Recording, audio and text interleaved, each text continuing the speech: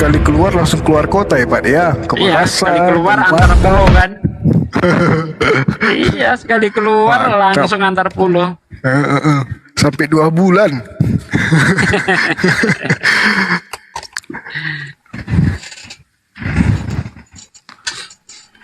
Oke, kita sambut juga, berikan tepuk tangan yang gemuruh untuk bunda kita, Bunda Rama. Udah, wah ini 2 kaki Bunda Rama ini. Ah, gitu. Assalamualaikum warahmatullahi wabarakatuh. Waalaikumsalam warahmatullahi wabarakatuh. warahmatullahi wabarakatuh. Udah turun di tempatnya Bang Dalbo. Iya turun Ustaz. Aku tadi Ada. mau naik, nunggu di bawah nggak dinaik-naikin, ya udah. Oh, Saya cabut lagi. ada Bang Handi di situ sama Ustadz Alif. Iya, ada itu di situ. Elia siapa sih? Penasaran saya Elia. Jadi Oten yang ini- cerdas. Oten yang Ini saya cerdas. naik, malah dinaikin di tempatnya Bang Dalbo. Ditarik naik ini, aku tolak lah. Udah terlanjur naik di apa? Nggak dari tadi dinaikin. Singa Yahuda mengaum. Halo Singa, selamat malam. Yang penting dapat rekamannya Pak De. Iya, iya. Singa. Halo, bahagianya aku 30 masjid kubombardir hari ini di jalur Gaza. Oh, Bahagianya aku, haleluya. Sugi. Haleluya. Ya nggak apa-apa, memang keturunan penjajah itu ya seperti itu, nggak heran saya. Ya kan? Ya Iya, memang begitu. bahagianya aku Sugi. Iya, Bahkan masjid nggak apa-apa. Al-Aqsamu dipakai ibadah tempat Iya, ritual Talmud itulah. sekarang. Kau baca Itulah bentangnya. mental penjajah. Artinya Islammu itu enggak diakui. Bahagianya aku. Itulah mental penjajah, mental PKI ya kayak begini. Jadi jangan heran, justru kau mempermalukan agamamu. Ya itu membuktikan bahwa kau itu Sengaja dia memang mau bikin rungkat. mental penjajah gitu loh. Kalau nggak ada penjajahan, nggak ada Kristen di Indonesia. Kristen tuh disebarkan dengan cara penjajahan. Ya itu satu. Yang kedua, orang-orang yang masuk Kristen di setelah tahun 65 itu mantan-mantan PKI semua. Makanya kalau kamu seperti itu nggak heran saya. Mentalmu seperti itu karena kamu adalah keturunan PKI. Gitu loh ya. Antek-antek penjajah. Sadar enggak sih lo sudah menunjukkan identitasmu? Karena memang di dalam kitabmu itu diperintahkan untuk menjajah. Ulangan 20 ayat 10 sampai ayat 15. Apabila engkau mendekati suatu kota ya untuk mengepungnya nih. Saya bacakan nih kalau saya dibilang bohong nih ya. Itu teman-teman, Ulangan blok Ya. itu supaya hilang akunnya. Laskar Api. Silakan Ulangan Pak De, lanjut. 20. Ya. Ulangan 20 ya, didengar ya kawan-kawan. Ini bukan tuduhan, ini fakta di dalam Bible itu memang diperintahkan untuk menjajah.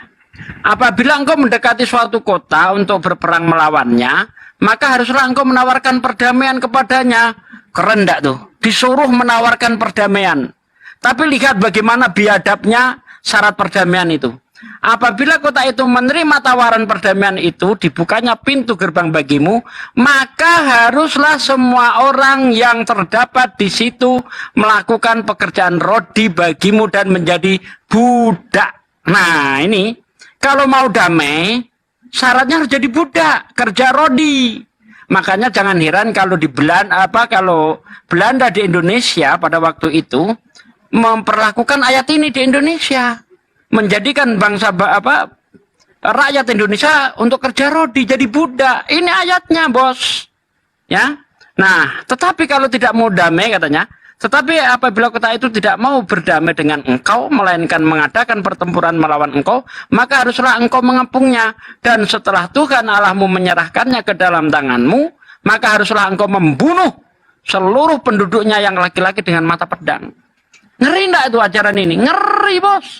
Ini loh sebabnya ada penjajahan di dunia, ini ayatnya. Adanya perbudakan, penjajahan, ya kan? Ini ayatnya. Beda di Islam. Ketika kita perang, orang Islam itu ada aturan-aturan di situ. Tidak boleh merusak tempat ibadah. Tidak boleh menebang pohon. Tidak boleh membunuh pemuka-pemuka agama. tidak boleh membunuh wanita, tidak boleh membunuh anak-anak, tidak boleh membunuh orang tua. Nah, itu aturan Islam. Kalau kalian enggak, bunuh semuanya. Bahkan anak-anak yang masih gini, nah, tebas lehernya. Anak-anak masih netek pun harus dilibas. Assalamualaikum guruku. Waalaikumsalam warahmatullahi wabarakatuh. Suhu. Masya Allah. Berikan Kakak tuh tepuk Bunda. tangan yang gemuruh Iya, untuk Bang Zuba. waalaikumsalam warahmatullahi wabarakatuh, Bunda. Iya, Bunda. Sehat kita selalu, Deng. Siap, alhamdulillah sehat. Ini ada yang nanya, surat dalam Bible berapa Pak Desugi?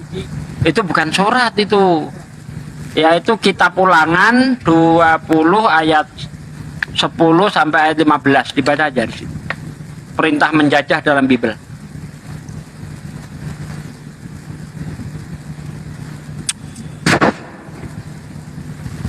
Itu kayaknya si Seger itu tadi itu. Iya, bener. Kalian teman-teman Laskar Api, hilangkan akun itu. Itu penghujat. Orang kayak setan gitu dilarang naik ke Komal ini ya. Kalau bisa langsung teman-teman blokir ya guys. Itu setan itu. Oke. Ini sudah ada Henry Josefina. Masih loading. Benar Islam. Islam.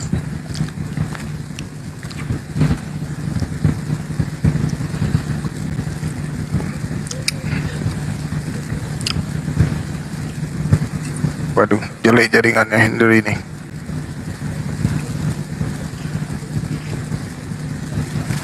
Naikin Elia tuh katanya pintar, ada nggak? Minta naik Elia. Nggak ada Elia. Jadi ini pada heboh. Jadi Elia itu Mana kan, mau dia, mana mau kalau ada saya. Iya. Ya itu lagi kemarin lagi diundang podcast nih di Oh, itu. Cewek iya. itu. Betul. Bukan cewek sih, laki-laki tuh Aki. Cewek. Cewek. Cewek. Iya. Wadan. Wadan. Benar. Wanita jejadian. Ya sejenis kiamat. Cewek itu aja cewek. Naik Elia. Sini. Debat yuk. Sini. Nggak ada ilmunya.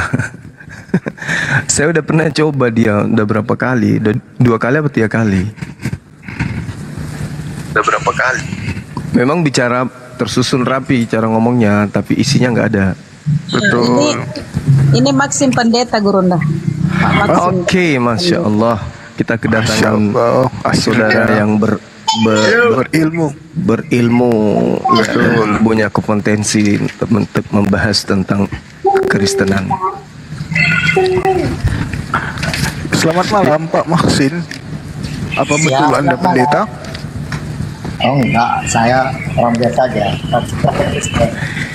Bukan yang pendeta yang masuk di Bang Ahinandar, Pak Maxim, bukan yang itu. Enggak lah. Banyak Maxim ya. Oke, lanjut. Mohon maaf. Oke Pak Maksin. Saya aja. Silakan. Halo. Ya, Bang. halo. Bang, suaranya kecil Bang. Agak besar dikit Bang, baru agak noise juga suaranya Bang Maksim. Ya, aku mau nanya satu aja. Ya Bang, mau nanya apa Bang?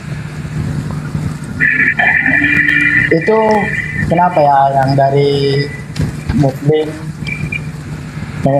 suka bilang kalau Alkitab itu banyak yang salah. Fungsinya apa itu? Maksudnya apa ini, Bang? Maksudnya Misalnya gitu. ayatnya direvisi, inilah gitulah. Itu apa itu? Iya, jadi yang pertama yang harus dipahami dulu ketika Al-Quranul Karim menerangkan, karena pijakan umat Islam berbicara tentang agama itu selalu merujuk kepada Al-Quran. Ketika Pak Pendeta menerangkan kepada kami bahwasanya kenapa umat Islam itu Mute, Maxim mute. Noise. iya, hostnya ndak kerja soalnya. Kalau sudah ada kayak gitu di mute aja dulu. Iya bentar. Nah. Oke. Oke, jadi didengarkan ya, Bang ya. Islam itu menerima sebuah kitab yang disebut Al-Quran. Al-Quran ini kemudian kami imani sebagai berita yang datang dari langit. Kami sebut dengan kalam ilahi. Kalam ilahinya menginformasikan kepada kami di dalam Al-Quranul Karim. Bismillahirrahmanirrahim. Wa minhum ummiyuna la ya'lamuna al-kitaba illa amaniya wa inhum illa yazunnun. Dan di antara mereka ada yang buta huruf, tidak memahami kitab kecuali hanya berangan-angan dan mereka hanya menduga-duga. Yang dimaksud di sini adalah kelompok cendekiawan atau tokoh-tokoh dari bangsa Yahudi, orang-orang Farisi dan seterusnya. Di antara mereka, di kalangan mereka itu ada yang buta huruf yang tidak mengerti, kemudian tidak paham tentang kitab-kitab sebelumnya, kecuali hanya menduga-duga dan berangan-angan. Maka Al-Quranul Karim menerangkan kemudian bahwa orang yang buta huruf ini, yang tidak ngerti tentang kitab-kitab sebelumnya ini, menulis sebuah buku. Fawailul lilladzina yaktubunal kitaba biaidihim summa yaquluna hadza min indillah. Jadi mereka menulis buku dengan tangan mereka sendiri, kemudian berkata ini dari Allah, ini dari pencipta langit dan bumi. Dan hari ini setelah kita bertemu di dunia apologet, dunia debat Kristen dan Islam, ternyata ayat suci Al-Quran surah Al-Baqarah ini sedang menceritakan kitabnya Kristen. Poin pertama, dari nama kitabnya aja itu sudah blunder. Kitab mereka sebut dengan sebutan Alkitab. Ini bukti bahwa orang-orang yang memegang dan orang-orang yang menulis asal kitab ini itu adalah orang-orang yang buta huruf, tidak ngerti tentang apa yang mereka pegang hari ini. Nah, contoh seperti Pak Maxim. Anda kalau saya tanya, Bang, kenapa nama kitab Anda itu menggunakan nama lain dari kitab sucinya agama lain? Karena Alkitab itu adalah nama lain daripada Al-Quran. Kok bisa buku dari Yunani, dari Romawi, sampulnya menuliskan Alkitab? Nah, ini justru menunjukkan kebenaran Al-Quran, bahwa mereka itu buta huruf, tidak mengerti tentang sebuah kitab. Tulisan-tulisan orang yang dikumpulkan dari orang-orang yang ada itu dianggap sebagai firman Allah. Ini yang dimaksud dengan Al-Quran. Makanya kami umat Islam itu selalu ketika berhadapan dengan teman Kristen selalu mengatakan bahwa kitabnya orang Kristen itu bukan Alkitab, tapi kumpulan catatan-catatan atau kumpulan buku-buku. Demikian Pak, silakan. Assalamualaikum. Waalaikumsalam. Waalaikumsalam warahmatullahi. Wah, Bang Julius ini kurang ajar. Aku dinaikin belum disapa langsung diturunin. Apa langsung dirungkatkan apanya? Rungkat sendiri. Dirungkatkan. Dirungkatkan yang tadi yang kedua. Soalnya apa banyak yang komplain tadi gara-gara apa ada udahlah nggak usah dibahas lah. Lanjut. Oh, gara itu. Ya udah, lanjut Pak Maxim, ditanggapi Pak Maxim. Aku cuma mau bilang aja ya, kalau misalnya kalian mau debat, ya buka aja lah perdebatan, langsung tatap muka, gimana ekspresinya kan bisa. Boleh Pak Maxim, boleh Pak, sama saya kapan kita jumpa Pak? Maksudnya kalau tatap muka kita Pak. Kayak gini maksudnya, udah jangan langsung kayak gitu dulu ngomong. Kan aku tadi dengar, aku bilang pendapatku gitu ya kan. Iya, silakan Pak, silakan. Kayak kemarin lah ada pendeta Don Mualaf Don yang bilang itu ya kan. Iya. Dia tuh kan enak nontonnya. Kalau kayak gini adalah kalian sepertinya dia merasa tersinggung kayak aku yang misalnya kan. Yang datang itu bukan jadi kayak store nengok kalian, malah jijik gitu. Jadi maksudnya maunya, kalau mau misalnya kalian kan menyalah, kalian bilang Alkitab itu bukan Alkitab. Iya, memang bukan, Pak. Jadi kita itu yang mengimani Alkitab itu udah berdoa lah, kita yang merasa nyaman. Kalian bilang pula salah, kan tersinggung. Kalau memang kalian pintar, buka roomnya, jangan di room kayak gini, langsung tatap muka sama-sama orang pintar. Buka sejarah, apalah gitu ya kan. Ini kalian apa yang juga sama kalian itu, tengoklah nih komen-komenan ini ha. Mana ada yang benar ini? Apakah ini Muslim? Tengok nih, maksud kebanyakan minum tua apalah. Jadi, Udahlah bang, jangan kalau curhat itu, bang. kalau mau bilang aku ya bang ya. Ya udah, gini aja. Kamu jumpa sama saya, kita debat di dunia nyata kapan? Di mana? Ayo. Aku mau bilang aja. Walah, cuma gitu doang. Udahlah. Kalau masuk surga, kalau kayak gini orang-orangnya tengok dulu. Kalian ya. Nggak gini bang, gini Kristen itu khususnya di Indonesia itu menggunakan sebuah buku. Pertama, buku itu tidak jelas asal usulnya. Kedua, begitu masuk ke Indonesia banyak menggunakan kata-kata yang berasal dari kitab sucinya umat Islam. Mulai dari sampulnya sudah disebut Alkitab. Ini sudah ada kelicikan dari sananya, memang sudah cerdik, sudah dididik menjadi planos. Ya, sudah dididik dari planos, dari akarnya memang seperti itu. Filipi 1 nomor 18. Ya, memang sudah diajarin kalian itu untuk mengelabui. Nah, kalau saudara mengatakan kenapa enggak ketemu langsung lah? Siapa Kristennya yang mau kita temui? Siapa Kristen yang mau kita temui? Bukankah dunia sekitar? Gereja itu tempat orang Gereja Kristen mana? itu. Gereja mana mau? Pendeta ya. Lagian kenapa kami ke Kan di situ, TikTok? Saudara kamu Maxim, dulu, Saudara Maxim dengarkan dulu. Kenapa kami ke Makanya, TikTok? Ya, mau bilang ya, kalau ke gereja itu nggak perlu harus Kristen. Maaf kalian di situ nggak ada yang tahu kalian Muslim atau Kristen itu. Bisa Ya. kalian di situ menyangkal Nggak. apa yang dibilang pendeta. Bukan Nggak gitu. bakalan dipukul kalian di situ, nggak bakalan dipukul. Cara Anda ini tidak akan berhasil membuat kami diam. Kami akan tetap berkoar-koar di sosmed. Itu loh Pak. Bagaimana tidak berkoar-koar di sosmed? Karena orang-orang Kristen juga berkoar-koar di sosmed. Mereka menghujat Islam juga di sosmed. Giliran kami ajak bertemu, mereka nggak mau.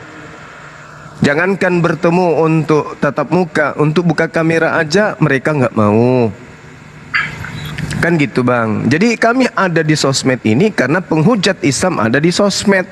Kami datang ke sini. Dulu penghujat Islam ada di Facebook, kami ke Facebook. Mereka ke WA, kami ke WA. Mereka ke Zoom, kami ikuti ke Zoom. Sekarang mereka turun ke TikTok, kami juga harus turun di TikTok. Gitu bang. Oke lah. Iya. Aku cuma mau bilang aja, tengok dulu ini bro. Iya. Mau jadi Islam pun dia, kalau orang yang nggak benar, nggak bakalan benar. Tengok dulu. Aku bukannya apa ya? Bukannya menyalahkan agama itu ya kan. Kalau aku nengok manusia, nengok individunya, kayak mana dia Allahnya, benar gak dia beragama?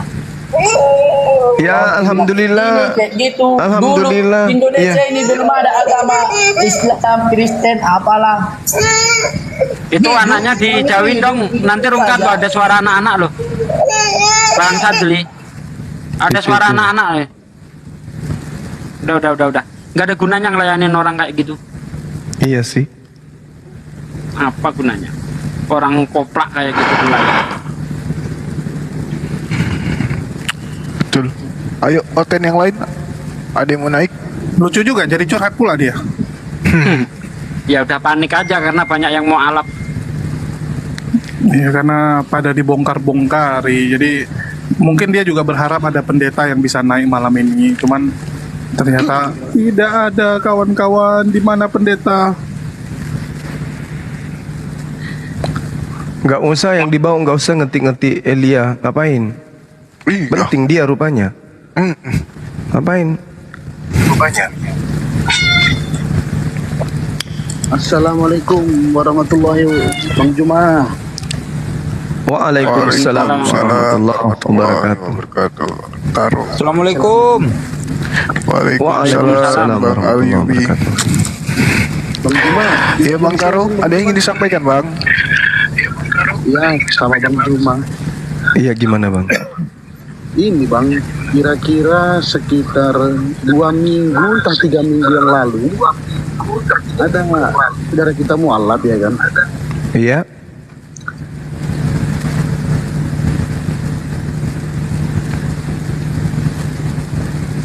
Gimana bang? Kok hilang suaranya?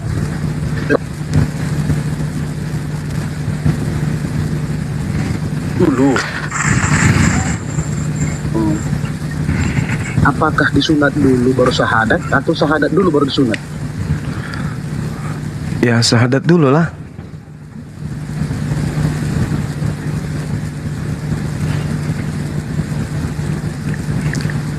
Syahadat dulu bang. Kalau memang orangnya itu mau syahadat, diutamakan syahadatnya dulu.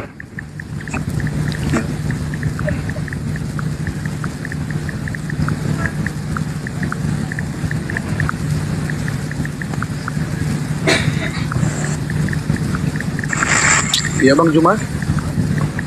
Diutamakan syahadatnya dulu bang.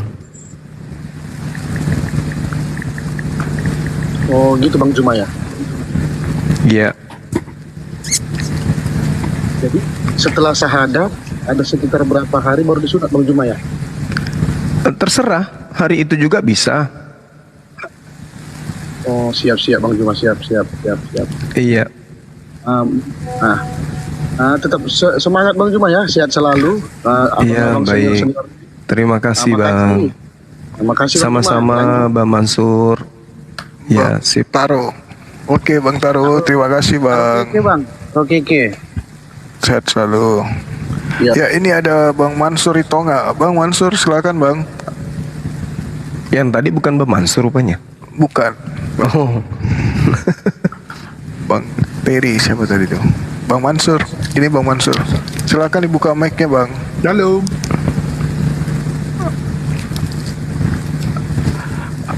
Kayaknya Aku nggak perhatikan loh di Malaysia Biblos dibilang apa ya?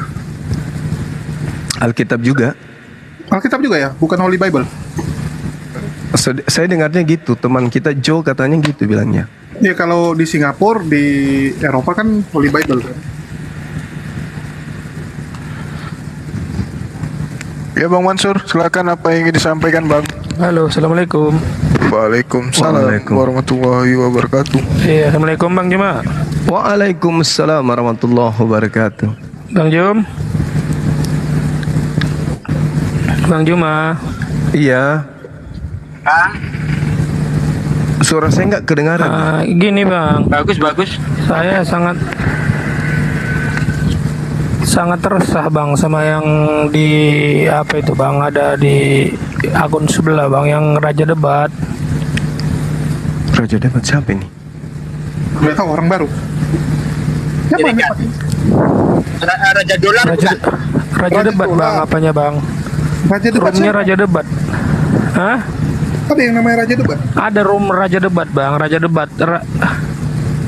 Raja Debat. Tadi siang saya masuk situ Bang. Emang keras-keras sekali orangnya Bang. Sang debater mungkin. Sang debater ya Bang, sang debater ya. Rudy Yohanes bukan? Kalau nggak salah Raja. Roomnya haleluya. Iya kali Bang. Haleluya, biasa. Oh. Iya. Oh. Makanya di situ kan Bang tadi umat Islam, apa kita tadi kan masuk ke situ, memang nggak selalu itu menggiring opini-opini yang salah gitu loh Bang. Iya. Kan Al-Quran sudah menarasikan itu. Itu sudah jelas itu. Mereka harus kemudian melakukan apa yang majikan mereka itu ajarkan. Iya, kadang saya mau naik nggak dikasih naik gitu Bang. Padahal kan pengen gitu ngeributin juga karena udah ribut duluan kan gitu kan. Tadi siang kali Bang. Ada berapa orang tadi yang dihina-hina sama orang itu kan? Iya. Saya berusaha naik nggak dinaikkan Bang. Aduh. Ya memang kerjaan mereka itu seperti itu. Al-Quran sudah menjelaskan wa ikhwanuhum wa yumuddu nahum kepada mereka fil gayyi tsumma la yuqsirun. Memang Allah sudah menunjuk mereka ini. Mereka yang dimaksud di situ adalah orang-orang kafir dan orang fasik. Itu adalah membantu iblis di dalam menyesatkan manusia. dan mereka tidak akan pernah henti-hentinya menyesatkan. Itu Al-Quran. Justru kalau tidak ada orang-orang kayak begitu, berarti Al-Quran ini tidak benar. Harus ada orang kayak gitu, begini. Bang, Ya, yang salah kalau umat Islam itu kemudian terpancing dan merasa yang disampaikan itu adalah benar.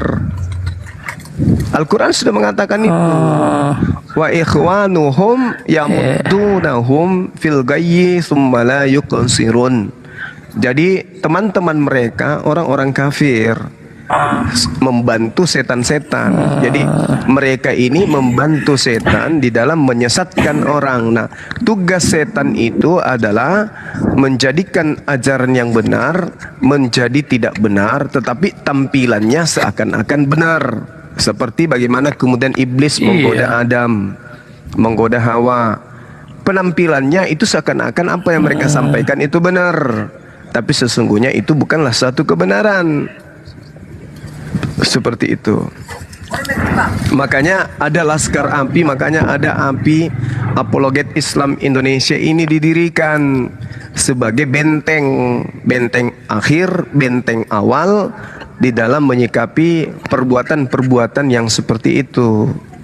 Kita di umat Islam mana ada coba kita buka komal berkongkok-kongkok membahas, menertawakan kitab mereka atau Tuhan mereka, itu nggak ada. Coba cari di mana itu terjadi. Nggak ada. Kita membahas tentang Tuhan mereka ketika ada dari pihak mereka yang hadir membahas tentang konsep ketuhanan. Kita membahas kitab ketika kemudian ada di antara mereka yang datang untuk membahas kitab, bahas Al-Quran. Kita nggak ada pernah menoloh seperti mereka, mencaci maki dan seterusnya. Apa tujuannya menghujat Allah, menghujat Rasulullah, agar Islam awam yang ada di bawah itu imannya goyah. Setelah goyah mereka murtad, mereka menang. Inilah yang dimaksud Al-Quran. Mereka adalah orang yang membantu setan di dalam menyesatkan umat manusia. Itu Bang. Makanya kita ada di sini. Iya Bang, makanya aku juga tadi kan walaupun saya dibilang jarang sholat, jarang. Tadi naik Bang, ada si Minang apa lagi tadi namanya Bang? Minang. Oh, tahu yang murtadin itu. Itu yang mau saya hajar tadi tuh Bang. Walaupun saya kurang paham masalah agama kita kan Bang, masih tahap saya kan masih tahap belajar lah Bang masalah agama kita ini ya kan, namanya dinonton pun jadi penyakit hati. Iya, gini, orang yang saya naik tadi rencananya mau hajar sih, mau maki-maki si Minang itu. Mau saya maki-maki lu si Minang nih, saya pikir tadi kan Bang saya mau naik. Jadi gini saudaraku, Islam itu tidak diajarkan kemudian memaki. Di Islam itu kalau ini teorinya ya, Anda tidak terlalu memahami Al-Quran ya, terus kemudian Anda naik ke atas, naik di komalnya, Anda dicaci, agama saudara dicaci, sembahan kita dicaci, kitab kita dicaci. Kita mau melakukan perlawanan, kita nggak paham ilmunya. Apa yang terjadi? Kita mendongkol. Akibat dari mendongkol, hati kita membatu. Akibat daripada membatunya hati kita, kita kemudian malas mempelajari Al-Quran, malas juga mempelajari agama mereka, sehingga kita berada di tengah-tengah. Jadinya kita depresi sendiri. Adalah lebih baik kalau saudara saya bersyukurlah ini bisa masuk nih ke Komal Abang nih. Iya, Masya Allah. Jadi alangkah lebih baiknya kalau abangku itu belajar Islam. Setelah belajar Islam, pelan-pelan aja dulu belajar ngaji, tekun ibadah, sholat. Habis itu setelah bisa belajar ngaji, masuk di kita satu barisan dengan kita kemudian untuk membentengi akidah. Hari ini kita ada. Siapa yang jamin? Insyaallah. Iya, Masya Allah. Siapa yang jamin 10 tahun kemudian kita sudah nggak ada, 20 tahun kemudian kita nggak ada, 30 tahun. Bagaimana dengan generasi kita kalau dikelilingi orang-orang kayak mereka? Habis generasi kita. Iya kan? Mereka dizolimi, mereka dicabik-cabik seperti makanan di atas meja makan kan gitu. Jadi alangkah baiknya kalau mulai dari sekarang kita belajar untuk taat kepada agama kita. Minimal pelihara sholat dulu. Habis itu kita belajar Quran. Kita gampang belajar Bible itu gampang kali. Yang susah itu belajar Quran. Gitu itu Bang. yang mau saya tanyakan sama abang nih. Makanya saya naik komal abang nih. Siap. Iya bang. Mau apa bang? Gimana? Berat rasanya itu untuk melaksanakan sholat itu kayaknya ada aja gitu bang. Apanya kan? Hambatannya kayaknya ada aja waktu. Aduh. Padahal kalau dari kecil saya ngaji bang. Saya kecil dari kecil saya ngaji. Iya. Ya intinya apapun kebaikan yang kita lakukan yang menjadi kunci diterimanya semua pahala itu adalah ibadah sholat. Maka coba sedikit tundukkan hati kita. Kenapa iblis itu malaikat yang tadinya setara, iblis yang tadinya setara malaikat, kenapa kemudian dia dikutuk menjadi makhluk yang hina di hadapan Allah? Karena sombong. Hanya karena diperintahkan sujud menghormat ke Adam, mereka tidak mau. Nah, kita diperintahkan sujud kepada pencipta kita. Kalau kita juga tidak mau, berarti apa bedanya kita dengan mereka yang iblis ini? Iya kan? Benar nggak? Maka lembutkan hati untuk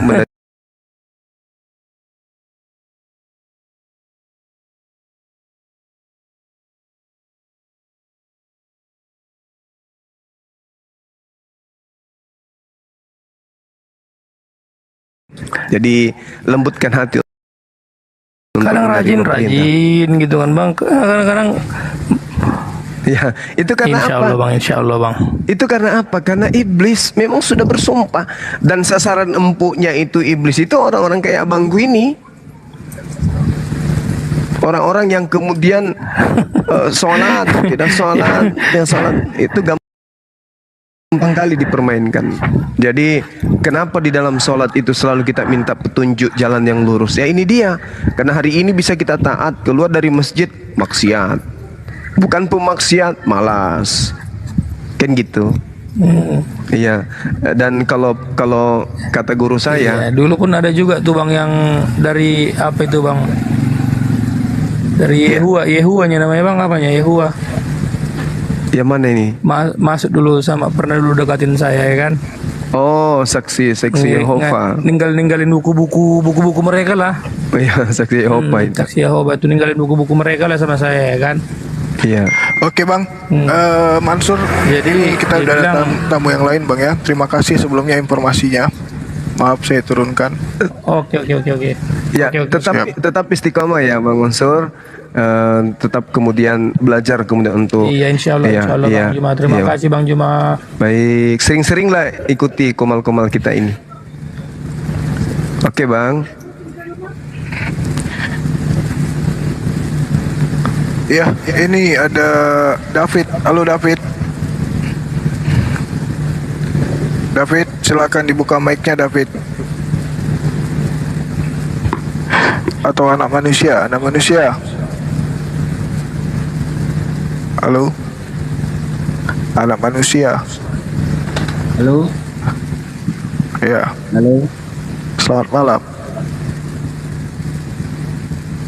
Selamat malam juga. Ada yang ingin disampaikan?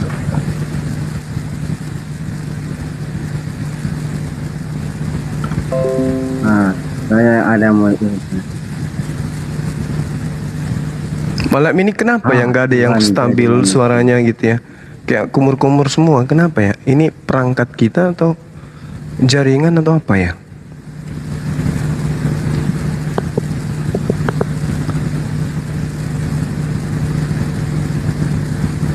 Boleh saya ngomong? Iya, dari tadi. Bukan bang, bukan perangkat kita. Yang naik ini ragu bang, karena yang dihadapi Bang Zuma. Bicaranya jangan lewat hidung bang. Coba pakai mulut ngomong. Biar kentara bicaranya. Coba. Saya pakai suara. Iya, tapi ngomongnya jangan pakai hidung, pakai mulut. Coba bang. Pakai mulut tapi ngomong. Ya. Pakai mulut aku ngomong. Tapi kayak di dalam sumur. Mana ada sumur? Jauh sumur dari saya. Oh jauh. Ya udahlah. Ya kalau sudah, gitu. apa yang mau disampaikan Bang? Apa yang mau ditanyakan? Saya itu Kristen. Kan ini kan ada tuh sepanjang ucapannya Tuhan jadi manusia ayat. Kalau bagi kami ya manusia jadi Tuhan ya itu udah sangat menyenangkan bagi kami. Dan permasalahannya, abang itu kan orangnya Islam. Tapi kenapa abang itu mengaji-ngaji Alkitab? Kan itu suatu pertanyaan juga, apa yang abang cari di situ? Itu Alkitab Anda, yang Anda maksud Alkitab itu apa sebenarnya? Surat Kapempong. Nah itulah, itu nggak boleh dikatakan bang. Kami itu sudah mempercayainya. Jangan abang bilang surat Kapempong. Oke, bagus, bagus. Nah sekarang mari kita dudukkan masalahnya dengan baik. Kitab Anda itu dari Romawi. Tidak ada kata Alkitab di sana. Yang ada Biblika atau Biblos.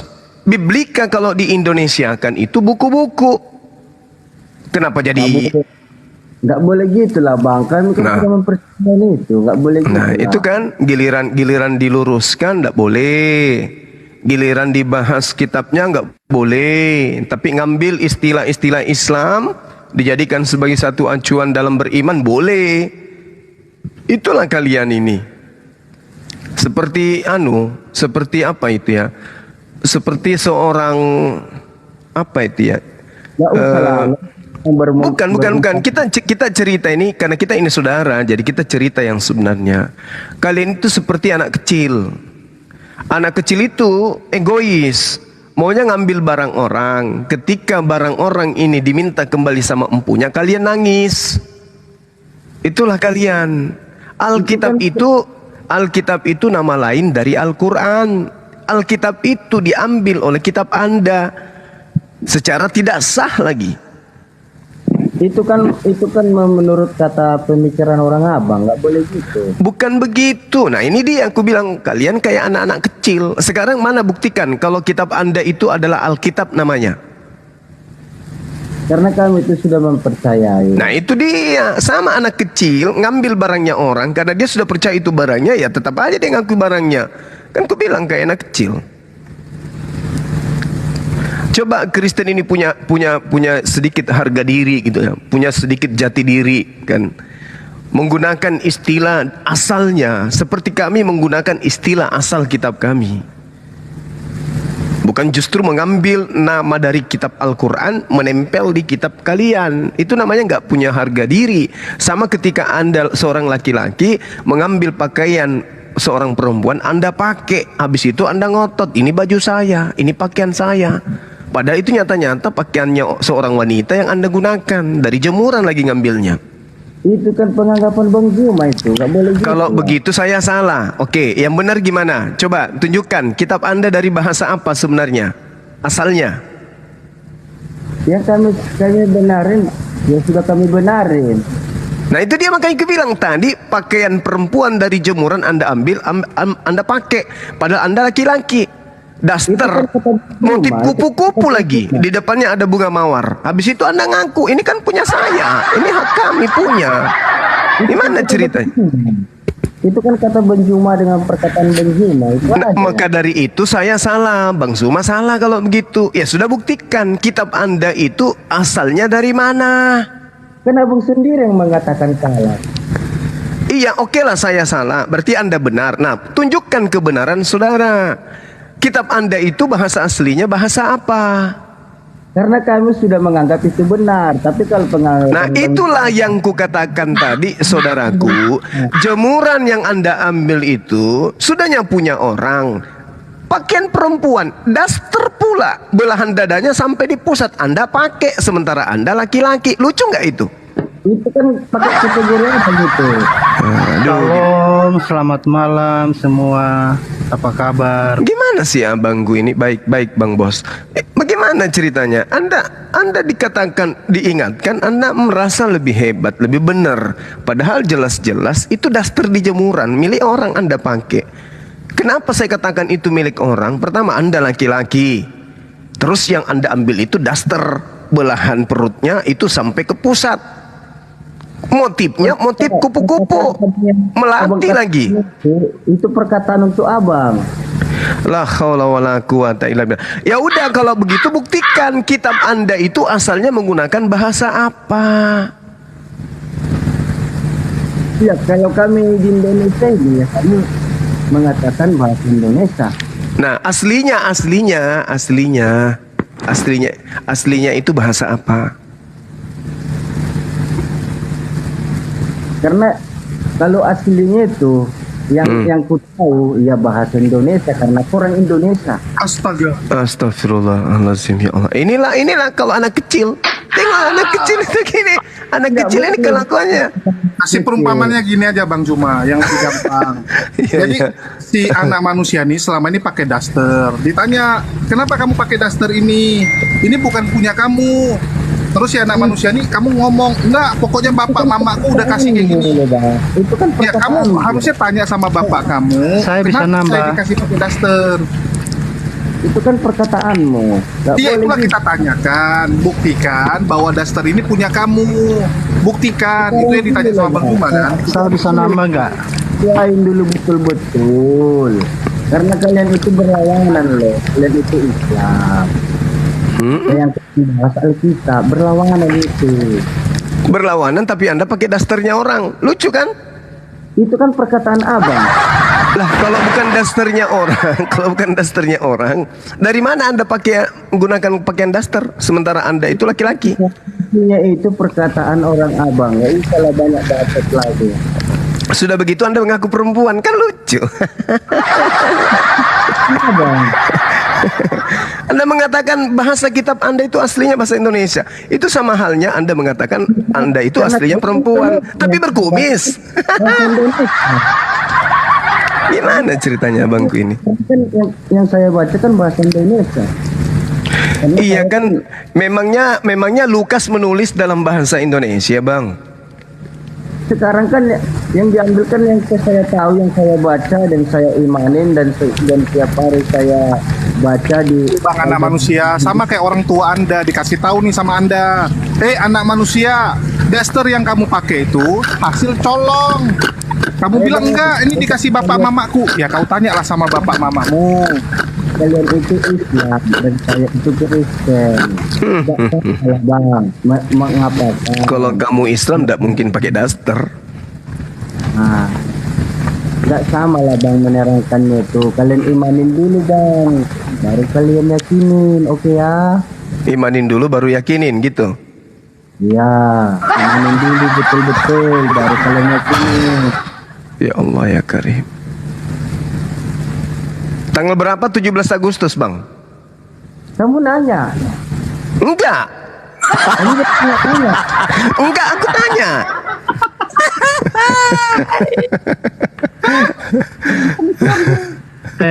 Bos. Iya bos. Ya, jadi begini Bang Suma. Iya bos. Dari segi apa Bang Suma mengatakan bahwa kami mengambil milik Bang Suma? Lah tadi kau udah jelas sekali tuh bahasa Emangnya Bang Suma bahasa, kalau seumpama itu bahasa Arab, emangnya itu milik Bang Suma atau siapa aja boleh memakai? Jadi gini, kalau ada nama Yesus di kitab saya, itu benar menurut Anda atau tidak? Saya bertanya dulu Bang Suma belum menjawab. Ini jawaban saya. Apakah kalau kita pakai, kalau saya mau pakai bahasa Inggris istilahnya, apakah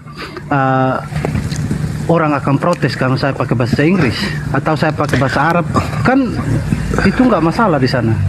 Begini bos. Kenapa masalah seolah-olah bahasa Arab itu punya Bang Suma? Jadi bukan masalah bahasa Arab atau tidaknya, bukan. Ya, ini bukan masalah bahasa. Sekarang kitab saudara itu original teksnya apa sampulnya? Saya tanya sama Bang Suma dulu. Bang Suma, para nabi itu bahasanya, bahasa aslinya itu apa? Bahasa apa yang mereka pakai? Sampai kepada Nabi Bang Suma itu bahasa apa? Aramaik, Ibrani, Arab. Ya. Bahasa asli awalnya itu apa? Ya, bahasa Aramaik, Arab kan? Ya, Ibrani dulu. Ibrani dulu. Saya bertanya tentang Nabi Bang Suma. Kita membahas kalau Nabi saya itu bahasa Arab, baginda Rasul. Bahasa Arabnya kan muncul juga baru-baru kan, kemudian iya, kan. Tapi Iya, apakah kemudian sampul kitab kami menggunakan bahasa Ibrani? Bang Suma kan tidak menjawab pertanyaan saya.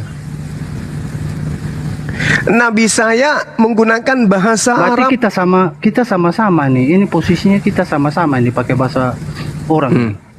Iya kan? Nabi saya bahasa Arab. Kitab saya kemana-mana gunakan bahasa Arab. Nah, kitab Anda itu Lukas, Markus, Matius, Yohanes, Paulus. Paulus 14 kitab. Oke?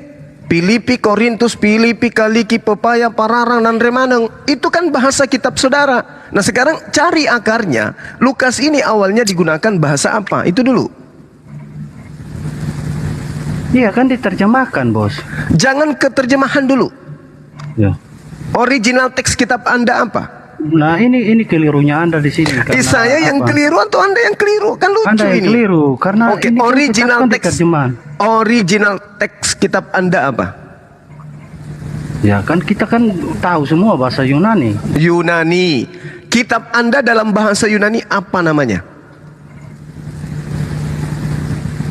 Ini kan sudah diterjemahkan, ngapain? Saya tidak tanya terjemahan, saya tanya orinya. Kalau kitab kami namanya Al-Quran, kitab Anda namanya? Ya kita kan udah terjemahan, Bos. Aslinya yang saya tanya, Bos. Bos kan bilang asli. Lagian bahasa Nabi Bos kan aslinya juga bukan bahasa Arab. Awalnya kan bukan bahasa Arab. Lalu bahasa apa? Bahasa Arab muncul tahun berapa? Al-Quran itu dari sejak semula ada namanya Saya Al-Quran. bertanya, bahasa Arab itu muncul tahun berapa? Kok muncul tahun berapa? Pra-Islam orang sudah menggunakan bahasa Arab. Keturunan daripada Nabi Ismail itu sudah menggunakan penutur bahasa Arab. Nggak ada hubungannya dengan itu, Abang. Sekarang yang saya tanya, original teks kitab saudara itu apa? Saya sudah bilang tadi bahasa Yunani. Ya. Sampul kitab Anda apa pada saat itu? Ya ini kan lantas apa hubungannya sama terjemahan bahasa Indonesia? Nanti kita terjemahkan ke Indonesia setelah tahu apa orinya. Coba. Apa hubungannya sama terjemahan yang sekarang? Ya supaya kita tahu benar tidak. Benar tidak terjemahannya. Loh, nggak bisa, Bang, nggak bisa. Coba. Sebutkan dulu apa nama original teks kitab saudara pada mulanya sebelum masuk ke Indonesia.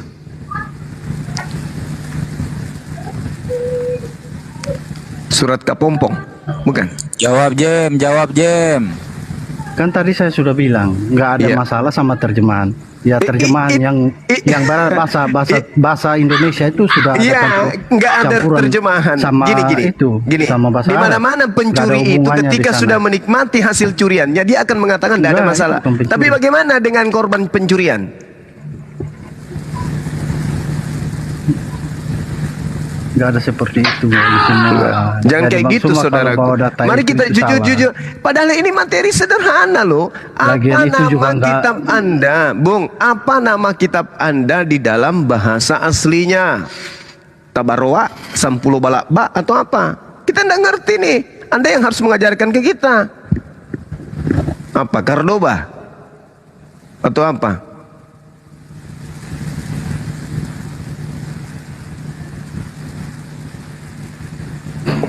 Jadi kalau masalah kitab tuh itu nggak masalah, terjemah bahasa Inggris sudah ada, Aduh, saudaraku, masya Allah. Campuran-campuran bahasa Arabnya juga. Campuran-campuran apa? Ya, Itu saya rasa gado-gado ada itu. masalah di sana.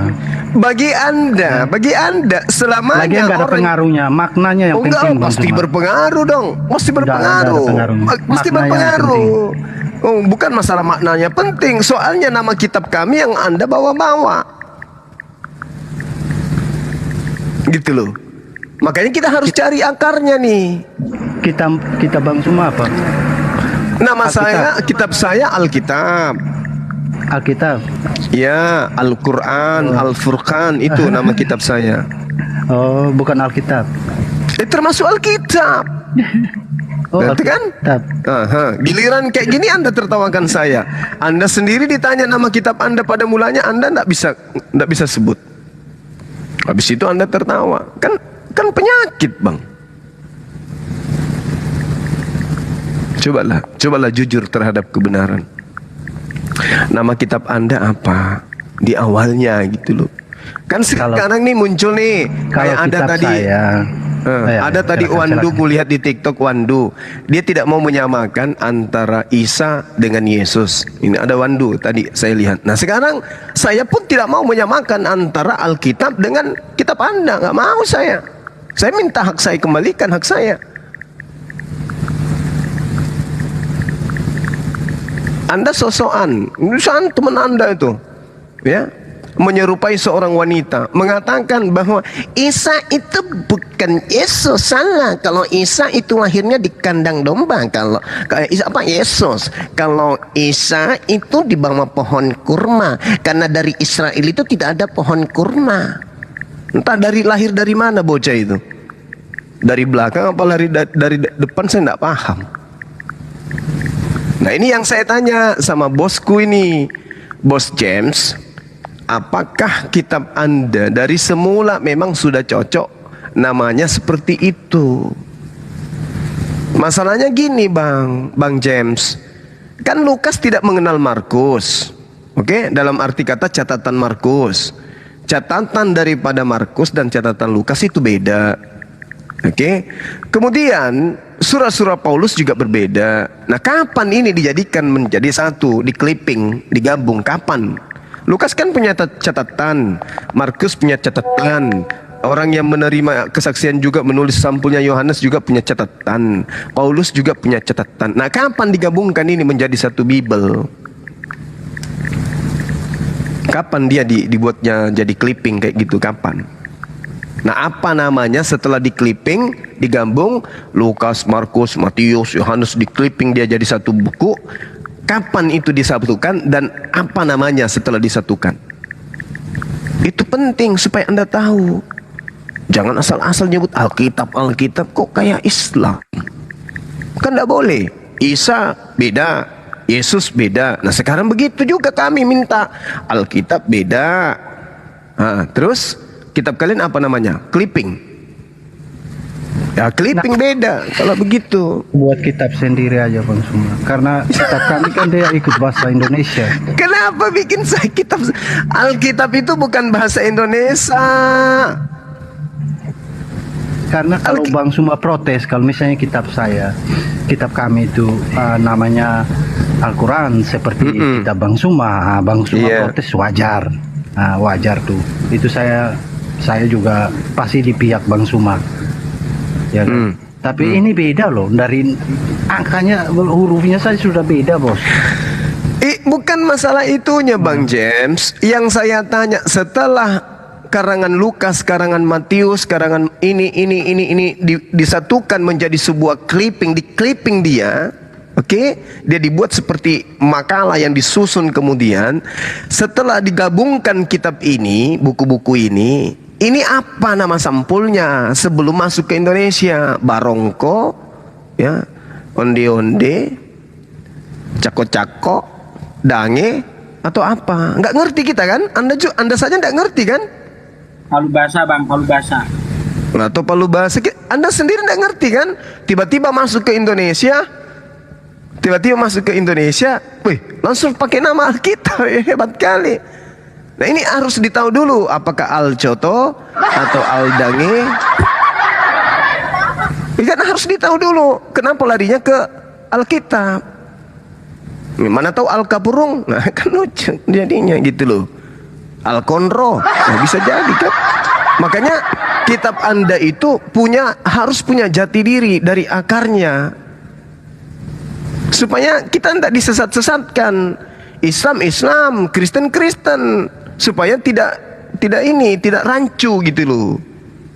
Kristen harus percaya diri. Jangan giliran Isa, oh Isa itu kami tidak kenal. Oh tidak kenal kami Isa Al-Masih. Tidak kenal katanya.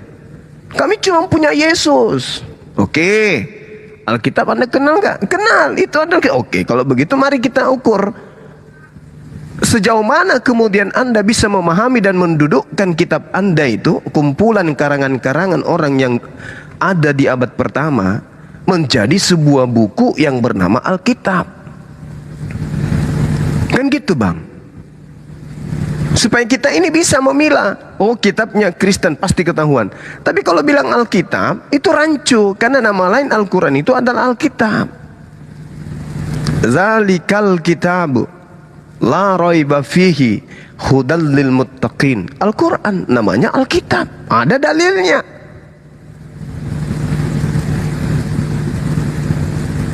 Iya kan?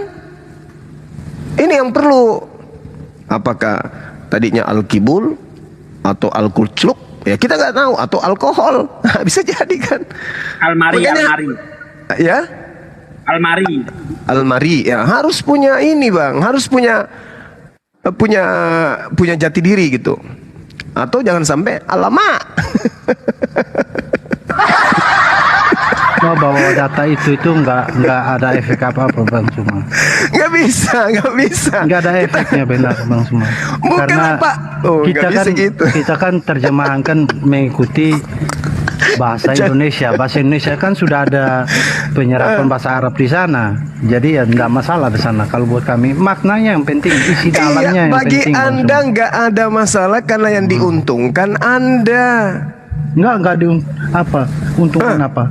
Ya diuntungkan karena dia kelihatan kayak firman Tuhan, karena kalau saya keren kali. Kalau saya di Amerika kan pasti nama yang saya kenal kan bukan seperti itu.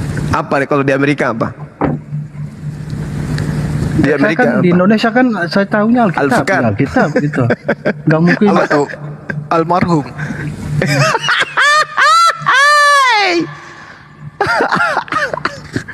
Enggak Bang, harus punya jati diri. Harus punya jati diri. Kitab Anda itu harus punya jati diri, harus punya ada ciri khas tersendiri itu. Kita harus saling menghargai. Ketika kitab Anda masuk ke Islam, maka ini adalah sesuatu yang kelihatan sekali seperti yang diterangkan oleh kitab saudara 1 Korintus 20 itu. Bagaimana terhadap orang Yahudi, dia berlaku seperti orang Yahudi. Kepada orang yang beragama, yang mentaati Taurat, berlaku seperti pelaku Taurat. Supaya apa? Untuk memenangkan. Nah ini bahaya. Ini yang harus saya jelaskan kepada saudara. Jangan-jangan ini adalah konspirasi untuk mempraktekkan dalil di dalam kitab saudara, di mana dalilnya kepada orang Yahudi ngaku Yahudi, kepada orang penganut Torah mengaku sebagai penganut Torah, supaya bisa memenangkan banyak jiwa-jiwa. Saya curiga itu juga yang sedang dipraktekkan di negara ini. Jadi menggunakan istilah Alkitab meskipun tidak mengimani Alkitab, supaya ya bisa memenangkan banyak orang, supaya banyak memurtadkan orang gitu loh. Itu bisa jadi terjadi kan? Benar nggak? Benar nggak Bang? Karena dengan menggunakan istilah Alkitab, ya bisa jadi orang itu banyak terkecoh. Ah ini firman Tuhan juga ini, karena namanya juga Alkitab, gitu loh Bang. Oke Bang, kita skip dulu. Kami lurus Bos, kami terbuka orangnya. James udah sering di sini. Baru nenggolan ini Kristen atau Islam ini? Halo. Kitab atau kitabullah, nama lain Kristen bos. Oke, ntar ya. Kitab atau kitabullah. Biasanya sering digunakan ketika Al-Quran. Al-Quran itu dalam bahasa Arab Nah itu kan Pak De, suaranya kecil, Pak De. Sugijo. Ada suara. Kenapa malam ini gangguan semua suaranya orang di kuping saya ya?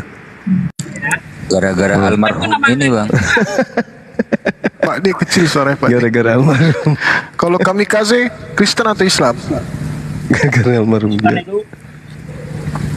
Kamikaze. Benang kusut juga itu. Oh. Yaudah, Bang Nenggolan, ada yang ingin disampaikan, Bang? Sementara dengar dulu bos, nanti bentar lagi saya. Itu gangguan juga suaranya kan. Kenapa malam ini semua gangguan suaranya ya? Kalau sekarang gangguan juga suara saya. Masih Raja kencang Lotong. tapi Oke, sabar putus-putus. Raja Lotong gantian sama James. James, ntar lagi ya, naik.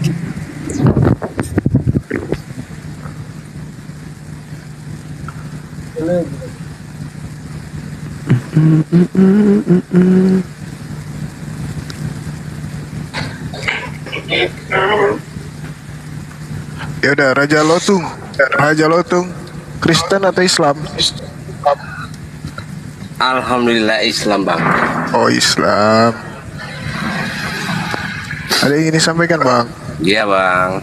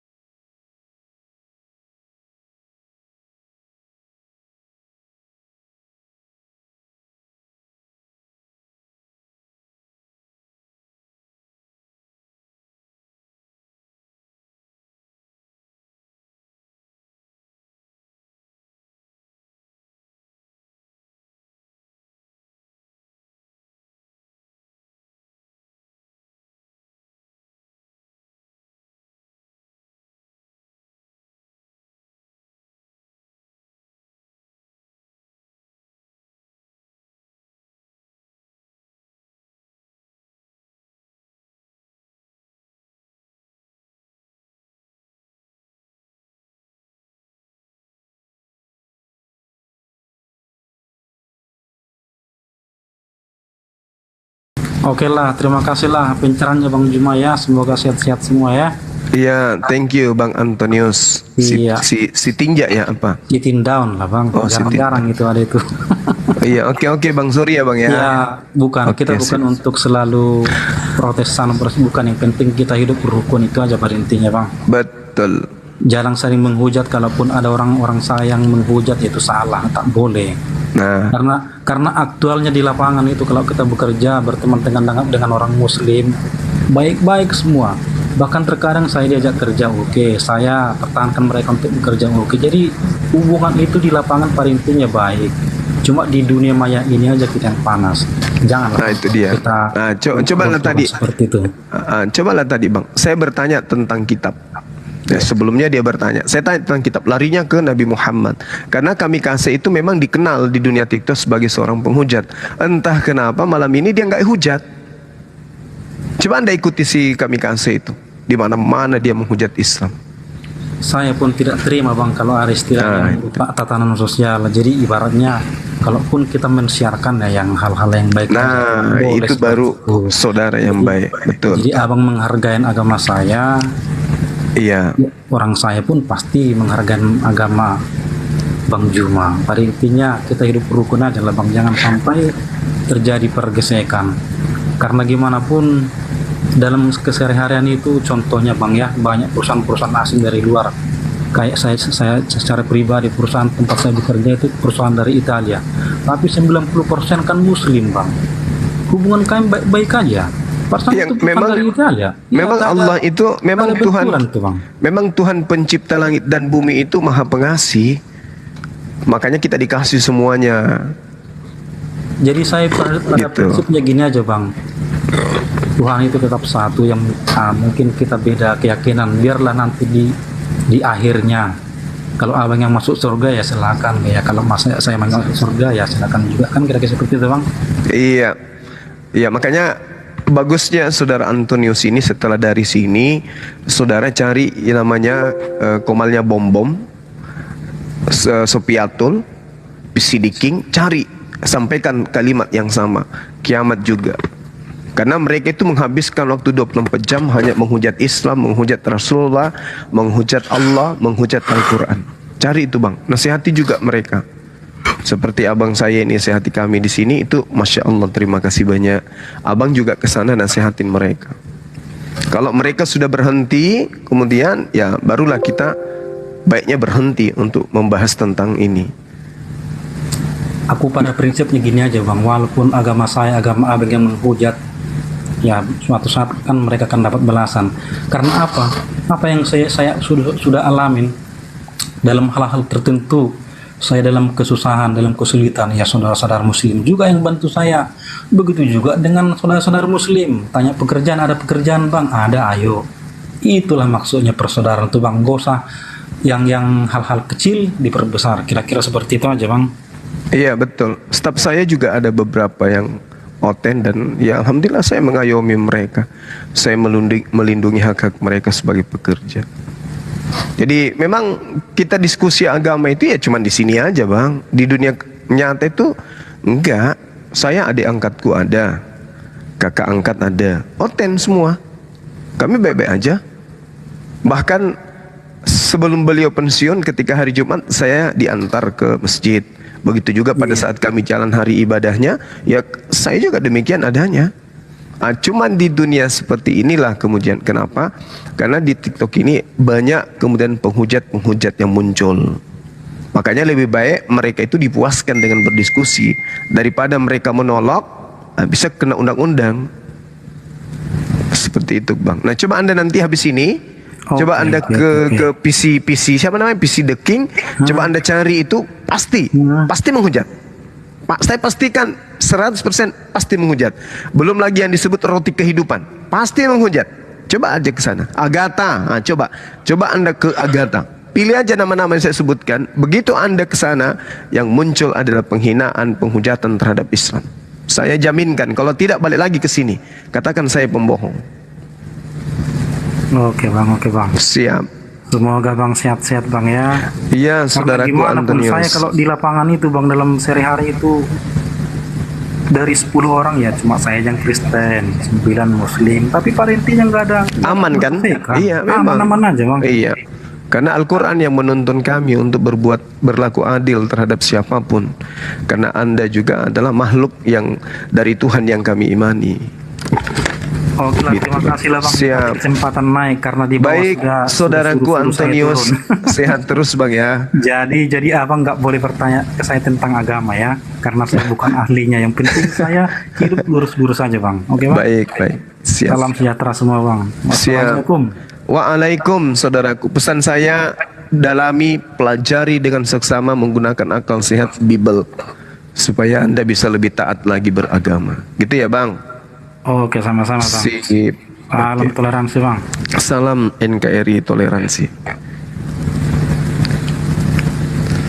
Nah, ini kalau begini semua saudara-saudara kita Kristen ini, wah, damai kita. Tinggal diajak kopi, kita makan sama-sama satu meja di warkop. Habis itu kita minta mereka meninggalkan surat kepada lembaga Indonesia untuk mereka ganti nama Allah, Alkitab, Nabi, Rasul dan semuanya. Aman negara ini. Sentosa kita. Baru nanti hari akhirat kita lihat. Baru mereka. Bang Suma. Ninda Daman, Ayubi, Abi Sugi, Andi Slebes, Bunda Rahma, di mana kalian? Bantu kami.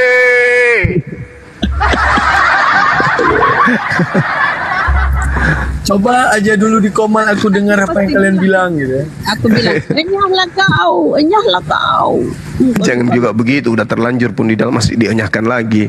Oh, enggak ya. Itu di hari akhir Isa menakhir itu nanti.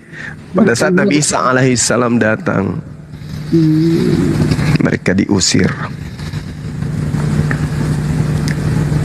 Ini ada Vincer. Vincer, silakan dibuka mic-nya Vincer.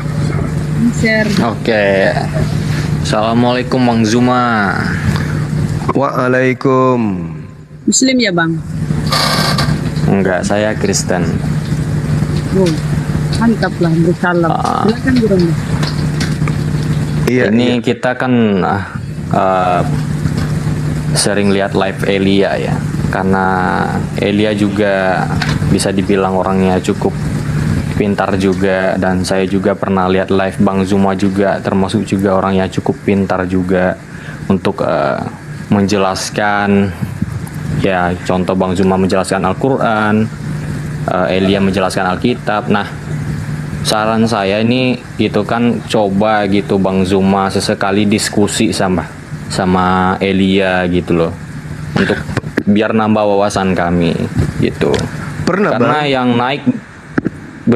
yang naik di room Elia tuh kadang nggak ada yang kayak Bang Zuma gitu kan. Kalau misalnya ada yang kayak Bang Zuma naik di live Elia kan kayaknya gitu bisa nambah wawasan kita juga gitu. Tapi endingnya kan di-kick juga. Iya. Enggak, aku udah pernah ngomong sama Elia soalnya. Suruh ke sini, kenapa kita yang ke sana? Kenapa Guru nggak mesti yang ke sana? Suruh ke sini. Sama juga, Elianya juga nyuruh Bang Zuma. Cuman saya di sini kan cuman ngasih saran aja gitu, kayak diskusi berdua antara Bang Zuma sama Elia juga bisa gitu. Abang tahu nggak kenapa video saya di take down? Padahal di situ saya tidak menghujat sedikit pun. Namun karena saya mengungkap fakta, ya itulah pinternya sebelah tuh bang. Dimana saya nggak bawa dalil apapun dan tidak bawa Alkitab. Video saya di take down, akun saya di report. Bayangkan. Makanya saya bilang percuma kalau seandainya saya naik ini ke tempat Elia kan. Kan saya pernah ditantang juga. Sama si RK juga saya udah pernah. Ujung-ujungnya apa? Saya akan bawa sejarah saya. Dia akan bawa sejarah dia. Itu nggak akan pernah ada titik temu bang. Karena apa? Kalau Anda mengatakan Elia itu cerdas, maka dia akan ngomong prinsipnya logika, bukan prinsip historial.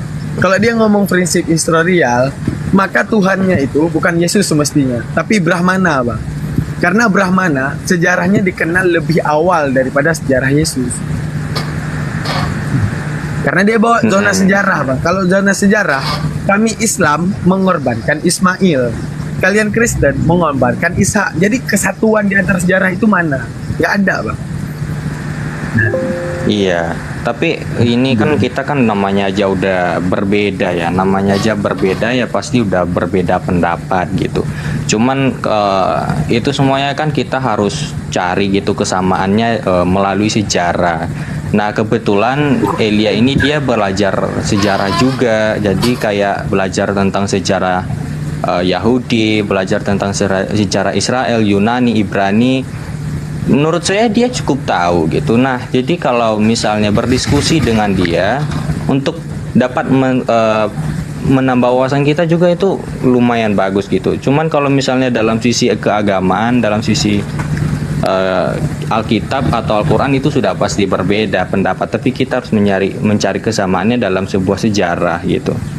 Jadi kalau misalnya kita berdiskusi juga baik gitu sama Bro Elia sama Bang Zuma gitu, kalau berdiskusi diskusinya baik-baik aja gitu, nggak terlalu memaksakan juga karena ya perbedaan pendapat itu ya wajar gitu. Jadi gini Bang, sedikit saya ngomong ya, kalau kita mau berdiskusi mencari pola yang elegan, santun, mengedukasi, itu sudah sering kita adakan, sudah sering kita lakukan.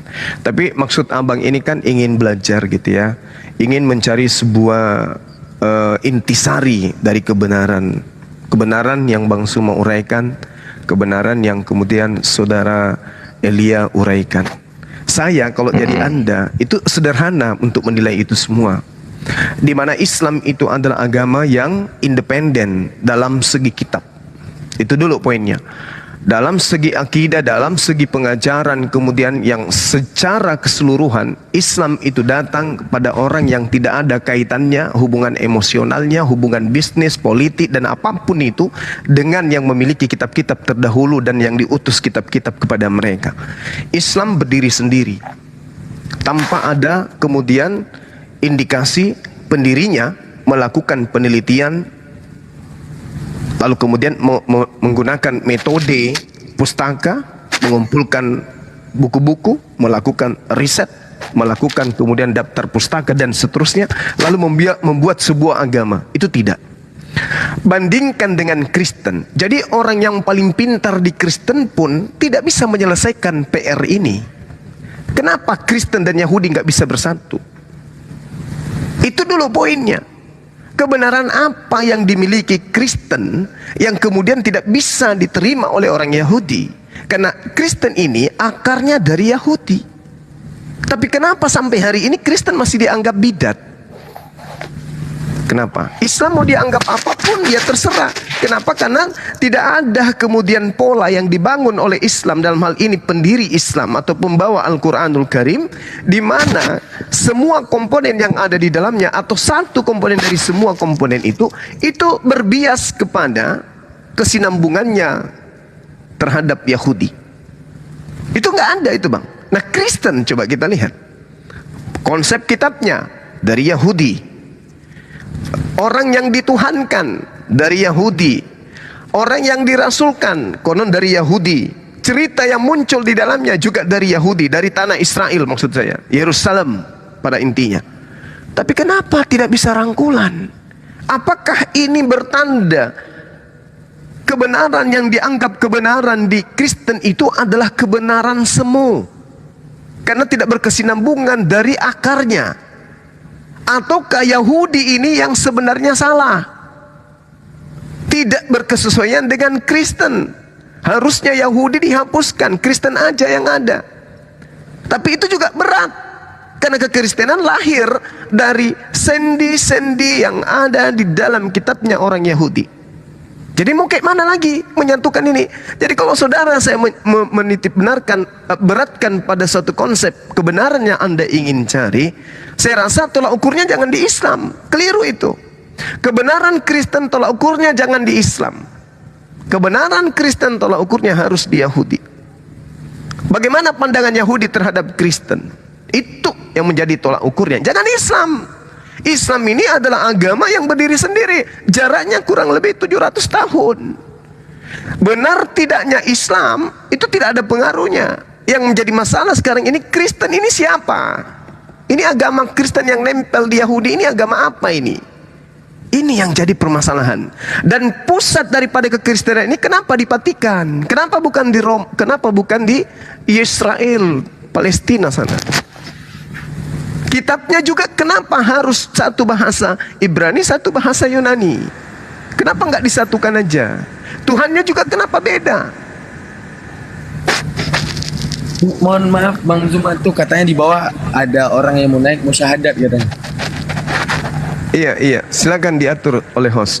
Jadi gitu Bang. Jadi tolak ukurnya jangan lihat Islam. Nanti setelah Anda tidak menemukan titik kesinambungan atau tidak adanya titik yang bisa dikatakan bahwa Kristen itu adalah agama legal dari ajaran para nabi Yahudi, berarti Islam nggak usah dilirik.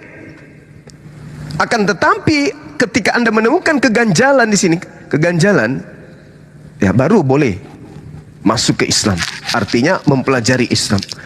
Karena begini, hukum Tuhan yang datang kepada Bani Israel itu adalah hukum yang hanya untuk Israel. Taurat hanya untuk Israel, bukan untuk Roma.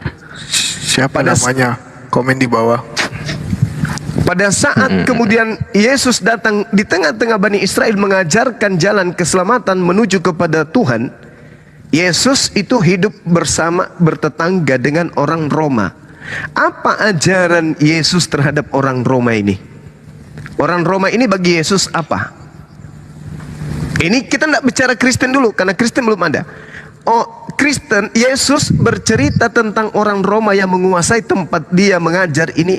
Menurut Yesus mereka ini bangsa apa? Domba kah? Atau serigala? Itu dulu poinnya. Baru kita damaikan. Oh, Yesus menyebut mereka juga sebagai domba. Orang-orang Roma yang menguasai Yerusalem hari itu dianggap juga sebagai murid. Tapi mana katanya? Mana buktinya? Mana buktinya? Begitu Yesus terangkat ke langit, orang-orang yang tidak pernah dipandang oleh Yesus malah dianggap gugup, kok menjadi malah dia yang berkuasa. Seakan-akan mereka lah murid Yesus. Sementara tempat di mana Yesus dilahirkan, murid-muridnya habis dibasmi semua oleh Paulus. Sementara keturunan daripada ke-11 murid Yesus selain Yudas itu nggak ada kemudian menjadi pelopor agama Kristen, Katolik atau Protestan hari ini, nggak ada. Semuanya dari Barat. Tanda tanya besar, ada apa dengan Kristen? Seperti itu Bang. Jadi kalau Elia itu saya sudah pernah bertemu, dan alhasil satu pertanyaan saya sampai 2 hari sebelum kiamat tidak akan pernah bisa dijawab sampai hari ini. Itu sederhana padahal pertanyaan saya, sederhana sekali. Saya hanya menanyakan siapa Lukas, siapa Paulus, siapa Markus, siapa penulis kitab Yohanes, siapa penulis kitab Matius menurut Yesus. Itu pertanyaan saya, sederhana sekali. Karena di dalam kitab yang dituliskan orang yang mengaku, orang yang diakui sebagai Yohanes, misalnya Yohanes 3 nomor 16, inilah Yesus, kepadanya aku berkenan. Barang siapa yang percaya kepada dia, maka dia akan memperoleh hidup yang kekal. Hari ini saya mau percaya kepada Yesus, makanya saya mau tanya, Yesus berkata apa tentang penulis-penulis Bible? Kalau ada perkataan Yesus tentang penulis-penulis Bible, perkataan Yesus itu yang ingin saya imani. Apa kata Yesus menurut Yesus berdasarkan penulis Bible ini? Ternyata nggak ada. Artinya Yesus tidak mengenal, minimal Yesus tidak pernah mencolek penulis-penulis Bible. Minimal Yesus tidak pernah mengenal apa itu Markus, apa itu Matius, apa itu Yohanes, apa itu Kisah Para Rasul, apa itu Roma, apa itu Filipi, Galatia, dan seterusnya. Yesus tidak mengenal itu semua. Dan kalau saya jadikan itu sebagai panduan iman saya, bahaya. Karena kata Tuhan, percayalah kepada Yesus, barang siapa yang percaya kepada Yesus, dia akan selamat. Nah, Yesus ingin saya percayai, tapi tunjukkan apa legalitas dari Yesus terkait dengan kitab-kitab yang tadi. Penulis-penulisnya lah. Ternyata nggak ada. Elia sampai hari ini tidak mampu lagi membuat saya untuk berdiskusi dengan dia. Kan saya tanya, kalau Anda sudah jawabannya sudah ada, kontak saya. Gitu Oke, Bang. jadi silakan. Jadi dari banyak ya Bang Zuma tadi bilang itu kan kita sebagai orang Kristen menghargai ya itu pendapat Bang Zuma ya. Dan juga pendapat Bang Elia juga pasti juga berbeda. Nah, jadi kalau misalnya kita sebagai orang yang pengen mencari kebenarannya itu kita harus berada di tengah-tengah gitu loh. Nah kan sekarang itu orang-orang itu apalagi yang nonton live Bang Zuma ini kan banyak, dan nonton yang live-nya si Elia juga banyak. Nah kalau misalnya kita sebagai orang yang pengen mencari tahu kebenarannya, nah kebetulan Bang Zuma juga mempunyai wawasan yang cukup luas, juga Elia juga demikian begitu. Dengan diskusi tadi itulah yang pengen kami dengar gitu. Kami pengen mencari poin pentingnya. Kenapa perbedaan? Apakah ada kesamaan? Cara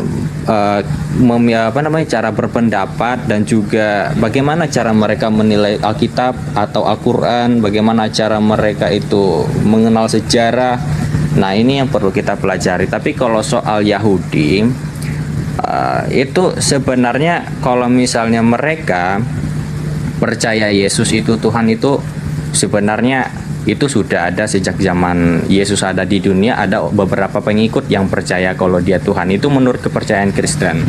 Tetapi orang-orang Yahudi menentang hal itu karena mereka itu tidak percaya kalau misalnya Sang Mesias yang mereka tunggu-tunggu itu berwujud seperti manusia. Nah, poin penting itu aja itu sama seperti halnya pemikiran rekan-rekan Muslim, yang dimana rekan-rekan orang Muslim berkata nggak mungkin lah Tuhan itu berwujud seperti manusia. Begitu juga dengan orang Yahudi, nggak mungkin lah Tuhan itu yang maha kuasa dia berwujud seperti manusia gitu. Nah itu kan walaupun Yahudi walaupun Islam, tapi mereka mempunyai pemikiran yang sama tentang ketuhanan, dan mereka juga mempunyai pola pikir yang berbeda, namun isinya itu ada samanya gitu loh. Tapi kalau di Kristen, mereka percaya kalau Tuhan itu datang dalam wujud firman-Nya sebagai manusia. Itu kan menurut pendapat Kristen. Nah, jadi kalau misalnya kami kan juga sebagai orang Kristen ya, Pak, yang namanya aja pengen mencari tahu kebenaran gitu. Saya nunggu-nunggu di live Elia itu ada orang yang kayak Bang Zuma gitu, tapi gak ada gitu loh. Jadi saya sebagai rekannya Elia juga itu memberikan saran juga sama Elia juga kemarin, dan saya juga memberikan saran juga sama teman-temannya, mereka juga setuju. Dan kedatangan saya juga di sini ya memang untuk itu tadi, mengajak Bang Zuma. Jadi kira-kira kalau misalnya Bang Zuma kira-kira misalnya kalau mau diajak diskusi, kira-kira terima apa tidak? Saya terima Bang. Terima pastinya. Okay. Iya. Oke. Kita hargai juga pendapat-pendapat Muslim. Tadi juga saya udah dengar beberapa pendapat tentang Bang Zuma. Mungkin mengenai diskusi saya akan sampaikan dengan Elia, dan waktunya nanti akan saya sampaikan kembali kepada Bang Zuma. Itu aja. Oke. Baik saudara.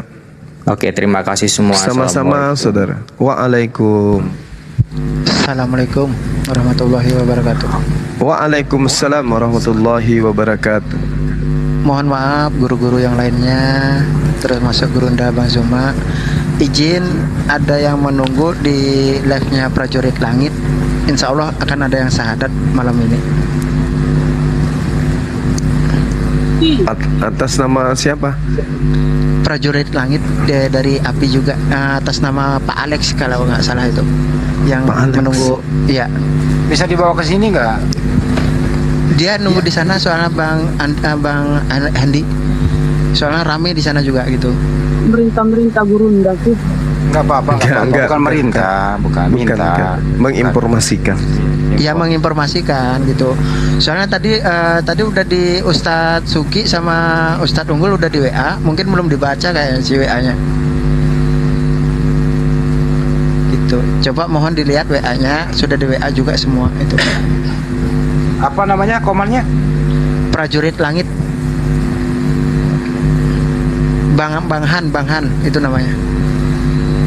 Nama komannya Prajurit Langit ya? Iya. Itu. Mohon maaf ya kalau saya motong guru-guru yang lainnya gitu. Soalnya memang dari tadi saya di sana gitu. Soalnya begini ya teman-teman ya, kita memberi apresiasi ya kalau Bang Juma itu selalu menjadi prioritas untuk mengalapkan siapapun di sana. Tapi perlu juga ada tim yang harus validasi dulu. Soalnya di luar sana, kenapa selalu Bang Juma? Kenapa selalu Bang Juma? Bahkan di framing kemana-mana gitu. Makanya perlu benar-benar difilter dulu. Itu maksudnya. Tapi senang sekali sih kalau Bang Juma diundang ke sana. Itu artinya penghargaan yang sangat tidak ternilai. Itu sih Bang Juma ya. Iya Bang Handi. Iya. Cuman kurasa teman-teman di sini kan berharap syahadatnya itu di sini, karena di sini kurang lebih 5.000 orang. Kan tujuannya kan mau bersyahadat, toh? Bukan untuk meramaikan komal kan gitu ya Bang ya? Oke. Mungkin saya turun dulu, mungkin saya akan sampaikan ke sana dulu. Kalau mungkin beliau sanggup masuk ke sini, insya Allah saya akan saya sampaikan nanti. Ya kan kita akan minta ini Bang, kita minta beliau buka kamera. Sementara yang nonton di sana cuman kurang lebih 100 katanya menurut teman. Iya. Nah kalau di sini begitu naik langsung bisa di follow sama teman-teman ini, udah lebih 4.000 orang langsung bisa buka kamera. Nah. Oke. Ya siap.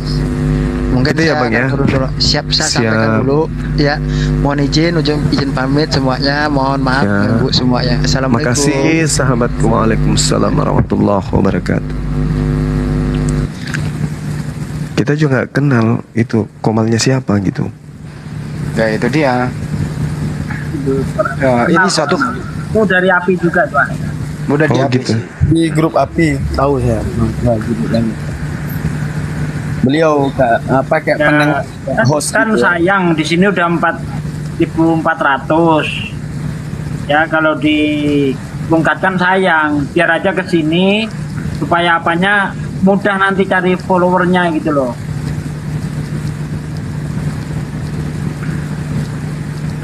Hilang semua outinnya. Tadi ada. Karena dia dengar ada yang mau syahadat, hilang semua. Gak ada masalah sih. Langsung gak ada yang berani mau diskusi. Tadi masih ada 4 outin, tapi ini ada 1. Kosongkan aja 2, ntar juga ada. Nah ini kayak pasien. Ketemu lagi Bang Adi. Halo brother, gimana kabarku? Siang kamu. Siang gimana? Dari mana? Gimana bro? Ya tadi siang kok saya dihentikan. Tadi siang dihentikan di mana Bang? Yang saya bukan pasti ngeyel. Di sini juga gitu Bang. Bang Kepa, maaf ya, kalau misalnya Bang ngeyel terus nggak bergantian berbicara, saya juga langsung kick ya. Oke, lanjut Bang. Terserah kamu. Saya kalau mau bicara ya saya begitu. Kepa mau diskusi topik apa? Ya, saya mau kembali ke kandang yang tentang Yohanes 10 ayat 16. Oke, silakan. Ada Bang Juma menanggapi. Monggo. Silakan Bang. Ya. Jadi Bang Juma punya pemahaman apa di dalam Yohanes 10 ayat 16. Oke, baik. Ada lagi domba. Nah, pertama yang Anda harus pahami, domba itu apa? Apa sebutan orang-orang Roma penjajah yang hidup berdampingan dengan Yesus? Tidak ada kaitan dengan Roma itu. Oh, nggak bisa. Di sini Yesus sedang berbicara dengan siapa? Dengan Yesus sedang orang yang percaya, yang pengikutnya. Ini Yesus sedang berbicara Dia dengan tidak berbicara kepada orang Roma itu. Ini ya betul. Kepada orang-orang yang mengikuti dia. Oke, Yesus Ya, sedang murid-muridnya lah. Yesus sedang berbicara dengan orang Yahudi atau orang Roma? Orang Yahudi.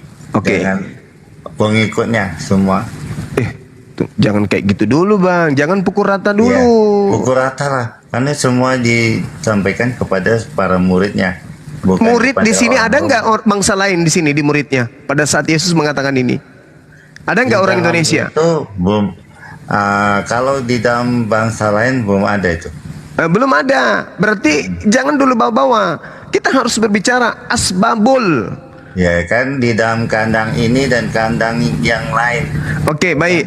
Pada saat Yesus berkata demikian mengajar di Yerusalem, apakah tidak ada bangsa Yahudi di luar? Misalnya di Roma, ya, di Mesir. Itu sebagai penubuatannya bahwa ada kandang lain. Tunggu. Digembalakannya. Tunggu.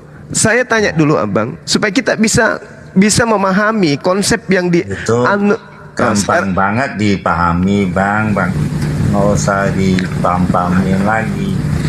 Ya, pertanyaan saya kan sederhana abang. Karena kamu bukan dari kandang manapun, nggak termasuk kandang pengikutnya. Domba-domba manapun kamu tidak masuk. Dan juga kamu bukan pengikut, tidak mengakui Yesus itu gembala, tidak mengakui Yesus itu Tuhan, dan kamu adalah pencuri. Oke, baik. Anda nuduh saya pencuri. Oke, baik. Ya, makanya itu pencuri domba. Baik. Serigala berbulu domba. Oke, baik. Di dalam Yeremia 23 nomor 2 sampai nomor 3 Jangan saya bacakan. Dulu, nggak mau saya lari. Udah turun. Nggak punya. Kamu turun. Gantian atau turun? Jangan kamu lari dulu. Gantian. Kamu mau gantian atau? Selesaikan dulu ini. Udah turun. Iya, gantian ngomong dulu. Turun. Udah turunin. Kita nggak perlu orang-orang kayak gini. Kamu turun di bawah. Dengarkan saya ya. Yeremia 23 nomor 2 dan nomor 3. Sebab ini beginilah firman Tuhan. Ilah Israel, bukan ilah Romawi. Ilah Romawi itu beda, namanya Hercules. Itu ilah Romawi atau Zeus. Paham ya? Ini kalau kepala nggak ada begini susah.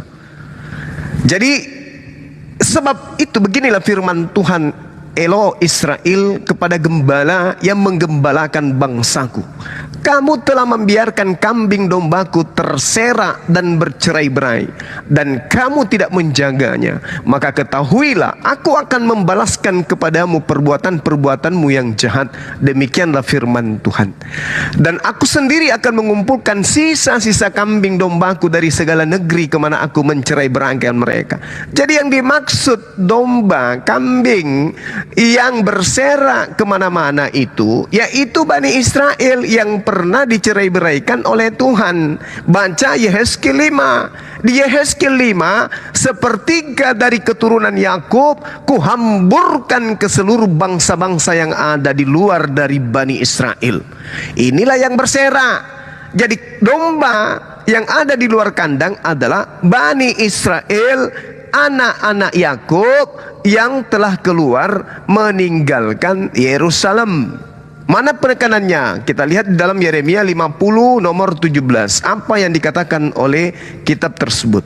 Di situ sangat jelas dikatakan bahwasanya Israel adalah seperti domba yang bercerai-berai. Jadi yang bercerai-berai ini keluar meninggalkan tanah Israel itu apa? Bani Yakub. Ada enggak Roma di sini? Karena yang pertama kali berdampingan dengan Yesus itu Roma. Orang Romawi. Ada nggak Romawi di sini? Masuk nggak dalam golongan ini? Tidak masuk dalam golongan itu. Maka domba yang dimaksud adalah domba yang bercerai-berai meninggalkan Yerusalem. Makanya Yesus mengatakan, aku diutus kepada domba-domba yang hilang. Siapa domba-domba yang hilang ini? Domba yang meninggalkan kota Yerusalem karena telah dibuat oleh Tuhan berserak. Kita baca di dalam Yehezkiel 5 sedikit lagi ya. Di dalam Yehezkiel 5 itu sangat jelas dikatakan bahwa sepertiga dari Bani Israel kubuat kemudian berpencar ke seluruh penjuru mata angin. Ini dikatakan di dalam Yehezkiel 12. Sepertiga daripadamu akan mati kena sampar dan mati kelaparan di tengah-tengahmu. Sepertiga akan tewas dimakan pedang di sekitarmu. Dan sepertiga lagi akan kuhamburkan ke seluruh mata angin. Nih. Sepertiga aku hamburkan ke seluruh mata angin. Lalu kemudian Tuhan menarik ucapannya. Dan aku sendiri akan mengumpulkan sisa-sisa dombaku dari segala negeri kemana aku pernah mencerai-beraikan mereka. karena kuhamburkan mereka dan aku akan membawa mereka kembali ke padang mereka. Mereka akan berkembang biak dan menjadi banyak. Ini domba-domba yang bersera, yaitu Bani Israel. Ente bukan Bani Israel, tapi Bani Kampret. Paham?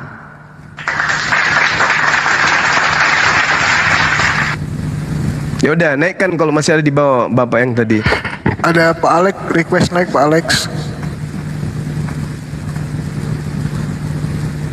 Cari ke akunnya di komen nggak ada. Coba request. Alex. Jadi kesimpulannya Laskar Ampi udah tahu ya. Yohanes 10 nomor 16 itu ada juga domba-dombaku di luar kandang ini, maksudnya ada juga Bani Israel keturunan Yakub di luar dari kota Yerusalem ini yang harus kugembalakan. Nah itulah dia Bani Israel yang terlempar seperti sahabat kita Morebili. Nah itulah dia Morebili yang ada di Indonesia, itulah domba-domba yang bersera yang harus kemudian dibimbing kembali ke tanah Yerusalem. Bukan Kristen, tidak nyambung. Kristen siapa? Kristen itu bukan, tidak ada hubungannya Kristen dengan Yahudi. Kalau terkait dengan bidat, terkait dengan pengajaran daripada yang Yesus katakan di Matius 23:15, itu betul. Itu betul. Memang ada agama yang akan diajarkan oleh ahli Farisi, penghuninya, umatnya 2 kali lebih jahat daripada orang Farisi itu sendiri, orang Yahudi itu sendiri. Nah itulah dia. Agama apa yang didirikan oleh orang Farisi? Nah itulah jawabannya. Penghuninya 2 kali lebih jahat daripada orang Yahudi dan mereka adalah penghuni neraka. Iya, masih belum ada. Kosongkan room, udah saya kosongkan 1 room. Tapi Bapak Alexnya belum ada. Silahkan request dulu atau komen di bawah. Kalau saya lihat namanya langsung saya jambak. Iya, gimana tadi teman yang mau syahadat di sebelah, ada yang monitor nggak? Udah syahadat atau gimana? Iya, ini katanya ada di sini Pak Alexnya. Namanya udah ada di bawah itu Alex. Oh namanya Pak Alex. Iya. Saya konsentrasinya kepada Pak Felix tadi itu. Nah ini ada Mas Saha. Kabur. Ponakannya Om Handi. Adiknya Mas Saha. Adiknya Yesus itu. Terima kasih Bunda Trisna. Barakallah. Mas Saha tuh logikanya on off, sesekali on, sesekali off. Kayak juga tuh lawatnya. Iya capek sama Mas Saha, capek. Ini ada Mesias. Siapa beliau? Oh iya. Oh ini ada Pak Alex nih, udah ada nih. Halo Kristus Kristen dong ya pasti ya. Iya bang, Kristen Katolik. Selamat malam semuanya. Malam bang. Malam. Bang, nggak apa-apa ya nunggu bentar, ini ada Pak Alex nih mau nanya-nanya. Nggak apa-apa di sini dulu standby bang. Assalamualaikum warahmatullahi wabarakatuh, Bang Juma ya. Waalaikum ya bang. Assalamualaikum warahmatullahi wabarakatuh. Ya alhamdulillah tadi udah ngobrol santai di prajurit ya, di room tadi ya. Ya alhamdulillah saya bisa bersahabat bersaudara dengan Bang Juma juga semuanya yang ada di room ini. Monggo dilanjut salam saya. Terima kasih. Saya monitor. Nah, silakan ditanya-tanya dulu ya, siapa Bang Handi, silakan. Bukan ini Bang Alex yang mau bersyahadat atau seperti apa tadi? Yang mau bersyahadat yang mau bersyahadat. Iya, saya tanya dulu yang. Ini bukan Bang bersyahadat, kalau bahasanya udah gitu. Udah Iya. bersyahadat, udah muslim dia. Justru itu. Kita udah bersaudara. Iya. Coba Bang Andi. Ya, Bang Alex sudah mengucapkan 2 kalimat syahadat atau belum, Bang? Belum Pak, tadi saya bilang sama sahabat-sahabat Bang Jul semua, saya akan berdiskusi ya dengan istri saya besok kan gitu ya. Insya Allah dia juga terpanggil ya. Itu kalau kiranya memang ini daya kami ya kan lebih enak kalau suami istri ya Bang ya. Iya. Bener nggak Bang? Bener, Iya, Bang. iya. Jadi malam ini belum bisa bersyahadat kita? Belum?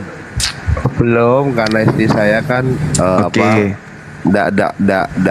belum saya ajak omong kan gitu masih. Kira-kira jam Ya, berapa dan Bang gitu. besok? Ya insya Allah ya jam-jam segini ya.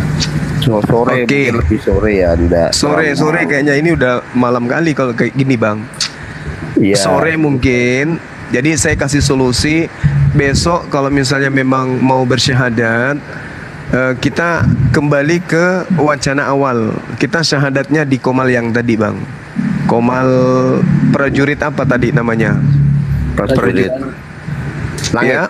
Prajurit langit. Nanti insya Allah kita jadwalkan syahadat di sana bersama dengan bini, gitu ya Bang ya? Insya Allah ya. Oke. Nah sekarang ini kita mau ngapain? Enggak, bangun pertanyaan ya. Apa yang membuat kira-kira Pak, benar juga Islam nih ya. Itu apa yang membuat diri iya, Bapak iya. itu, motivasinya gitu. Iya.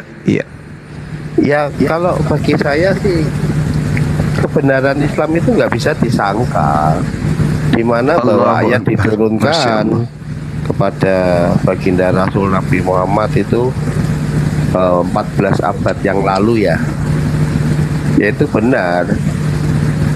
Kita seluruh makhluk di bumi harus. Sebelum ke sana menjauh, terlalu jauh, Pak Alek boleh tahu sekarang ini memeluk agama apa Bang? Saya Kristen Pentakosta Pak. Bersama istri dan keluarga gitu ya Bang? Kebetulan kalau anak saya sudah dewasa, dia sudah punya ini ya, dia Kristen juga sih, udah rumah tangga sendiri lah. Iya baik. Saya cuman berdua aja sama istri. Anak saya cuma satu. Terus kenapa Abang Alek tertarik memeluk Islam? Apa yang mengakibatkan itu? Kalau saya sih, saya melihat orang-orang di sekitar saya, sahabat-sahabat dekat saya selama ini yang peduli atau membantu di dalam saya situasi sulit, ya teman-teman saya yang Islam. Artinya mereka baik dengan saya, mereka bersahabat dengan saya, mereka seperti saudara, bahkan maaf ya, lebih dari saudara kandung bagi saya. Saya nggak mau sebut namanya ya, nggak perlu ya, nggak perlu. Ini kali Bang Alek kali jarang ke gereja ketemu pendeta, jadi nggak ngerti Bible gitu. Izin Bang, saya sedikit banyak mengerti ya, karena saya pernah sekolah Bible ya. Wis, Masya Allah. Pernah saya satu tahun ya, saya 2012 sampai 2013 saya belajar ya. Saya setahun saya sekolah. Yang paling substansi yang Anda baca di Bible itu, apakah karena membaca Bible memeluk Islam atau karena pergaulan? Seperti apa Bang? Kalau saya, satu saya pergaulan ya, kedua saya bisa merasakan dong. Saya ini kan nggak asing ya untuk di lingkungan masjid, di lingkungan musola atau di lingkungan sahabat-sahabat saya yang tokoh-tokoh Muslim, nggak asing gitu loh. Saya nggak tanggung. Anda pernah ini nggak Bang, izin biar cepat ke Bang Joma, Anda pernah membahas nggak konsep ketuhanan Islam dengan konsep ketuhanan Kristen? Ini kan pondasinya di sini. Itu pernah diskusi nggak kayak gitu? Pernah. Oke. Menurut Abang, konsep ketuhanan Islam itu tauhid dan konsep ketuhanan Anda sebelumnya trinitas. Bisa dibedain nggak Bang tuh? Wah, ini saya nggak bisa jawab. Saya takut salah karena saya ini hanya sekedar dangkal lah pemahamannya. Saya belum mendalam lah. Saya takut salah, nggak berani saya. Yang jelas kalau Islam saya jelas itu esa ya, tauhid ya, itu saya paham betul. Tapi kalau yang Bapak tanyakan saya tidak berani menjawab. Oke, baik. Anda mohon mendengarkan biar Bang Juma menjelaskan konsep tauhid Islam, dan ada Pak Kristus nanti menjelaskan apa sih itu Trinitas, supaya Anda bisa memilih. Karena di sini nggak boleh kita merayu Anda, kan begitu ya? Nggak boleh merayu Anda, harus Anda yang berpikir sendiri, gitu Bang. Iya. Oke, baik. Silakan mencerna ke Bang Juma dulu. Silakan Bang Juma, baru ke Kristus. Silakan. Iya, terkait apa ini Bang Di? Saya nggak monitor tadi. Yang paling substansi konsep ketuhanan Islam, dan nanti teman kita Kristus ini menjelaskan trinitasnya, kan begitu, supaya orang ini bisa memilih yang mana yang logis, kan gitu Bang Juma. Silakan. Iya, jadi saya rasa pilihan Bapak ini udah jatuh ya. Udah jatuh kepada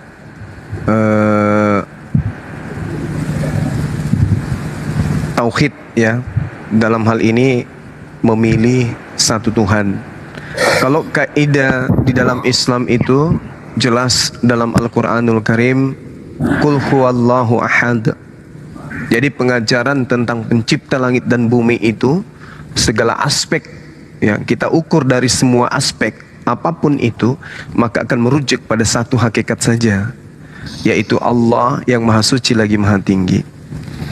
Lalu kemudian komponen yang terkait dengan itu antara pengetahuan manusia dengan konsep yang Tuhan jabarkan tentang dirinya, diterangkan bahwa hakikat tersebut adalah tempat tergantungnya segala sesuatu, tempat meminta, tempat berharap ya, tempat sandaran segala sesuatu. Allahus Samad, Allah inilah satu-satunya kemudian tempat sandaran meminta apapun itu. Kemudian hakikat tersebut tidak beranak, tidak diperanakkan. Kenapa demikian? Kenapa ada narasi itu? Karena untuk mengajarkan kepada manusia, di mana manusia ini kedatangan utusan terakhir yang menjadi final dari semuanya, yaitu bahwa pencipta yang sesungguhnya bukanlah yang mereka sembah orang-orang terdahulu yang dikatakan anak manusia, manusia yang diperanakkan kemudian.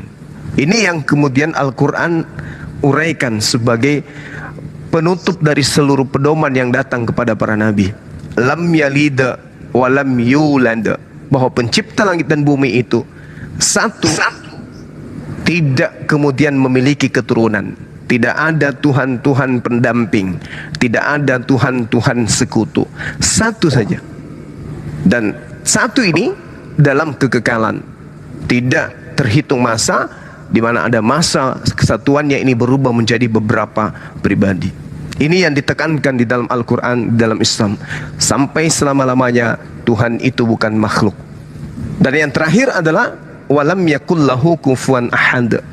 Tidak ada sesuatu baik di langit maupun di bumi yang setara dengan hakikat tersebut. Inilah yang kami sebut esensi yang maha suci lagi maha tinggi, Allah subhanahu wa ta'ala. Seperti itu bang. Jadi apapun kemudian upaya kita itu selalu bersandar kepada keadaan di mana sang pencipta langit dan bumi yang ada di dalam benak kita, yang ada dalam kalbu kita, itu hanya satu dan bukan makhluk, tapi Khalik, pencipta.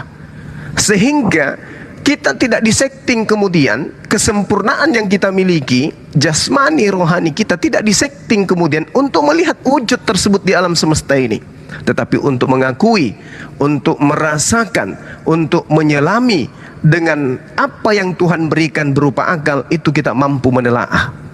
Al-Quran menerangkan di dalam surah Fussilat ya, Allah subhanahu wa ta'ala menggambarkan tentang dirinya. Bagaimana kemudian ketika manusia ingin mengetahui tentang aku, Allah menitipkan kemudian tanda-tanda kebesarannya. Sanurihim ayatina fil afaq wa fil anfusihim hatta yatabayyana lahum annahul haqq. Awalam yakfi bi rabbika annahu ala kulli syai'in syahid. Kami akan memperlihatkan, Allah akan memperlihatkan kepada mereka tanda-tanda kebesaran kami di segenap penjuru dan bahkan pada diri mereka sendiri. Jadi umat Islam tidak perlu mencari Allah itu yang mana ya, dia lahir dari mana ya, dia bertewani jadi apa ya, itu enggak. Kenapa? Karena pada diri manusia sudah ditanamkan akal, di mana akal ini nantinya akan mengetahui titik keberadaan pencipta dengan adanya wahyu sebagai petunjuk. Itulah Al-Quran. Allah mengatakan fi anfusihim ayatina, tanda-tanda ini kami berikan kepada diri mereka.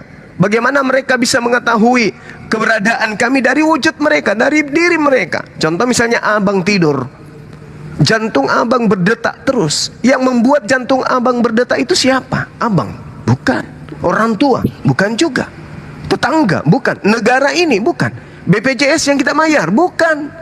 Siapa dia? Itulah hakikat yang maha hidup, yang kami sebut Allah Subhanahu wa ta'ala. Ketika Anda tidur, rambut Anda bertumbuh, tapi gigi kenapa nggak bertumbuh? Tiba-tiba bangun, bibirnya nggak bisa mengkem lagi. Kenapa? Tumbuh giginya dia. 1 bulan giginya bertumbuh, bisa sampai ke dagu. 1 tahun sampai ke pusat. Lalu siapa yang menjaga gigi ini nggak bertumbuh layaknya rambut? Kita. Bukan, orang tua kita kali. Pada saat kita tidur, orang tua mengganjal pakai tumit di mulut kita supaya gigi nggak bertumbuh. Ternyata bukan juga. Lalu siapa? Inilah yang kami sebut Allah Subhanahu wa ta'ala. Ayatina, tanda-tanda kami berikan kepada anfusihim, pada diri mereka. Jadi orang yang ingin mengenal Allah, ya harus kenal dirinya sendiri. Saya Suma bisa bersuara, bisa menyusun kata, membentuk kalimat, membentuk paragraf, menjadi suatu pesan kepada saudara-saudara yang ada di sini. Itu karena saya sendiri. Saya yang ciptakan bibir, saya yang bikin pita suara, saya membuat gelombang. Bukan. Tapi siapa? Yang mengadakan saya. Seperti sebuah rumah. Begitu rumahnya itu bagus, yang kita jempol pembuatnya. Ini yang membuat bangunan ini, waduh ahli benar. Ini yang membuat dan menciptakan Bang Suma ini ahli betul. Nah sekarang Bang Suma itu ada, ganteng, cakep, kemudian apakah ini berdiri sendiri, dia buat sendiri? Tidak. Berarti ada yang membuatnya. Yes. Meskipun kita tidak melihatnya. Iya. Berarti yang tidak kita lihat inilah yang kemudian disebut Allah Subhanahu wa ta'ala. Ini yang kemudian kami sembah. Inilah yang umat Islam sembah, di mana Allah Subhanahu wa ta'ala menerangkan di dalam Al-Qur'anul Karim, di surah Yasin salah satunya, bagaimana Allah menjelaskan dirinya di dalam Al-Qur'anul Karim, bahwa manusia diciptakan harus memahami tentang keberadaan Allah, meskipun kemudian mereka tidak melihat Allah itu. Innama amruhu idza arada syai'a ayyakula lahu kun fayakun. Ya, hanya mengatakan jadi maka jadi. Maka itulah yang terjadi terhadap kita manusia. Nah, Allah Subhanahu wa taala mengatakan di dalam Al-Qur'an, innama tunziru manittaba'a dzikra wa hasyar rahmana bil ghaib wa basyirhu bi maghfiratin wa ajrin karim. Sesungguhnya engkau hanya memberi peringatan kepada orang-orang yang mau mengikuti peringatan dan takut kepada Tuhan yang Maha Pengasih, walaupun mereka tidak melihat Allah Subhanahu wa taala. Saya kira begitu Bang Alex. Mudah-mudahan apa yang saya berikan ini bisa mencerahkan bagi saya sendiri dan bagi saudara. Oke. Iya. Oke Bang Zuma. Jadi ini ada Dinda Daman nanti bisa ambil alih, silakan. Iya. Ya, izin sebentar. Jadi ini ada info, ternyata Pak Alex sebelumnya itu adalah Islam ya Pak ya. Dan kemudian di umur 46 Bapak murtad ke Kristen seperti itu. Dan ini ingin kembali lagi ke Islam. Betul itu Bang? Bukan, saya dulu dibilang Islam tuh ya bahasanya Islam KTP lah gitu. Ya nggak berani dulu mengklaim Islam kemudian murtad, enggak. Cuma dulu waktu saya muda, dari bahkan sampai tua sekarang ini, saya dekat dengan lingkungan masjid itu dekat. Tapi saya bukan Islam yang benar gitu loh, ngerti maksudnya? Maaf, Islam KTP lah sebutannya begitu. KTP coba, KTP. Tapi KTP saya sekarang KTP saya Kristen Pak, bukan Islam. Nah, itu artinya pernah murtad memang. Bahasanya bahasa istilah pernah saja dibaptis lah. Pak? Pernah dibaptis? Saya dibaptis tahun 99. Oh iya, berarti Kristen. Udah cukup. Kristen. Tahun 99 saya dibaptis, jadi 24 tahun yang lalu lah. Gitu ya. Itu di umur umur berapa Pak? Berarti sekitar umur 32 ya. 33-32 ya, saya lupa ya tepatnya ya. 32-33 lah, bener. Jadi udah hampir 20 tahun nggak sholat ya Pak? Enggak, ada 24 tahun enggak sholat. Kalau dulu masih kecil malah sering kali diajak sholat di masjid di rumah saya kan Semarang ya dulu ya. Dulu masih kecil ya. Jujur. Ya. Iya, harus. Sekarang ini Bang, langsung dipersingkat. Anda sudah mendengarkan penjelasan Banyuma bagaimana konsep ketuhanan Islam. Apakah Anda percaya kalau Tuhan itu hanya satu esa? Percaya ya Pak? Ya, percaya. Percaya nggak kalau nama Tuhan yang disembah itu Allah Subhanahu wa Ta'ala? Ya itu sebutan ya. Artinya itu kan memang dalam bahasa Arab Allah ya kan gitu ya. kalau di dalam bahasa Indonesia ya Allah juga, tapi kan penulisannya Allah kan gitu ya. Cukup. Percaya nggak kalau Nabi Muhammad SAW itu Pak? Percaya Nabi Muhammad? Percaya. Percaya bahwa dia Rasul yang terakhir, saya percaya. Bang Juma tinggal ikrar tapi masih tertunda. Silakan Bang Juma. Bang Juma, terima kasih ya. Iya. Makasih Bang Juma. Iya, sama-sama Bang. Kali sudah mendengar nama Bapak, tapi ya baru ini bisa komunikasi. Alhamdulillah, saya ucapkan terima kasih ya. Iya, sama-sama Bang. Tapi Pak Juma, tapi kulumnya udah dipotong dulu ya Pak ya? Pak Alek. Apa itu? Dulu udah pernah disunat ya? Sudah, saya sudah lama.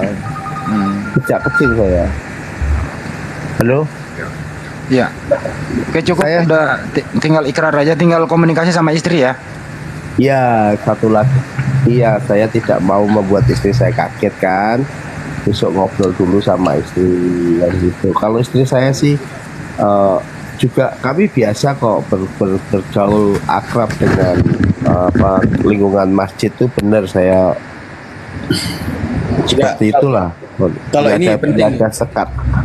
Bapak rencananya masuk Islam bersama istri atau Bapak sendiri?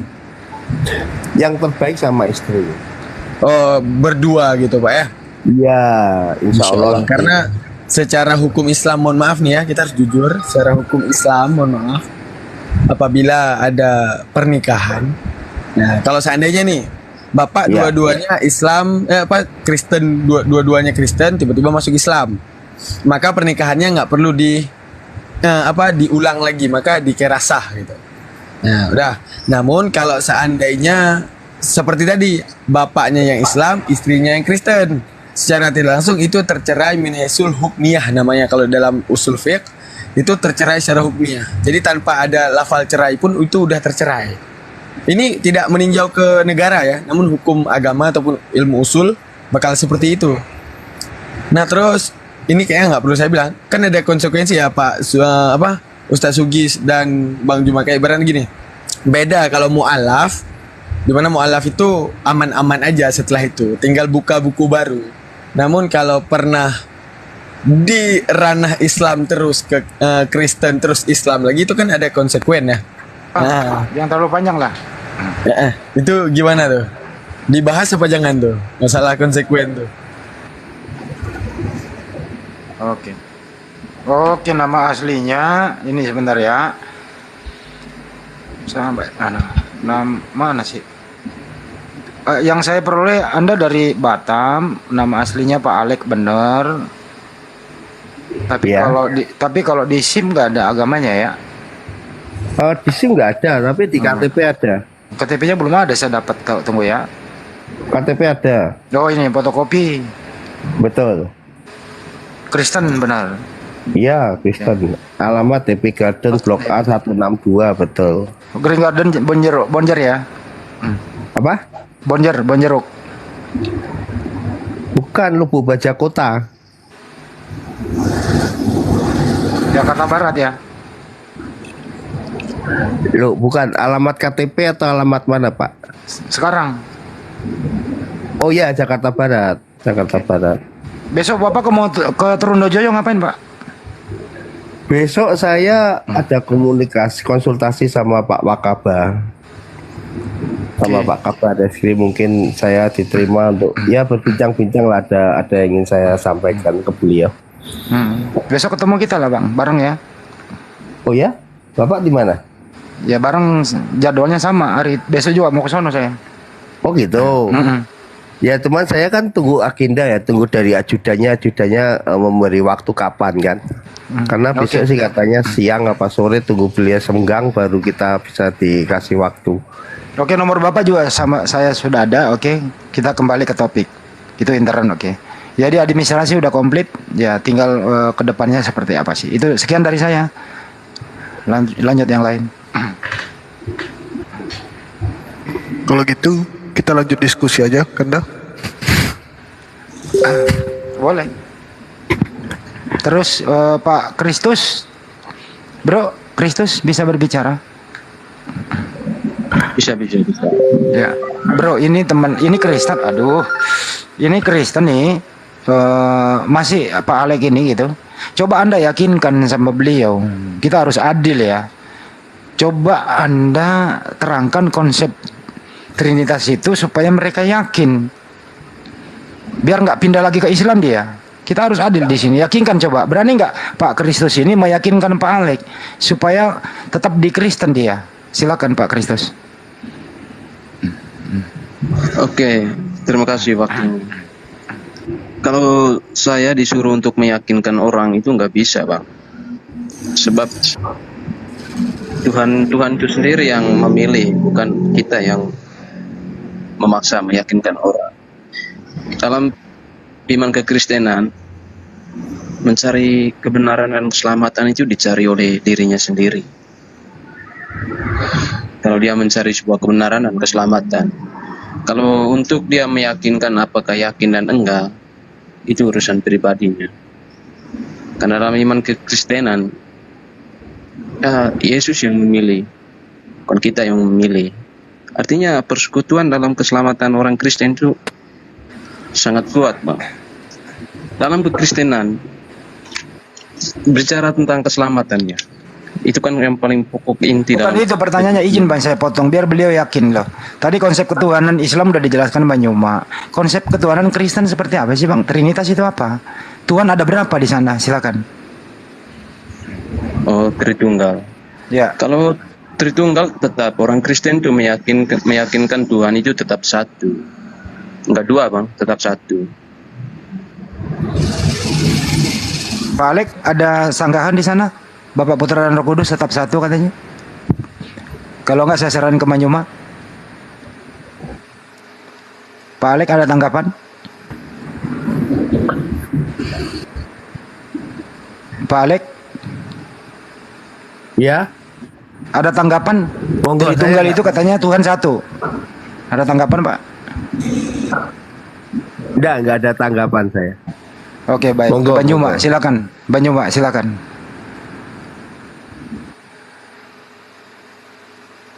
Bang Joma atau Pak Desugi, silakan. Tritunggal katanya Tuhan satu. Boleh. Bang Joma, mic-nya dibuka Bang Joma. Pak De, silakan Pak De. Oke. Bentar ya. Katanya tadi menurut Bang Kristus ya, itu Tuhan itu satu. Tapi ketika saya lihat di dalam Bible 1 Yohanes 2 ayat 7 1 Yohanes 2 mana ya? Yang itu ada 3 yang memberi kesaksian itu loh. 1 Yohanes 5:7 Yohanes 1 Yohanes 5 ya. Ayat 7. Sebab ada 3 yang bersaksi di surga, Bapa, Firman, dan Roh Kudus. Dan ketiganya ini adalah satu.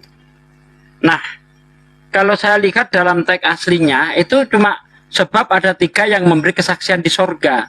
Kemudian Bapa, Putra, dan Roh Kudus ketiganya adalah satu, itu dalam kurung. Nah, jadi aslinya ayat itu ya itu hanya 3 saja di situ dikatakan. Coba saya lihat yang versi ayat ya. Nih. Sebab ada 3 yang memberi yang bersaksi. Ini saya buka open cam ya. Open cam.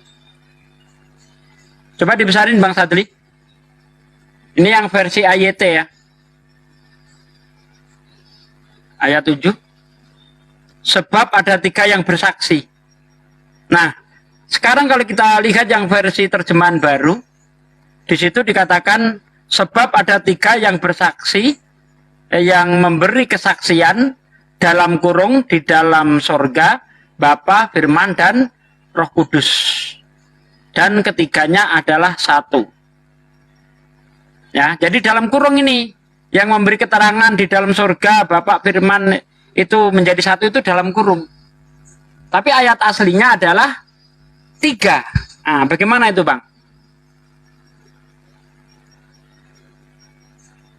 Pertanyaannya Abang untuk itu apa? Nah, Anda kan tadi mengatakan bahwa Tuhan Anda itu sebenarnya satu. Tapi setelah saya cek sendiri, di dalam 1 Yohanes 5 ayat 7, itu 3. Sebab ada 3 yang bersaksi. Nah, itu aja sudah. Oke Bang, kalau saya boleh jawab Bang. Kalau Tuhan yang satu yang dimaksud itu, Tuhan satu itu Tuhan yang punya firman, Tuhan yang punya roh. Mereka itu nggak bisa dipisahkan tapi bisa dibedakan. Oh gitu. Nih ya, kalau kita lihat dalam bahasa Yunani, bentar. Mana sih 1 Yohanes 5:7 ini lama banget nih apanya. Oke, Anda tadi mengatakan tidak bisa dipisahkan, tapi bisa dibedakan gitu Bang ya? Iya Bang, iya Bang. Oke. Sekarang kita lihat di dalam Matius 3 ayat 16-17. Itu berpisah enggak Bang? Yesus dibaptis. Di atasnya ada Roh Kudus.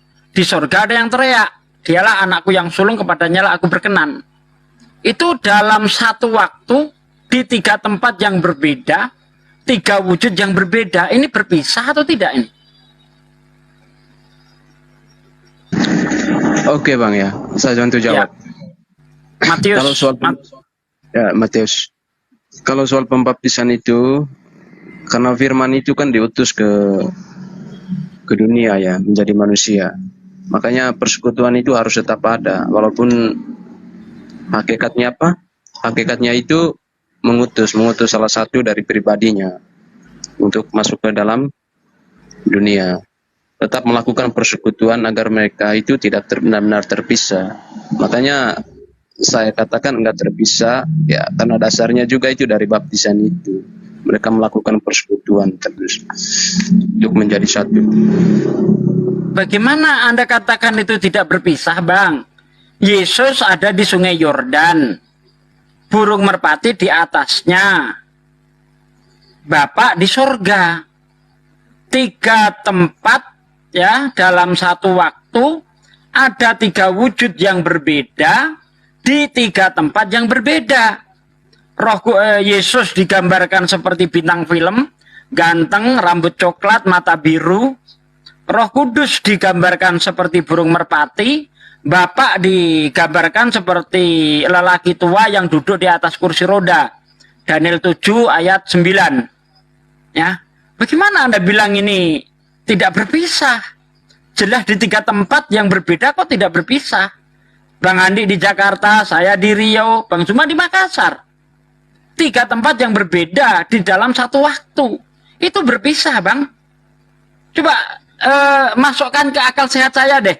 Kalau ada 3 sosok di 3 tempat yang berbeda dalam waktu yang sama, itu tidak berpisah. Coba masukkan ke akal sehat saya, bisa enggak? Oke. Kalau dalam waktu yang sama, apapun itu pasti nggak berbeda, karena dalam waktu yang sama. Itu yang pertama. Yang kedua, kenapa mereka dikatakan nggak berpisah? Karena itu tadi, sakralnya itu baptis. Mereka bersatu, makanya karena persatuan itu nggak saya pisahkan, tapi saya bisa bedakan. Itu ya Bang, kira-kira begitu. Oh, di waktu yang sama di 3 tempat berbeda itu tidak berpisah. Anda ini saya gambarkan, ini saya di Riau. Anda entah di mana, Bang Andi di Jakarta. Apakah saya dengan Bang Andi itu satu tempat? Apa saya dan Bang Andi nggak berpisah?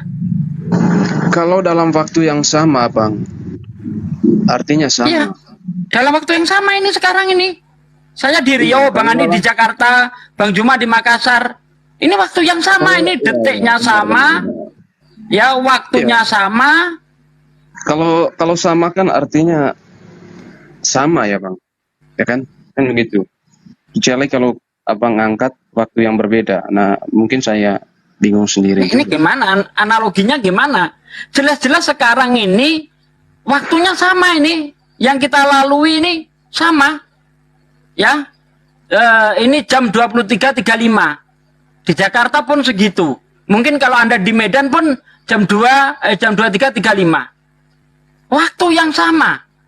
Di 3 tempat yang berbeda. Bagaimana Anda katakan itu tidak berpisah? Saya tidak bisa katakan berpisah dalam waktu yang sama. Karena dalam waktu yang sama kan artinya mereka bersama. Anda tahu waktu enggak sih? Waktunya bersamaan. Cuma tempatnya yang berbeda. Gitu loh. Paham enggak? Iya, Abang. Iya. Aku mengerti maksudnya. Cuman kalau Abang ngangkat waktu yang sama, saya nggak bisa boleh bedakan. Karena waktunya sama. Waktu Anda dan saya ini sama enggak? Waktunya ini. Yang sekarang ini. Kita Iya, sama-sama di TikTok. Iya, kalau Cuma kita tempatnya sama. kan berbeda. Iya, kalau kita sama kan artinya nggak bisa, Bang. Kan gitu logika Kok nggak dasar. bisa gimana sih? Tidak berpisah itu kalau di satu tempat dia itu bersama-sama. Itu baru dibilang tidak berpisah. Ini di 3 tempat yang berbeda. Ada 3 wujud yang berbeda. Ya. Di waktu yang sama ya jelas itu berbeda. Itu berpisah namanya, Bang. Bapak seperti lelaki tua. Yesus seperti bintang film, Roh Kudus seperti burung merpati. Ketika Anda menyebut Roh Kudus, apakah otak Anda membayangkan Bapa? Ketika Anda menyebut Bapa, apakah otak Anda membayangkan Yesus? Ketika Anda menyebut Yesus, apakah otak Anda membayangkan Bapa dan Roh Kudus? Sehebat apapun, Bang. Otak Anda sejenius apapun, bahkan Einstein sekalipun, ya, tidak akan bisa menyatukan 3 wujud yang berbeda di 3 tempat yang berbeda menjadi satu wujud. Tidak bisa. Yesus adalah Tuhan, Roh Kudus adalah Tuhan, Bapa adalah Tuhan. Itu 3 Tuhan, Bang. Anda manusia, saya manusia, Bang Andi manusia. Ada berapa manusia? 3 manusia. Kata siapa Tuhan Anda satu? Buktikan kalau Tuhan Anda satu secara konkret, nyata, ayo. Buktikanlah. Oke, Bang ya. Jadi simpel saja ya. Berarti kalau waktu yang sama diartikan berbeda. Begitu ya. Kalau memang pemahamannya seperti itu, saya juga nggak bisa maksa. Jika menyimpulkan sama artinya berbeda, saya nggak maksa, Bang. Kalau cuma membuktikan bahwa Tuhan saya itu 1 atau 2 dan 3, nah, intinya kalau Tuhan Anda satu siapa, Bang? Kalau mereka berpisah, berarti artinya nggak ada Tuhan. Kan begitu, Bang. Kalau Tuhan Anda satu siapa? Ya, Tuhan saya itu 1. Yang hakikatnya Ya, siapa? ada firman. Ya, Allah Siapa? Bapa. Allah Bapa. Allah Bapa. Yesus bukan Tuhan. Yesus adalah firman dari Allah Bapa itu. Bukan Tuhan dia. Tentunya dia Tuhan, karena dia kan bagian Tuhan, dari berarti udah ada Bapa, ada Yesus, 2. Roh Kudus bukan Tuhan. Tuhan, dia kan hakikat. 3. Jangan dibilang 1. Bapa Tuhan, Roh Kudus Tuhan, Yesus Tuhan. Ada berapa Tuhan? 3, Bang. Kata siapa Anda bilang 1? Jangan bodohi orang, Bang. Bagaimana Anda ini? Lanjut, Bang Andi. Ini makanan Bang Andi ini.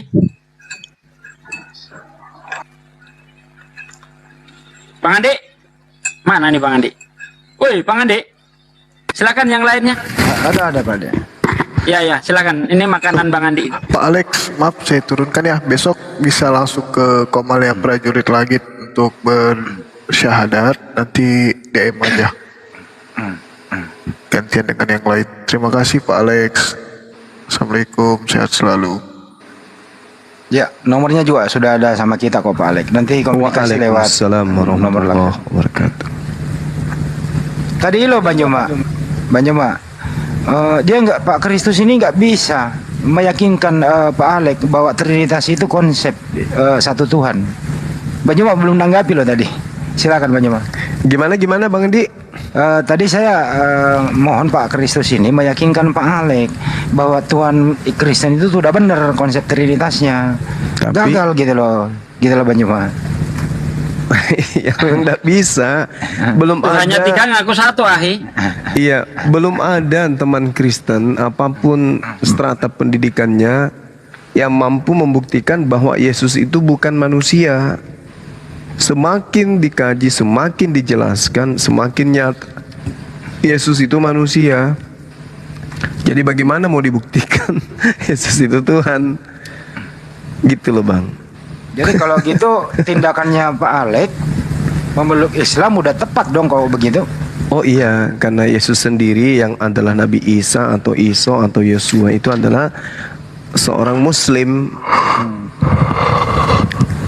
Siapa ini nguap lebar kali? Itu lagi seneng itu.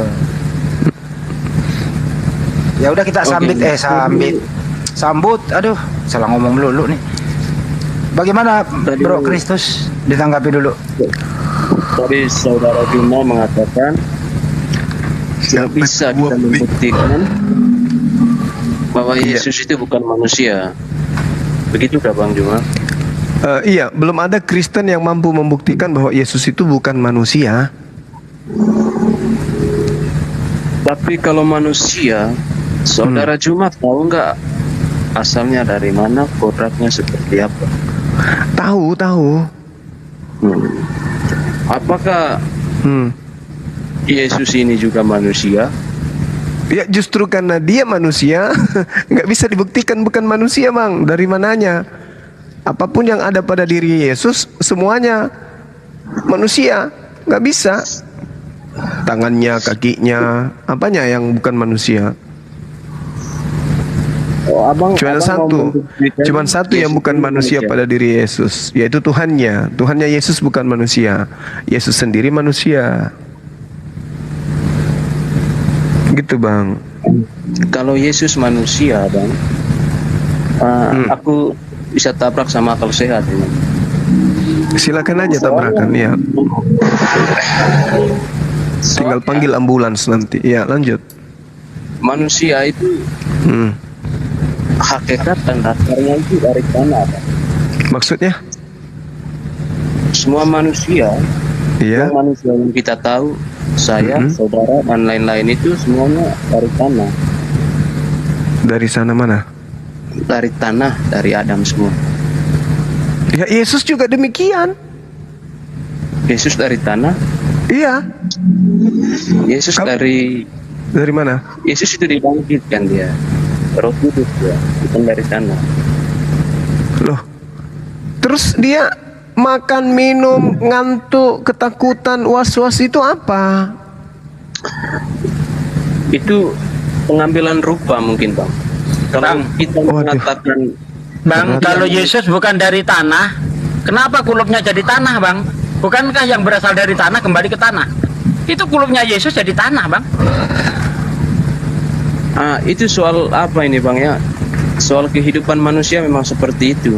Tapi kalau kita katakan, apakah kita terima ini sebagai kaum Adam kita ini ya, kaum dari tanah, kita terima nggak bahwa ada salah satu makhluk misalnya mengaku manusia, tapi dia nggak menghargai kita sebagai tuan rumah, bahwa manusia itu harus datang dari tanah? Kita terima nggak?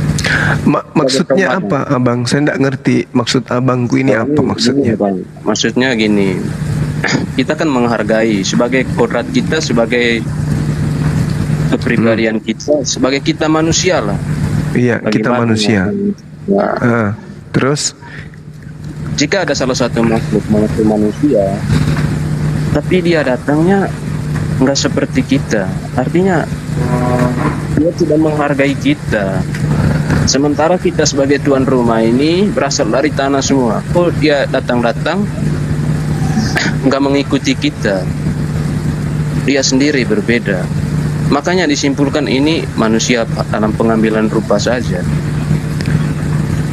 Maksudnya gimana? Manusia itu disebut manusia Bang karena memang rupanya manusia. Kalau rupanya kucing, namanya kucing. Kalau rupanya monyet, namanya monyet. Kalau biawak, pararang. Kalau manusia, manusia. Yesus rupanya manusia, maka dia manusia. Makanya kita tidak ada yang bisa membuktikan bahwa Yesus itu bukan manusia. Islam, Kristen bergabung, ditambah lagi Yahudi, ditambah lagi ateis, ditambah seluruh hewan, tumbuhan, jin, setan dan seterusnya digabung menjadi satu untuk membuktikan Yesus bukan manusia, tidak akan bisa. Cuman satu manusia yang bisa membuktikan kemudian Yesus itu bukan manusia. Siapa? Orang gila. Kalau dia masih waras, pasti dia tidak bisa membuktikan Yesus itu bukan manusia. Percaya sama saya, Bang. Nah, sekarang kita nggak usah melebar. Apakah saudara bisa membuktikan Yesus itu bukan manusia? Itu jalan pemikirannya, Bang. Saya kan sebagai manusia nih, saya tahu saya itu datang dari mana. Kok tiba-tiba ada makhluk nggak menghargai saya, maksudnya sebagai saya manusia. Kok dia mengakusisi biasanya gitu, mengakusisi citra manusia. Dia tidak datang dari manusia kok. Kan saya bisa bantai itu, ngapain kamu ngaku sebagai manusia? Kamu tahu nggak apa itu manusia? Manusia itu datang dari tanah. Kok kamu di luar hakikat orang manusia pada umumnya di bumi ini? Kamu itu dari mana? Kalau pengambilan rupa sebagai manusia ya mungkin toleransi lah, mungkin kamu ingin apa misimu di sini nggak tahu aku. Tapi kalau dia dikatakan manusia, saya punya harga diri sebagai seorang manusia. Saya tahu datangnya dari mana. Kan gitu. Ada orang yang mencoba mengintervensi hukum manusia, itu kan kita semua ini kan manusia. Kita tahu lah manusia. Walaupun pertanyaan saya sederhana loh, Bang. Bisa ndak abang ini membuktikan Yesus itu bukan manusia? Itu loh pertanyaan saya. Sementara di dalam kitab saudara, Allah telah menjadikan bumi dan segala isinya. Allah yang adalah Tuhan atas langit dan bumi tidak diam di dalam kuil-kuil buatan tangan manusia, dan juga tidak dilayani oleh tangan manusia seolah-olah ia kekurangan apa-apa, karena dialah yang memberitakan dan memberikan hidup dan napas dan segala sesuatu kepada semua manusia.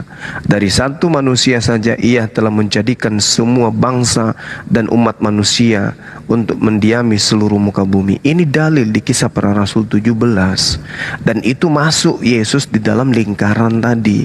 Semua bangsa dan semua umat manusia untuk mendiami seluruh muka bumi, dan ia telah menentukan musim-musim bagi mereka dan batas-batas kediaman mereka supaya mereka mencari dia, dan mudah-mudahan mencama dan menemukan dia walaupun ia tidak jauh dari kita masing-masing. Kisah Para Rasul 4:24 juga menerangkan begini. Ketika teman-teman mereka mendengar hal itu, berserulah mereka bersama-sama kepada Allah. Katanya, ya Tuhan, Engkaulah yang menjadikan langit dan bumi, laut dan segala isinya. Timotius 2:5, karena Allah itu esa dan esa pula Yesus yang menjadi pengantara antara Allah dan manusia, yaitu manusia Yesus Kristus.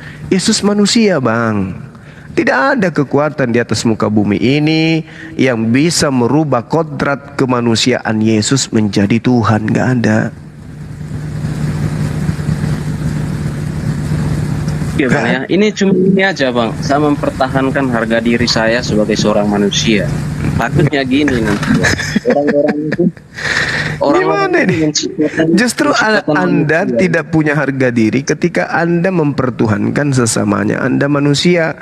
Seanjing-anjingnya guguk, tidak ada anjing menyembah guguk. Semonyet-monyetnya monyet, tidak ada monyet menyembah monyet. Sebabi-babinya babi, tidak ada babi menyembah babi. Nah, ini Anda manusia kok nyembah kepada sesama manusia. Gimana itu, Bang? Iya, itu juga, Bang. Aku takut gini, Bang. Iya. Nanti ini akan semakin tinggi, Bang, ya. Ini semakin tinggi. Nanti kita kabur, loh. Kabur sama ciptaannya orang Israel yang menciptakan manusia. Mau kabur kemana? Betul, manusia dijadikan apa? Robot dijadikan manusia mereka. Kita kabur mana sih manusia yang asli kayak gini? Ini manusia yang asli itu datang dari mana? Dari mesin kah? Takutnya semakin canggih ya, Bang. Nanti kita kehilangan ukuran kita sebagai manusia, hilang, dikabur. Kita nggak bisa selamat sih. Kita nggak bisa mengerti. Abang saya ini bisa nggak membuktikan kalau Yesus itu bukan manusia? Ya itu bang, saya harus tetapkan kebenaran saya. Dia bukan manusia. Kalau dia manusia, dia harus dari tanah dong, hargain kita dong. Sekalipun kau adalah Tuhan atau apa saja lah, maupun itu robot, apa segala mesin, ya. Kalau mau jadi manusia ya ikut. Jadi anaknya Maria bukan manusia ya? Kan gitu bang. Kalau kita, baru kan kita ini tersentuh dengan Tuhan ya, maka kita terkoneksi dengan apa ya, doktrin-doktrin. Kalau berpikir secara kemanusiaan saya nggak terima bang. Kalau robot itu dijadi manusia, mereka bilang iya ini manusia 1%, nggak terima aku bang. Manusia itu dasarnya dari tanah. Kok kamu bilang robot manusia itu dasarnya? Kan gitu, kan gitu.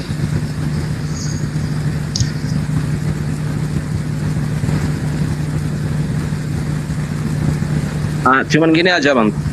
Takutnya naturnya manusia nanti hilang oleh peradaban. Itu aja. Kalau kita mengakui orang yang berupa, soalnya kucing itu bisa bersifat manusia loh, binatang bisa bersifat manusia sekarang kan. Kalau dipelihara kan bisa itu. Itu bahaya. Bro Kristus, Anda ditanya itu Yesus. Assalamualaikum. Waalaikumsalam. Anda ditanya, Bro Kristus, anaknya Bunda Maria itu manusia atau bukan anaknya Bunda Maria? Bro Kristus. Maaf Pak Endi, saya pingin tanya sama Mas Kristus. Maaf, sebelumnya saya perkenalkan, nama saya Putu. Saya asli orang Bali, tapi alhamdulillah sekarang sudah mualaf. Alhamdulillah, masya Allah. Ya. Saya mau tanya, dengan arti Trinitas berarti kan 3 menjadi 1. Yang saya pelajari dulu di Hindu, saat usia 12 tahun sampai usia 40, kalau di agama saya dulu di Hindu, Yesus itu perjalanan menuju Tibet ke India. Dia melakukan belajar ilmu di sana. Makanya saya kepingin tanya mulai dari dulu, Trinitas itu diambil dari mana? Kalau di Hindu kan kita ada Trimurti. Nah, itu yang sepingin saya tanya, dari mana pengambilan Trinitas itu? Itu loh. Yang mungkin Bang Zuma mungkin paham atau enggak. Yang di sini di Bali itu di Hindu itu ada namanya Trimurti. Jadi Sang Yang Widi menjadi 3, Siwa, Brahmana, Wisnu. Ya, sedangkan kita agama tertua, padahal kita boleh dicek di Weda, agama tertua sudah meyakini akan hadirnya seorang di akhir akan hadirnya seseorang yang dimana rambutnya tidak dikuncir seperti kita, tapi akan menumbuhkan jenggot, yaitulah Nabi Muhammad atau kita anggap Kalkiawatar. Kita makanya saya kenapa kok berani berubah ke Hindu, ke Islam? Ya karena berarti inilah orang suci. Nah, yang saya pertanyakan, yang saya ingin tahu sampai hari ini, Trinitas itu diambil dari mana? Apakah waktu Yesus perjalanan ke India, di situ dia meyakini Trimurti, makanya diambil jadi roh. Ini satu. Di situ kan Trimurti ini kan dibikin jadi 3, di mana ada pelebur, pemelihara, sama yang menghidupkan kayak Brahma ini. Intinya dia yang menciptakan. Nah, seperti itu. Kayak Siwa ini pelebur, Wisnu ini pemelihara di sini. Makanya dari dulu kita itu sering menganggap Trinitas ini dari mana gitu loh. Itu yang saya ingin pertanyakan untuk Mas Kristus, itu yang saya ingin tanya banyak dari tadi kepinai. Trinitas ini diambil dari mana? Itu aja saya kepingin tanya. Dari mana? Apa memang dari dulu, dari zaman Yahudi di situ ada namanya Trinitas gitu? Itu aja dulu. Oke bang ya. Aku ngambil ini dulu bang. Ngambil posisi jadi ateis aja lah. Oke. Sekarang saya mencari. Kenapa jadi ateis? Nggak mempertahankan agamamu bang? Iya, saya mempertahankan agama saya, tapi ini cara saya, kan beda-beda ya. Katakan sekarang saya ateis bang. Terus saya disodorkan kitab sucinya Musa loh, khususnya di penciptaan. Di sana saya baca bang, di situ ada indikasi roh, di situ ada indikasi dengan firman ia ciptakan. Artinya kalau saya simpulkan, berarti ini Allah. Kalau nggak ada firman, pasti nggak bisa ciptain dia. Soalnya di situ dikatakan di konsep penciptaan itu melalui firman dia menjadikan segala sesuatu. Terus ada roh. Jika saya melakukan penelitian, saya mengambil kesimpulan dong tentang konsep penciptaan ini. Saya bisa mencari loh objek-objeknya apa saja yang terkandung di dalam. Oh, di kitab ini ada Allah, ada roh. Terus dia menciptakan pakai firman. Artinya kalau nggak ada firman, ini Allah ini nggak bisa cipta apa. Itu Anda salah, melalui Bang. Firman. Kalau melalui firman itu Anda salah, Bang. Bentar sedikit, Bang. Kalau Anda katakan Tuhan menciptakan melalui firman itu Anda salah. Karena yang benar itu Tuhan menciptakan dengan cara berfirman, dengan cara berkata-kata. Bukan berarti firman itu pribadi tersendiri. Kalau melalui firman berarti di zaman penciptaan firman itu bentuknya pribadi. Sementara kalau saya lihat di dalam, bentar Bang. Sementara kalau saya lihat di dalam kitab Kejadian itu, berfirmanlah Allah, jadilah terang. Berfirman artinya berkata. Ya, itu artinya Tuhan menciptakan dengan cara berkata, dengan cara berfirman, bukan melalui firman. Bedakan, Bang. Sama kita, Bang. Beda. Kalau melalui firman artinya ada pribadi sosok lain dari Tuhan itu. Tetapi kalau dengan cara berfirman, Tuhan menciptakan dengan cara berkata, berkehendak dia. Firman itu dari bahasa Syria artinya kehendak.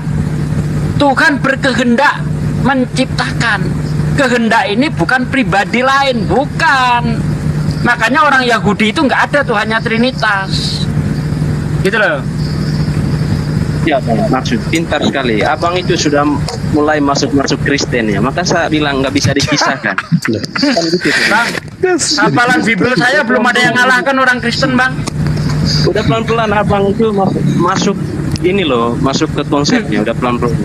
Kan artinya gini Bang, saya bisa berprinsip ini kalau Allah ini bisu misalnya, bisu nggak bisa berkata karena dia bim salah bim di situ Bang, ya kan dipakai bim salah bim dia. Kalau dia bisu nggak bisa berkata, oh berarti Allah ini nggak bisa apa-apa, kan gitu Bang. Terus abang tadi menjelaskannya secara konsep Trinitas nggak bisa dipisahkan, itu udah masuk tuh sebenarnya. Tinggal saya baptis saja. Ini Anda yang salah konsep, Anda nggak ngerti. Jadi firman di situ itu masih sifat Tuhan. Tuhan itu mempunyai kemampuan untuk berkata-kata, Bang. Nah, kesalahan Anda di sini, bentar. Kesalahan Anda di sini menganggap firman itu pribadi lain. Sehingga Anda mengatakan bahwa Tuhan menciptakan melalui firman-Nya. Contoh, saya membangun proyek melalui ajudan saya, itu pribadi lain, gitu loh. Jadi di sini kesalahan Anda mengatakan melalui, itu yang salah. Tetapi kalau dengan cara berfirman, maksudnya Tuhan itu mempunyai sifat, ya mampu berkata-kata atau mampu berkehendak. Jadi di situ Tuhan tetap esa, tidak trinitas, begitu. Jadi oke, Bang. Paham. Jika abang mau didengarkan itu abang harus melalui apa untuk bisa suara abang itu didengarkan? Melalui apa? Melalui mulut saya. Nah, itu loh. Dari Kristen itu diambil dari mana gitu? Masalahnya di sana itu nggak ada mulut, Bang. Nah, itulah yang namanya Tuhan itu maha. Bang, tuh gini, bentar. Tuhan itu maha. Bentar, sedikit saya jawab. Anda tadi kan nanya, Bang. Bentar, Bang. Anda kan nanya, jadi Tuhan itu berkata melalui apa? Ya kita tidak tahu karena Tuhan itu tidak seperti makhluknya. Nah, kalau kita, kemampuan kita berbicara melalui mulut karena kita bukan maha. Tapi Allah itu, Tuhan itu maha. Jadi dia berkata-kata ya tidak harus pakai mulut. Tuhan maha mendengar, dia tidak harus pakai telinga mendengar, karena yang mendengar pakai telinga itu ciptaan Tuhan. Begitu, oke? Iya Bang, ngerti kok. Kita satu paham di sini. Kita kan belajar konsep Trinitas ya. Di situ kan dia menciptakan segala sesuatu dengan bim salabim. Ya, bim salabim itu yang jadi manusia nanti. Ya. Oh, jadi bim salabimnya Tuhan itu, kemampuan Tuhan berkata-kata itu jadi manusia gitu, Bang? Ya. Kemampuan Tuhan untuk berkata-kata itu jadi Yesus gitu maksudnya? Wah, itu makanya Yohanes mengatakan firman sudah menjadi manusia. Nah, ya. Salabim itu jarang. Iya. Oh, Makanya jadi saya bilang, nggak bisa setelah jadi Yesus Tuhan bisu. Udah bisu, Bang. Kan masih ada bim salabim itu. Ya katanya bim salabim itu, ya kan, sudah jadi Yesus. Firman itu sudah jadi Yesus. Kemampuan berkata-kata itu sudah jadi Yesus. Berarti Tuhan bisu sekarang, Bang. Karena tidak punya firman lagi dia. Firmannya sudah jadi manusia, Bang. Sekarang kita udah bisa bertengkaran sehat ya. Saya kasih kerangkanya aja, Bang. Bang pelajari sendiri gimana nanti ya. Oke. Oh, maaf Bang Juma, sebelum saya keluar saya ingin tanya satu ke Bang Juma. Gini Bang. Siap. Mohon maaf ini. Saya kan baru mualaf lah. Itu ceritanya kan baru mualaf dari anak. Udah berapa tahun, Bang? Ya, alhamdulillah hampir ya 8 bulan, hampir 1 tahun lah, alhamdulillah. Masya Allah, ternyata baru ya. Gini, intinya saya kan udah cerita banyak ke orang tua, ke ibu saya kan masih ada bapak, ada mereka kan Hindu. Sedangkan ibu saya sudah saya tiap hari itu saya omongin, Bu, kalau ibu mati saya nggak bisa doain. Loh, kenapa? Karena cuma kalau di Muslim kan yang saya lihat seperti itu, saya pelajari. Untuk mengirim Al-Fatihah ke orang tua, apalagi laki-laki yang bisa diterima lah, yang cepat diterima kan gitu. Jadi mau nggak mau, bukan mau nggak mau sih, dalam artian ya mau ibu saya akhirnya ikut Muslim, gitu Bang. Jadi hari ini ibu saya kan Muslim. Yang saya pertanyakan gini, bagaimana kadar orang tua laki saya kira-kira Bang? Apakah mereka harus saya ceraikan atau bagaimana Bang? Atau saya ambil hidayahnya aja, mungkinlah saya akan rayu-rayu terus bapak saya untuk masuk Muslim juga.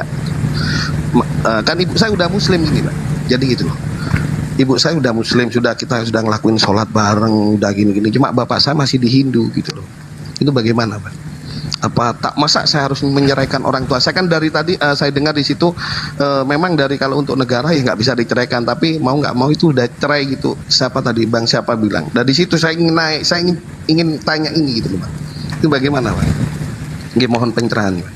Ya, mungkin Dinda Daman bisa monitor nggak nih? Hidaman.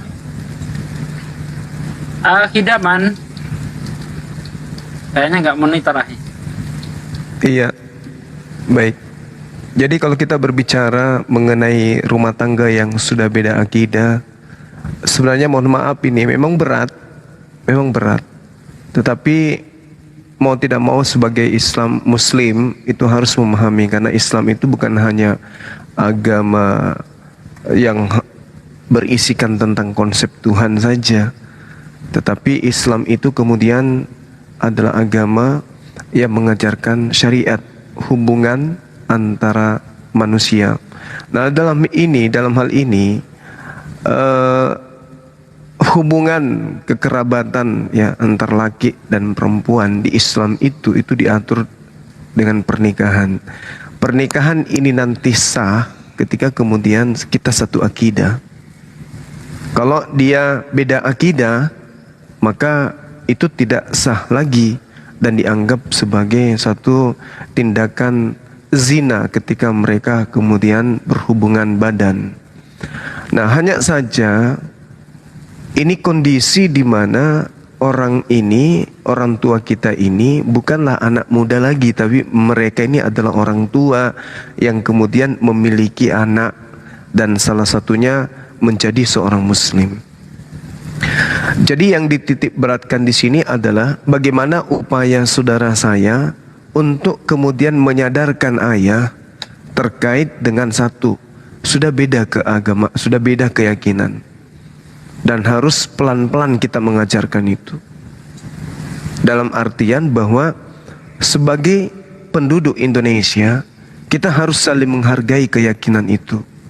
Bahwa ketika kemudian kita sudah beda keyakinan, kami menjadi seorang muslim, ada syariat yang mengatur kemudian di mana ibu harus dihargai sebagai seorang muslimah. Kalau bapak menyayangi ibu, maka bapak harus mendudukkan ibu itu sebagai seorang muslimah yang baik. Dan kalau ibu sebagai seorang muslimah, maka ibu harus mencontohkan contoh yang baik kepada anaknya sebagai seorang muslim. Begitu juga sebagai seorang wanita harus menjaga sikapnya sebagai kepada suaminya yang sudah beda keyakinan. Nah, lalu bagaimana solusinya ini? Ya, solusinya adalah anak harus memberikan pemahaman. Berat memang tugas kita. Karena apabila mereka melakukan sesuatu yang disebut suami istri, maka ibu jatuhnya ke persinahan. Betul. Kalau ayah, karena beliau Hindu, ya mungkin itu bukan sebuah dosa bagi agama mereka. Tapi bagi kita yang tahu hukum, bagi ibu yang sudah seorang muslimah, bagaimana keadaannya di hadapan Allah ketika beliau seorang muslim kemudian digauli oleh seorang laki-laki yang bukan suami lagi? Karena pada saat mereka ibu memilih menjadi seorang muslimah, maka putus hubungan nikah. Karena pernikahannya ya harus sesuai dengan syariat yang diatur di dalam Islam. Jadi memang berat saudaraku, ada hukum dunia. Hukum dunianya itu adalah mereka harus selalu dianggap suami istri dalam sebuah lingkungan. Tetapi ada hukum akhirat. Nah, sekarang yang kita takutkan ini yang mana? Hukum dunianya atau hukum akhiratnya? Hukum yang kita takutkan hukum akhirat. Soalnya, ya, Masya Allah. Soalnya saya mulai kecil, saya kan dididik dari agama yang notabene seperti itu, yang kita nggak mengenal istilah akhirat itu bagaimana. Iya, kita gini-gini. Akhirnya ya saya ambil langkah seperti ini, ya sering lihat, udah dulu lihat masih di Facebook, masih gini, lihat di YouTube, oh Islam seperti ini, saya pelajari. Akhirnya ya saya mau masuk Islam. Tapi Islam saya dulu itu gini. Makanya saya senang tadi dengerin, oh berarti saya Islam, saya mengislamkan diri sendiri. Jadi saya sahadat sendiri. Saya belajar sholat itu melalui YouTube. Jadi saya sembahyang gitu. Akhir kemarin itu saya masuk ke Room Sapa, saya bilang saya belum mungkin ke masjid, belum melakukan ke kiai, Pak saya mau masuk Islam. Enggak, saya mengislamkan diri saya sendiri, satu keluarga saya anak istri semua. Jadi ya karena kita sekarang udah di Jawa lah, udah jauh lah dari Bali, ya kita di masjid enak. Kalau dulu kita malu-malu mau sholat, kita ya tetap di kamar, ya sambil belajar lah sendiri. Iya. Jadi intinya berarti memang hari ini ibu saya ajak saya. Jadi saya ajak sama saya sekarang. Orang tua tetap ada di Bali, yang laki. Memang saya jauhin itu, Pak. Jadi intinya ya alhamdulillah saya dapat pencerahan seperti ini, alhamdulillah betul saya. Meskipun ya saya kan ingin belajar terus lah. Sampai saya tahu nanti, saya takutnya ya itu, Pak. Kalau di Bali kan kita mati kan dibakar. Takutnya kalau dibakar masih saya punya dosa, masih dia kasih api neraka lagi. Kan saya bingung, makanya ya inilah saya kenapa kok di muslim. Gitu ya, alhamdulillah. Sedikit nambah Bang ya. Ini saya baca Inengah Dana mewakili Parisada Hindu Dharma Indonesia PHDI menyatakan bahwa pernikahan beda agama tidak dibenarkan dalam agama Hindu. Perkawinan harus melalui proses yang disebut wiwaha samskara dan adalah peristiwa sakral yang dipimpin oleh pandita. Maka kedua mempelai diharuskan memeluk agama Hindu, ya beragama sama, ujar Inengah Dana. Nah, coba Bapak dikasih tahu soal ini, ya kan? Ini Bang, mengenai peraturan Hindu itu sendiri seperti itu. Nah, langkah awal kalau menurut hemat saya dipisah ranjang aja dulu, jangan diceraikan, dipisah ranjang. Sudah saya pisah ranjang. Jadi ibu ikut saya jauh intinya dari Pulau Bali, bapak masih ada di Bali. Oh ya udah kalau gitu nggak perlu cerai karena yang kita khawatirkan kan terjadinya hubungan, nanti hubungan intim itu gitu. Apalagi ya, sudah tua bang, umur 70 udah nggak bisa berdiri punya bapak kan gitu. Ya wis kalau gitu terima kasih, lanjut, semoga kalau gini bang, kalau memang udah bapak udah nggak bisa melakukan hubungan intim lagi, ngumpul nggak apa, nggak masalah. Iya, sambil diajari Islam pelan-pelan. Iya. Soalnya kan gini bang, kalau saya cerai kan kalau nafkah kan ibu masih tetap, soalnya gini, bapak kan ada pensiunan lah, kan dulu salah satu di pemerintahan gitu bang. Apalagi jabatan udah besar gitu kan. Jadi ibu kan mungkin takut itu, wah kalau dicerai bapakmu nggak dapat apa-apa mama. Ya wes kalau gitu terima kasih, semoga ya aman bang, kalau posisinya seperti itu aman bang. Ya, terima kasih banyak. Assalamualaikum warahmatullahi wabarakatuh. Waalaikumsalam warahmatullahi wabarakatuh. Nggak ada masalah sih kalau udah bisa, ya nggak perlu diceraikan juga, orang udah jauh-jauhan. Lagian kalau ngumpul juga udah nggak utak-utik. Udah aman itu, aman.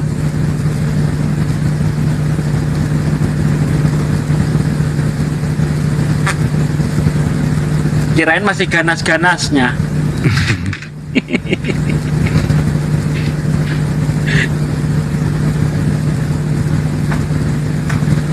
Ini ada yang minta dinaikkan, nih siapa nih?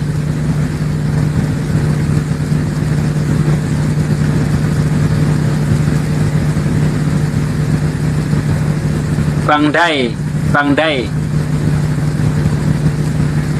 Ya, Bang Kristus, ada lagi yang ingin disampaikan Bang Kristus? Saya rasa udah saya tangkapin tadi. Abang yang turun itu dia kan bertanya dari mana datangnya Tritunggal itu makanya saya jawab ya, saya memposisikan diri saya tadi sama seperti dia. Ayo kita sama-sama, yuk kita dihadapkan dengan teks yang sama, yuk kita pikir dulu. Udah, saya rasa udah cukup tadi bang. Bang Zuma noise bang. Kok bisa? Iya. Oke, aman. Pak Camat, ini Pak Camat dari tadi pengen naik. Ada yang ingin disampaikan Pak Camat? Assalamualaikum warahmatullahi wabarakatuh. Waalaikumsalam warahmatullahi wabarakatuh. Ya, kenapa Pak? Saya mau cuma bertanya, emang dasarnya orang Kristen itu susah dijelasin. Nah, sedangkan calon saya itu orang Protestan, sedangkan dia mengelak segala Bibelnya itu loh.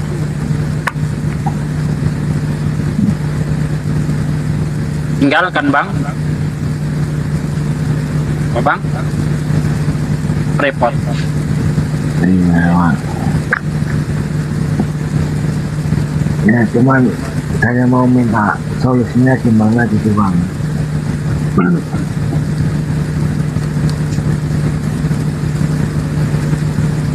Silakan lagi gimana itu minta solusi, dia pacaran sama orang Kristen katanya. Enggak, udah kubatalkan kok naik aku. Bosan aku aja, Kristen yang lain aja panggil. Nah, sedangkan begini ya bang, nggak apa-apa aja. Bang Zuma begini bang. Iya, gimana? Nah, sedangkan pendiri Protestan itu kan Martin Luther toh. Artinya kenapa dia menyembahnya Yesus gitu loh? Yang saya heran kan harusnya menyembahnya itu pendiri Protestan itu loh.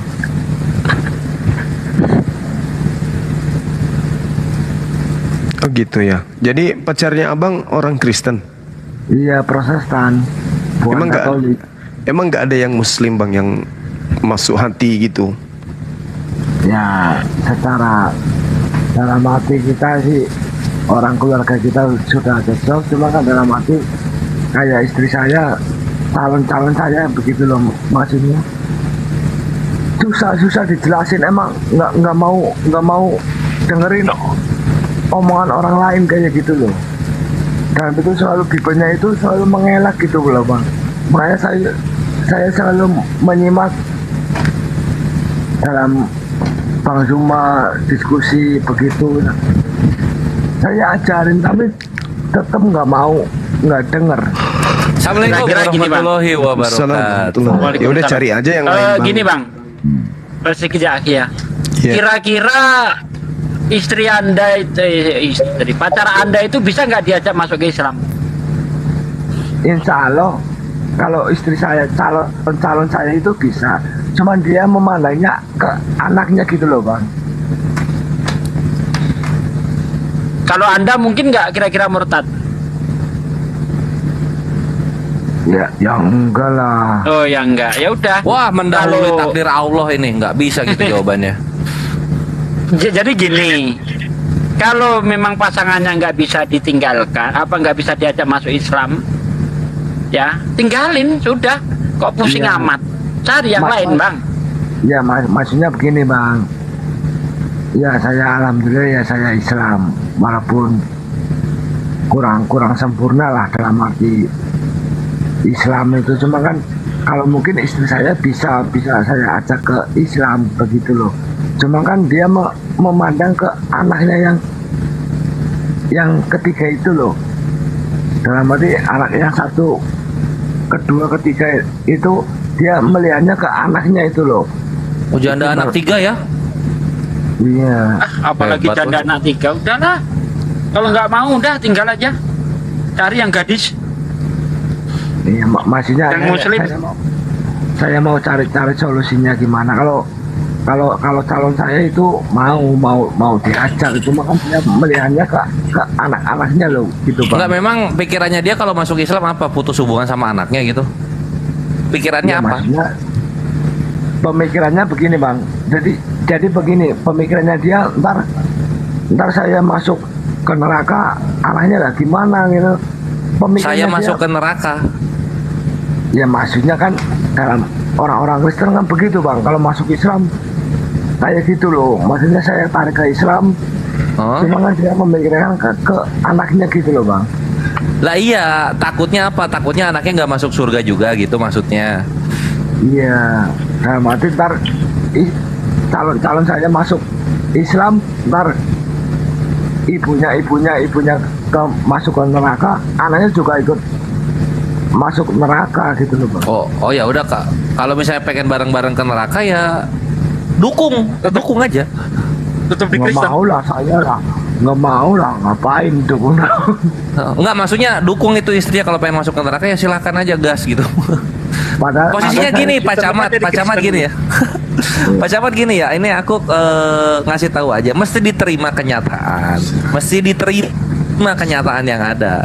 Kalau apa ini pacar ini ya, bisa ya pacar gitu. Nah kalau pacar ini udah sama pacarnya dosa lagi ya, dia masih lebih menyayangi anak daripada Allah Azza wa Jalla, tinggal. Itu masih diterima kenyataan.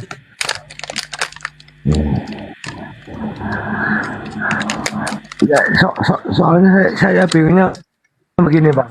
Kalau calon saya itu diajak masuk ya Islam mau lah ya. Cuma kan dia memikirkan anaknya, dalam arti memikirkan anaknya, dia sudah mempelajari dari keturunan doang lah bang. Tapi kan dalam hati saya mengajarkan lah, prosesnya pendirinya kan Martin Luther, benar apa enggak bang? Pendirinya iya Martin Luther. Nah kan harusnya menyembahnya Martin Luther. Ini ya, hubungannya apa sama anaknya ini? Sama calon saya loh. Cuma kan dia mengelak dalam Bible diajarkan saya sudah ajarkan begini begitu, dia tetap mengelak. Lah berarti kan mengelaknya dalam Bible emang susah bang. Itu iya, maksudnya gini aja lah, apa ya, itu cipokan udah sama pacarnya, cipokan udah paling jauh ngapain aja sama pacar? Ya enggak lah, cuman dia main ke rumah saya main ke rumah dia gitu loh Bang. Saya nggak kenal macam-macam lah. Oh, ya itu namanya bukan pacaran itu. Kalau pacaran kan harus begitu. Itu namanya temenan. Kalau temenan kayak gitu ya cari aja temen yang lain. Ya maksudnya dalam arti temenan kan saya maunya Ayu lah. Loh kalau dianya nggak mau? Kalau calon saya mau Bang. Mau yang mau dikawinin ini ibunya atau anaknya? Curhatnya di sini Pak. Cuma kan memikirkan anak. Akhi, ngapain capek mikirin orang lain? Ngapain capek mikirin orang lain? Kita nawarin dia atau tidak. Dia nggak mau ya udah gitu.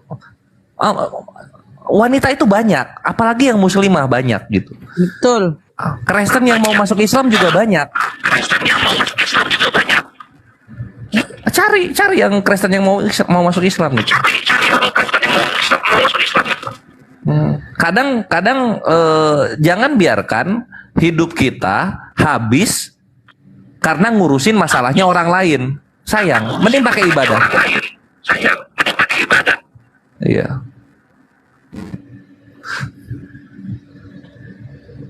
Jadi aku daripada mikirin siapa namanya, mikirin anaknya calon istri tadi, ya gue mikirin Pak Camatnya lah. Mikirin sudah turun. Urusan keluarga dibawa. Iya. Tapi anaknya, masa mau sampai jembatan Asyirot? Itu anaknya nggak gitu konsepnya. Sibuk banget ngurusin anak orang. Biarin aja anak orang mau kayak gimana gitu. Ceweknya mau nggak gitu? Kalau ceweknya masih tapi anakku ya udah, gue cari yang lain. Ya tinggal aja. Cowok kok repot. Oh. Tinggal. Kalau masih anakku gimana ya udah lepas. Nah, gitu.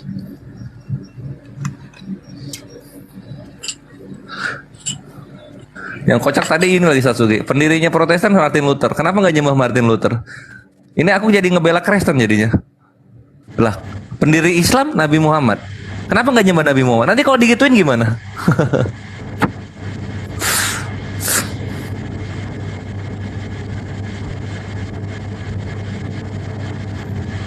Di 001, selamat malam. Devril. Hei. Devril.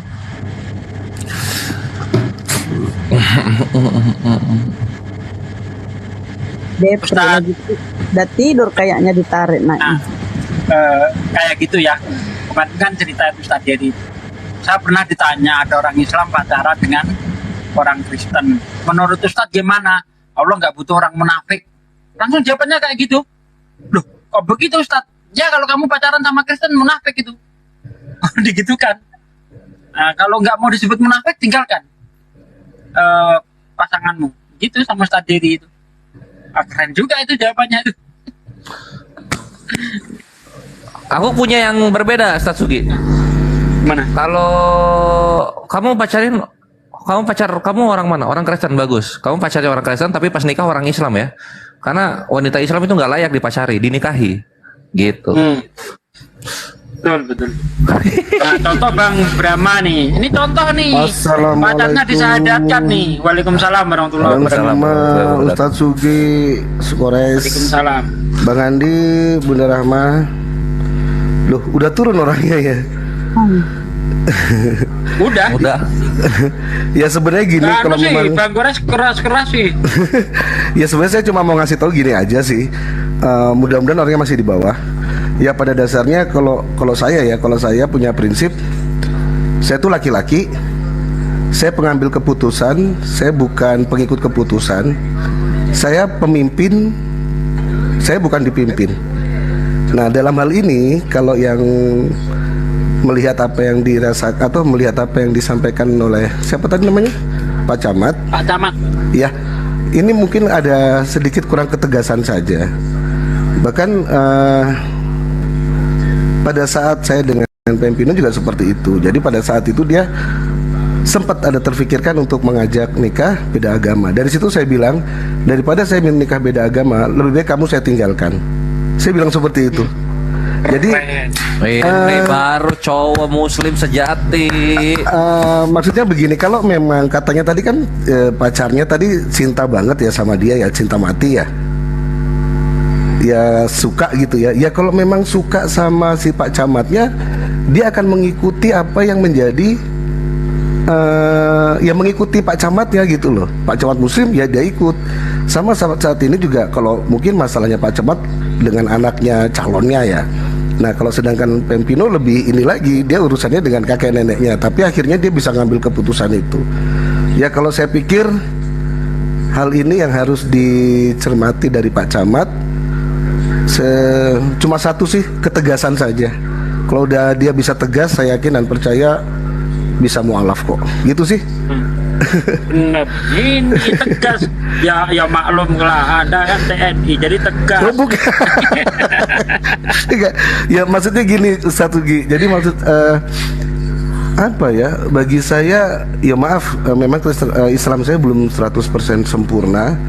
Tetapi bagi saya ini adalah agama yang saya bawa sejak saya lahir, dan itu akan saya pertahankan. Mau sesayang-sayangnya apapun saya dengan Pempino saat itu, tetapi apabila dia tidak memutuskan mengikuti keyakinan saya, ajaran saya, dan insya Allah nanti di sana pun saya akan bimbing dia, ya terpaksa saya lepas. Begitu saja sih Ustadz. Gitu. Mantap. Harus gitu nih. Gitu. Tapi mudah-mudahan orangnya dengar. Ini yang memang harus ditegaskan gitu. Ya armukallah. Ya. Jadi ketika apa ya? Ini perkara maskulinitas ikhwan. Lu tuh cowok pemutus keputusan gitu. Kalau sama ini lu bingung-bingung gimana nanti ke depannya kan gitu. Kasihan ceweknya. Iya betul. Terus ya, kalau usahakan pernikahan itu bukan karena saling menyayangi satu sama lain, tapi karena sama-sama menyayangi Allah. Gitu loh. Ya betul Bang Kores. Jadi itu yang saya tanamkan juga sama dia. Jauh-jauh hari juga udah saya sampaikan ke dia. Ya bukan saya sebagai laki-laki tidak mau diatur. Pasti kita laki-laki yang baik juga harus mengikuti aturan dan menghormati wanita ya, itu tentu saja. Namanya wanita kan harus kita junjung gitu. Tetapi bagi saya apabila ini berkaitan dengan akidah, dengan keyakinan saya, bagi saya itu udah harga mati, sudah tidak bisa diganggu gugat gitulah. Lebih baik saya kalau dulu nggak sekarang ya. Kalau sekarang kan sudah mualaf ya, nggak mungkin saya ini. Kalau dulu pada saat dia masih oten itu ya saya sudah bilang, saya lebih baik kehilangan kamu daripada saya harus nikah beda agama. Karena seumur hidup kita di dunia nanti kita akan terhitung zina, dan pertanggungjawaban di akhirat pun juga sangat berat. Saya tidak mau seperti itu. Saya cuma bilang gitu doang.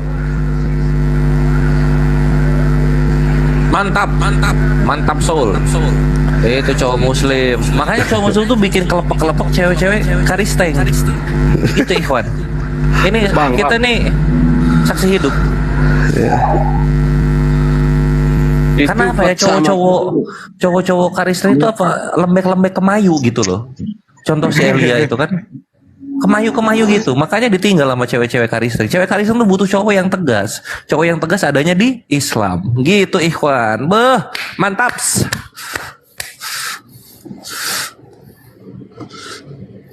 Belum saya turun Bang Kores, saya titip pesan buat cowok-cowok yang di bawah yang memang mengalami hal yang sama dengan apa yang saya alami, dengan Pak Camat yang dialami juga. Memang jodoh, maut dan rezeki itu adalah Allah yang mengatur. Manusia hanya bisa berusaha. Tetapi apabila Anda dihadapkan dengan situasi seperti yang saya hadapi, dengan Pak Camat yang dihadapi, disinilah marwah kita sebagai seorang laki-laki diuji. Apakah kita bisa berbuat tegas atau bisa mengambil keputusan yang tepat? Karena apabila ketidaktegasan kita tidak teruji saat kita mengambil keputusan, ya bagaimana nanti pada saat kita berumah tangga. Mungkin itu aja Bang Kores. Thank you. Mantap. Izin turun Gurunda, Ustadz Sugi, Bunda Rahma, dan yang lain Bang Andi Salebes. Terima kasih buat kirimannya tadi. Ya, makasih. Assalamualaikum warahmatullahi wabarakatuh. Ya, salam untuk Bang Pempino ya. Siap, siap. Wabarakatuh. Siap. Boleh sedikit nambahin? Loh, lu siapa yang mau nambahin tadi? Saya. Daman. Oh, Akhi Daman, aku kira Kristus ya. Lanjut. Oh. Nggak, kadang mau lanjut diskusi lanjut, tapi kalau masalah cinta di dalam Islam, karena Islam ini kalau kita pikir gini, apakah karena lambang pacaran tersebut itu yang Islam larang? Bukan. Sejatinya yang dilarang di dalam Islam ini nggak pernah melarang seorang lelaki ini mencintai seorang wanita. Itu nggak ada larangan. Namun yang di Islam dilarang ini ketika ketentuan di antara lelaki yang perempuan yang menyimpang. Contoh nih, ketika orang bilang, cewek dan cowok, aku nggak pacaran loh sama dia, namun setiap harinya mereka berdua tanpa jalinan dan akhirnya mereka itu bersentuhan dan segalanya, itu yang dilarang Islam. Walaupun mereka bilang aku nggak pacaran. Betul. Nah, namun yang sejatinya dilarang dalam Islam ini yaitu kedekatan itu. Namun karena kita penyebutan kepada lafal pacaran, jadi orang menggunakan gini, orang aku nggak pacaran sama dia, kamu bilang nggak pacaran sama dia, yang sejatinya kamu tanpa mahram yang saatnya kamu berkhalwat yang berada di antara lelaki dan perempuan, itu pacaran juga itu, sekalipun kamu nggak bilang pacaran. Namun kalau di dalam Islam yang namanya cinta itu gimana sih? Apakah Islam itu melarang cinta kan gitu? Seperti kasusnya Pak Camat tadi. Seharusnya jika keimanan dia itu kuat terhadap Tuhannya, dia pasti tahu loh, wanita itu sekalipun Kristen pasti milik Tuhanku. Dan segala hatinya dan segala perubahan di dalam hatinya itu milik Tuhanku. Kalau seandainya dia meminta cintanya itu pada manusia tersebut, pada cewek itu, maka ujung-ujungnya apa? Yang dia dapati khianat daripada manusia. Karena apa? Manusia itu bisa berubah-ubah hatinya. Namun kalau dia berpegang teguh karena keimanannya terhadap Tuhan, dia minta makhluk tersebut untuknya, sekalipun dia Kristen, dia minta semua rasa cintanya daripada Tuhannya. Maka itu makhluk punya siapa? Itu hatinya membolak-balik, hatinya itu punya siapa? Kan milik Tuhan. Karena konsep makbulah di dalam Islam dijawab dalam kitab Sirajut Talibin. Konsep makbulah itu dua, makbulah doa ya. Pertama, saat kamu meminta sesuatu, makbulah yang pertama bisa jadi apa yang kamu minta Allah langsung wujudkan. Yang kedua, ada yang namanya konsep makbulah ketika rasa ingin itu Allah cabut. Contoh, ketika saya minta, ya Allah aku pengen mobil. Kalau memang Allah ingin wujudkan, besok kamu punya mobil. Namun konsep makbulah di dalam Islam, dalam Sirajut Talibin, salah satunya tahu apa? Konsep terkabulnya doa, ketika rasa ingin kamu terhadap hal itu Allah cabut. Maksudnya gini, ketika berdoa, alah nggak butuh deh, kayaknya hidup aku kayak gini tanpa mobil seru-seru aja sih. Kalau ada mobil nanti kayaknya aku nggak sanggup nih bayar pajak dan gini dan gitu. Allah cabut rasa ingin daripada hati kamu tersebut untuk meminta hal tersebut. Maka itulah, maka dibilang tadi, Bapak Pak Camat itu akan terus terikat dengan cintanya terhadap manusia. Kenapa? Dia tidak mengedepankan Tuhannya. Namun saat dia mengedepankan Tuhannya, ngapain dia khawatir kepada anaknya? Ya Allah ya Tuhan, aku suka hambamu, tapi dia masih di dalam tapi dia masih dalam mengkufurkanmu. Ya Allah, terangkan dia, anaknya, untuk senantiasa kembali kepadaku. Ujung-ujungnya kalau Allah ingin wujudkan, ujung-ujung wanita itu akan kembali ke dia. Namun kalau Allah tidak ingin wujudkan, rasa ingin yang ada di hatinya dalam meminta wanita tersebut dihilangkan. Dan ujung-ujungnya orang dia biasa aja gitu. Seperti itu konsep makbulah di dalam. Keren, mantap.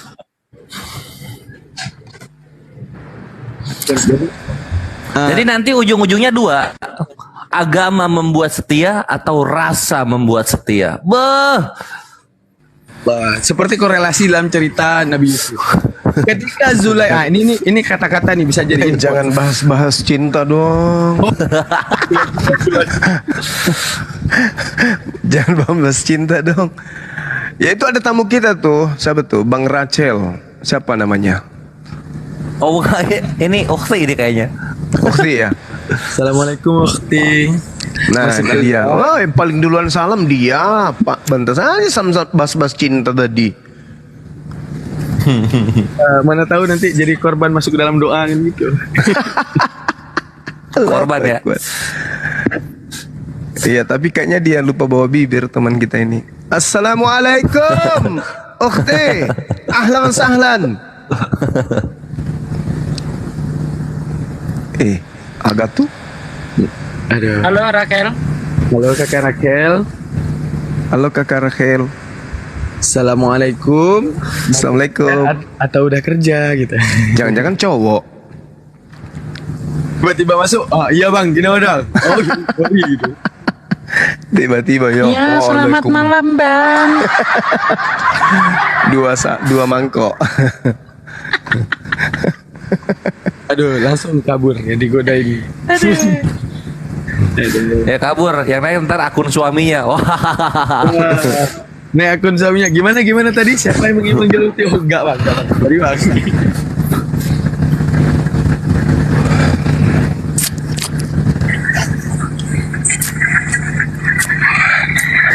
Akhirnya kau udah naik tuh.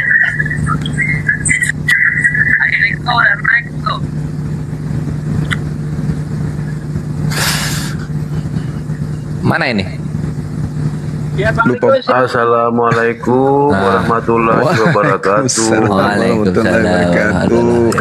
Oke teman-teman sekalian, belum silakan Allah ini bagi yang saya dapat suka naik. ini Bang Zuma, saya berupa dari Bangka abon, Belitung, ikan sedang tenggiri, berjualan aneka cemilan dari Pulau Belitung. Nggak dengar dia. Ada pempek sutra tenggiri. Emang ini dia setel MP3. Apuk tenggiri, ada peletek cumi, pasar mini abon tenggiri ya. Usaha kami silakan follow dulu ya pemesanan melalui WA yang ada di kami itu kami kirimkan ke seluruh Indonesia, Malaysia, Singapura, Taiwan ya. Melalui JNE, Lion Parcel dan Si Cepat. Ini voice note Guru Nda. Dan terima kasih Bang Jumat sampai dikit. Saya nggak dengar Bang Riko, maaf. Sampai dikit Bang Juma. Oh ini udah beneran, ini orang beneran ini. Tadi voice note. Oke teman-teman sekalian silakan yang ingin mesan empek-empek Palembang, abon-abon, ikan tenggiri, peletek, ikan tenggiri, kerupuk, keripit, pastel, apa lagi? Petasan. Ya. Petasan. Ya itu. Petasan pula. Ditambah pula betulan katanya. Gitu. Silakan teman-teman, ini serius ya, 2000 sekian teman yang ada di sini, silakan pesan menu yang dijual oleh saudara kita Mu'allaf Riko ya, untuk membantu perekonomian keluarga beliau juga. Silakan di DM beliau, tanyakan langsung harganya, minta supaya dikirim ke alamat Anda masing-masing sesuai dengan pesanan. Terima kasih. Terima kasih Bang Soma, sehat selalu. Amin. Ya. Makasih Terima Bang kasih Riko. bos yang sudah naikin. Semoga murah rezeki, sehat selalu dan semuanya. Bagi yang mau ngasih para debater cemilan ini boleh hubungi kami ya. Terima kasih. Assalamualaikum. Waalaikumsalam. Waalaikumsalam warahmatullahi wabarakatuh. Goreng-goreng kembali nyemil boleh gitu kabangnya gitu. Iya. Ini saudara Kristus katanya mau bersahadat. Bersahadat? Enggak Bang. Iya. Jadi? Nggak jadi. Coba Dinda Daman dialog sama beliau coba. Mana tahu sama antum beliau bisa sehat. Izin Bang juga. Izin bentar Bang. Siapa tahu ada yang mau pesan pie juga bisa hubungi Bang Adi Salebes. Iya, betul. Iya, Banyak kacang, ya. banyak ikan teri bisa hubungi Bang Andi. Bang Andi pe tenggiri. Oke, lanjut Bang Daman. Gimana? Bang Kristus, kita boleh saring diskusi dan ngomong-ngomong gitu Bang Kristus. Mana tahu dengan adik saya ini saudara Kristus bisa sembuh. Ayo. Boleh. Silakan. Boleh. Oke Bang, sekarang gini. Emang kan nggak relevan gitu Bang ya. Saat saya bilang kebenaran agama saya bawa Al-Quran nggak relevan. Karena sejatinya Abang nggak percaya kan gitu. Dan nggak relevan juga saat Abang ingin menyadarkan tentang agama Anda bawa Bible Anda. Karena sejatinya saya nggak percaya itu. Namun apa sih penengah di antara kita berdua? Pasti akal ini tuh Bang. Nah, kita sekarang sampingkan dulu Al-Quran dan sampingkan dulu Bible, kita main akal gimana Bang? Oke, siapa tahu akal saya bisa nyampe. Kita coba. Oke Bang, siap. Kita lanjutkan. Bang, ketika kita mengkonsepsikan Tuhan Bang, nah kan ada nih. Abang setuju nggak Tuhan itu maha hebat? Kita setuju. Saya nggak setuju Bang. Buktinya ada Tuhan nggak maha hebat. Contohnya ada sejarah-sejarah umat terdahulu menyembah api. Api itu tidak maha hebat Bang. Berarti batal dong konsepsi kita terhadap Tuhan yang maha hebat. Iya apa enggak Bang? Boleh. Gagal itu. Nah, gagal ya. Ketika kita bilang Tuhan itu maha menciptakan, nah, misalnya nih orang Islam mengatakan Tuhan itu satu, orang Kristen bilang apa itu Shema Israel, Adonai Elohenu, Adonai Ehad. Itu juga batal Bang.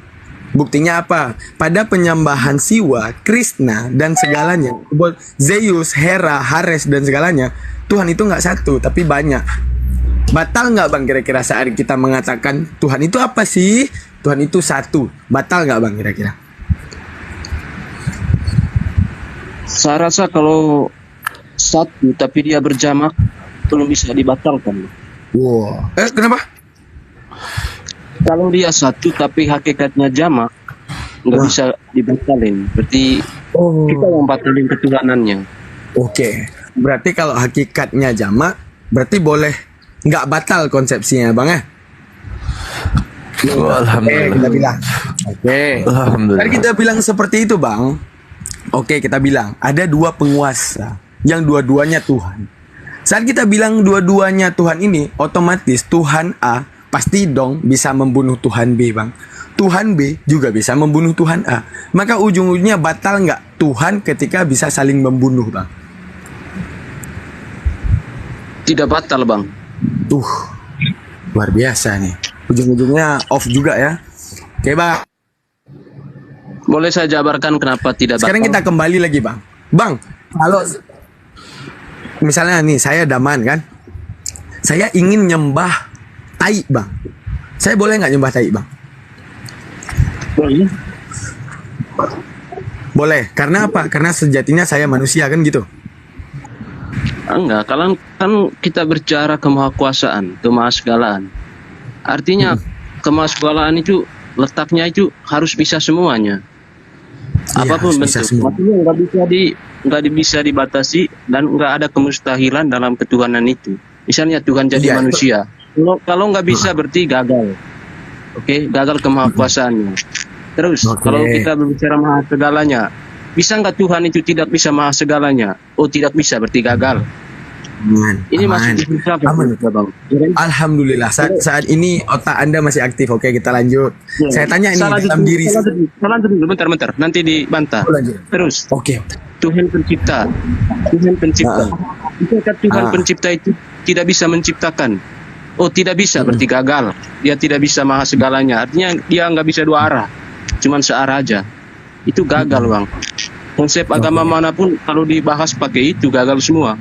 Misalnya kita bilang Tuhanku maha pencipta, terus ditanya sama orang filsafat sama ateis, bisa nggak?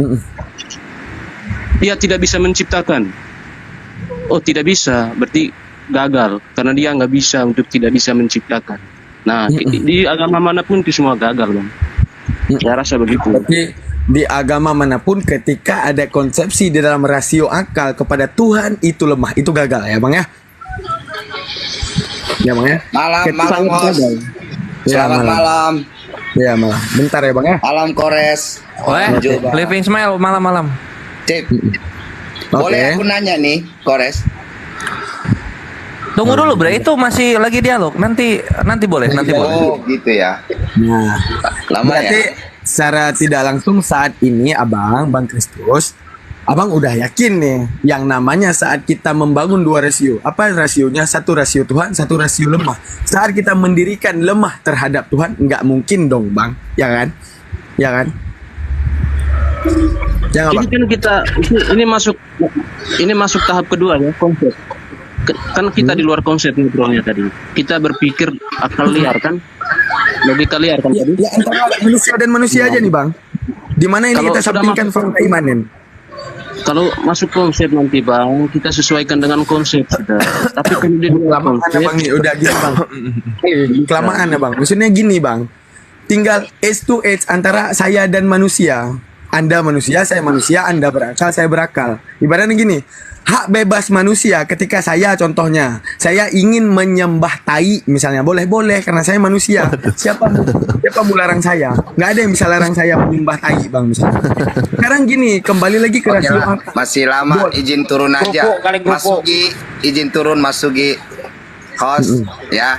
Masih lanjut aja diskusinya. Salam toleransi dari saya.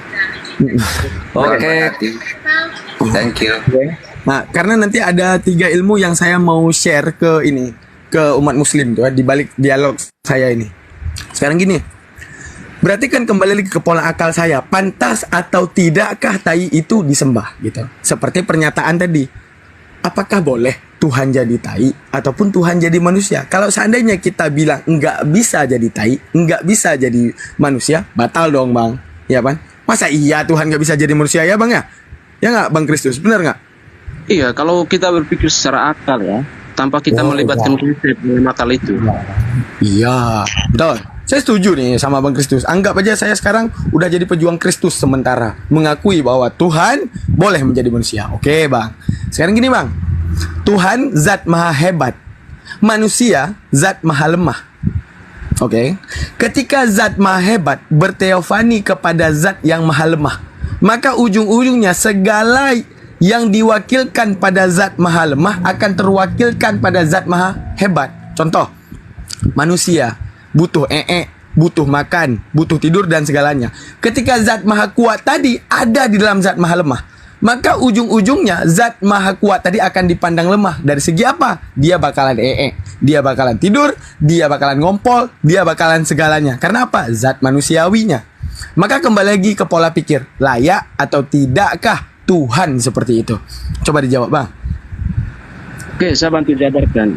Ini soal kepantasan dan kelayakan, dua hal yang berbeda dengan apa yang kita bahas ya. Oke. Kalau Tuhan itu maha kuasa dan dia tidak bisa menjadi tidak maha kuasa atau dia tidak bisa menjadi lemah, saya katakan gagal itu Tuhan. Karena dia melekat pada kemahabisaan. Maksudnya gini bang, saya tidak percaya Tuhan yang ada kemustahilan dalam hakikatnya. Benar. Saya nggak percaya Tuhan seperti itu. Karena ini berbicara ketuhanan. Jika dia maha kuasa, harusnya dia bisa menjadi maha lemah. Kalau nggak Karena bisa, Tuhan tidak ada yang mustahil bagi Tuhan, Tuhan bisa gila ya bang ya? kalau konsep ketuhanan yang benar memang begitu bang. Tapi kan kita berbicara konsep Tuhan bisa gila. Setuju aja dulu. Kita berbicara tentang konsep keagamaan soalnya. Tapi kalau secara liar bang, memang harus begitu Tuhan itu. Harus bisa maha lemah. Pokoknya nggak terbatas. Kita tidak boleh membatasi dia. Mau jadi apa aja dia. Kita minta kamu jadi batu, harus bisa. Tidak boleh menjadi batu, harus bisa. Tapi kan kalau kita membawa dalam konsep agama, beda lagi ceritanya. Kita bisa membatasi ketuhanan kita. Artinya kita yang menciptakan Tuhan itu sebenarnya. Oke, saya udah dapat. Berarti maksud Anda gini, kalau seandainya Anda membatasi Tuhan dengan Tuhan tidak bisa menjadi manusia, maka itu akan batal karena sejatinya Tuhan bisa jadi apapun, kan gitu bang. Bisa teofani kayak mau apapun, gitu bang ya. Cuman gini, kembali lagi berarti rasio akal Anda, saya juga sebagai manusia, terserah dong, saya mau pakai akal atau tidak. Contoh, Bang Kristus ini manusia, Anda punya kelayakan dan tidak layak. Contoh, semua yang kelayakan ketika Anda datang dan makan, disuguhkan di antara Anda, di antara tai dan makanan. Anda memilih makanan, maka itu layak bagi Anda. Namun saat Anda memilih tai, dari segi hak bebas Anda, silahkan Anda memilih tai. Namun dari segi kelayakan, layak enggak Anda memilih tai? Jawab lagi bang. Oke bang, sebenarnya pemahaman kita berbeda bang. Abang berbicara kelayakan dan pantas. Sebenarnya saya belum ke sana bang. Saya masih dalam posisi nomor 1 yang kita bahas. Enggak terbawa sama kelayakan dan kepantasan dulu. Saya berbicara secara doktrin bang. Kalau abang ngomong kayak gitu, itu doktrin. Bukan doktrin itu abang. Memang kalau kita berpikir harus bisa segalanya itu Tuhan. Kan kita ngomong Tuhan ini. Soal layak dan kepantas kan diciptakan oleh akal pikir kita kan, Bang? Iya. Ya kan? Ibarat artinya kalau Bang, kita menciptakan ada layak dan ada pantas. Kayak contoh tadi analoginya, Tuhan jangankan jadi manusia, jadi tai pun bisa. Oke. Sekarang manusia jangankan makan makanan, makan tai pun bisa. Namun kembali lagi, kalau dia makan makanan layak untuk dia, maka dia dibilang, oh berakal dia. Namun kalau Anda melihat seseorang manusia yang makan tai, Anda akan bilang, bodoh dia, gila dia. Menunjukkan apa? Ketika akalnya tidak digunakan. Begitu juga, hebatnya zat Tuhan di dalam Islam, Abang, membatalkan semua konsepsi. Dalam Al-A'raf, ini kita udah fakta imanin ya. Dalam Al-A'raf dijelaskan, ayat 138 katakan, wahai Musa, buat kami sebuah berhala. Oke, buat kami sebuah berhala agar Tuhan ada di situ dan Tuhan bisa kami lihat dan Tuhan ada di dalam sapi tersebut. Apa kata Nabi Musa? Sungguh engkau orang-orang yang bodoh. Berarti menunjukkan apa? Ketika akalmu off, maka Tuhan bisa kayak gitu. Karena mungkin gini, Tuhan enggak mungkin zat maha yang paling hebat berteofani ke tempat zat yang maha yang paling lemah. Maka semua yang keadaan zat paling lemah akan terwakilkan terhadap Tuhan. Itu menunjukkan gini, Bang. Seperti Anda tadi, Anda mau makan tai juga boleh. Tapi ketika Anda makan tai, kelayakan Anda sebagai manusia dipertanyakan. Makanya itu dia, Bang. Kembali lagi kepada layak atau tidakkah hal itu disembah, Abang. Nah, sekarang gini, Bang. Apakah boleh kita mengenal Tuhan dari sejarah, Abang? Ataupun dari rasio akal dan hati, Bang? Oke, Bang. Ini Abang dalam satu argumen bisa 5 pertanyaan. Pelan-pelan, Bang, kita satu-satu. Akal saya juga nggak seperti ya akal manusia lah, bukan akal Tuhan ini. Gini ya, Bang ya. Sekalipun sebenarnya dalam setiap argumen Abang ada kata yang enggak mungkin, udah saya pastikan gagal ini pastinya. Mau dia apain lah ada argumen itu, jika ada katanya enggak mungkin, nggak sampai otak Abang ya. Oke, lanjutlah. Udah pasti ini ataupun simpulan terakhirnya nanti gagal karena ada kemustahilan dalam argumennya dia. Misalnya argumen Abang tadi, nggak mungkin dong Maha Kuasa itu bisa berteofani. Nggak mungkin itu saya simpulkan. Nggak mungkin dia kata, oh berarti saya simpulkan di akhir nanti. Artinya nggak bisa. Dan begitu. Nggak nyampe itu ternyata, bicara yang segalanya. Kalau kita Anda di dalam agama terlalu tinggi, Bang. Sehingga logika Anda itu nggak bisa bermain sekarang. Saya aja nih lagi minta logika Bang. Dimana kita menengah di antara akal, Bang. Kan Abang tadi yang menagih logika kita, Bang. Ya udah salah dan ini logika kan bukan apa namanya? Apa ya? Tolak ukur. Ya tolak ukurnya tadi nggak ada bantuan sama ini kan konsep. Cuman logika saja kan. Apa namanya itu Bang Zuma ataupun yang lain ada ingin tambahkan? Kalau enggak saya mau kasih ilmu nih terhadap orang Muslim boleh, Kristen juga boleh. Dimana ini ilmu akal. Saya ajarin. Lanjut. Nah, boleh dibesarin, saya ajarin dulu sedikit. Karena ilmu akal ini penting nih. Karena untuk membedakan mana akal, mana doktrin itu penting tuh. Contoh nih. Dalam mengonsepsikan Tuhan, misalnya kita bilang ini Tuhan, Bang ya. Kita bilang, konsepsikan Tuhan. Sekarang di dunia ini faktanya konsepsi Tuhan itu banyak, Bang.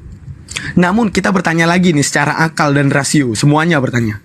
Apakah ketika Tuhan dikonsepsikan ataupun diteorikan Tuhan itu ada 27, maka apakah akan terfikir Tuhan itu ada 27? Coba dipikir. Enggak, Tuhan itu sejatinya satu dan itu paling benar. Siapakah dia? Wallahu alam. Enggak ada yang tahu siapa dia. Oke? Sekarang ini kita menengah nih. Anggap saya sekarang kita sedang berateis ya. Kita saat mengatakan Tuhan, maka ada Tuhan tersebut. Di antara 27 teori Tuhan, bukan menunjukkan Tuhan semuanya ada 27. Hindu punya Tuhannya sendiri, Kristen punya Tuhannya sendiri, Islam punya Tuhannya sendiri. Bukan, menunjukkan ada satu Tuhan yang paling benar. Oke, Bang? Setuju ya semuanya ya? Baik yang Islam setuju ya? Oke. Ya. Oke, lanjut lagi ke ilmu. Maka kenali dulu fakta logika. Ada fakta imanen, ada fakta historis, ada satu lagi nih, fakta rasional. Di sini nanti penengah Islam. Oke. Sekarang ada fakta imanen. Contoh, fakta imanen ini adalah doktrin, Bang. Semua agama, baik Islam juga doktrin. Contoh, begitu kamu lahir dalam keadaan Islam, kamu akan dibawa ke masjid dan didoktrin Muhammad adalah nabimu, Allah Ta'ala adalah Tuhanmu. Ini secara fakta imanen dulu ya, belum ke rasional ya. Ya, doktrin itu tujuannya untuk percaya. Contoh, umat yang menyembah Siwa akan didoktrin oleh keagamaannya untuk menyembah Siwa. Zoroaster Majusi dalam penyembahan api, Yunani dalam penyembahan Zeus, Islam dalam penyembahan Allah, Kristen dalam penyembahan Yesus. Itu menunjukkan apa? Ada doktrin daripada keagamaan untuk percaya ini semua. Itu dinamakan dengan fakta imanen. Ketika kamu sudah didoktrin dan dituntut percaya, kamu harus percaya ini. Maka di balik doktrin tersebut pasti dong harus ada penguatnya, ada penguat dong. Kalau enggak, masa iya kamu akan percaya langsung? Kan enggak mungkin. Pasti ada penguat. Maka penguatnya bisa jadi di fakta historis. Fakta historis yaitu sejarah, Bang. Oke, sejarah. Namun ketika Abang contoh ini, Abang ketika mau percaya Yesus, maka Abang enggak cuman di doktrin dari agama cuma bilang imani Yesus, enggak mungkin. Maka otomatis harus ada sejarah yang mengimani Yesus. Udah. Sekarang coba jika Anda percaya Tuhan karena sejarah, bagaimana dengan semua sejarah ini? Contoh, kepada umat yang didoktrin untuk percaya Siwa, fakta pendukungnya yaitu sejarah untuk Siwa. Kepada umat yang menyembah api, fakta pendukungnya yaitu sejarah tentang penyembahan api.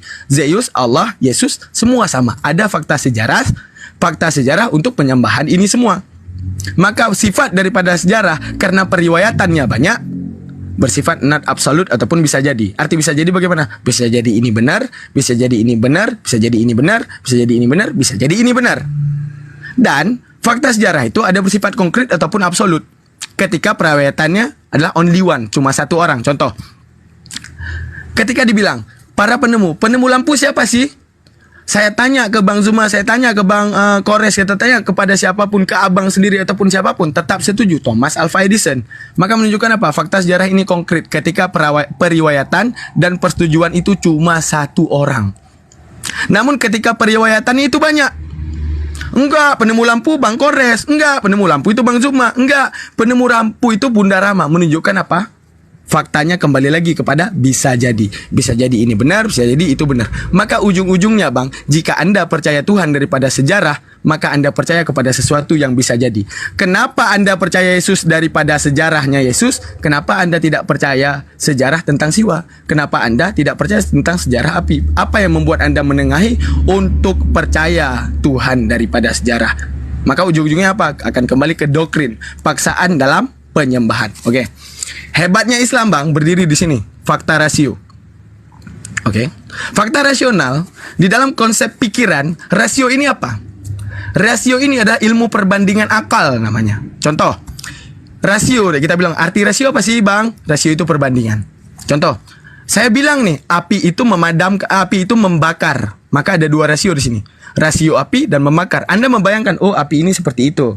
Membakar, oh ini seperti itu. Maka ada kedua rasio tersebut. Ketika Anda menisbatkan ataupun mensebutkan membakar kepada api, cocok, konkret, nice, benar. Membakar emang pada api. Maka dinamakan dengan perbandingan dalil ataupun perbandingan yang konkret. Yang dimana disetujui oleh akal. Conteng nih, setuju oleh akal Anda. Karena apa? Membakar ini ada pada api. Ada rasio lagi, rasio perbandingan di antara kepada sesuatu yang bersifat non dalil. Ketika saya bilang api itu memadamkan, ada dua rasio nih. Abang berpikir dalam pikiran Abang, api itu apa sih? Oh, udah terbayang.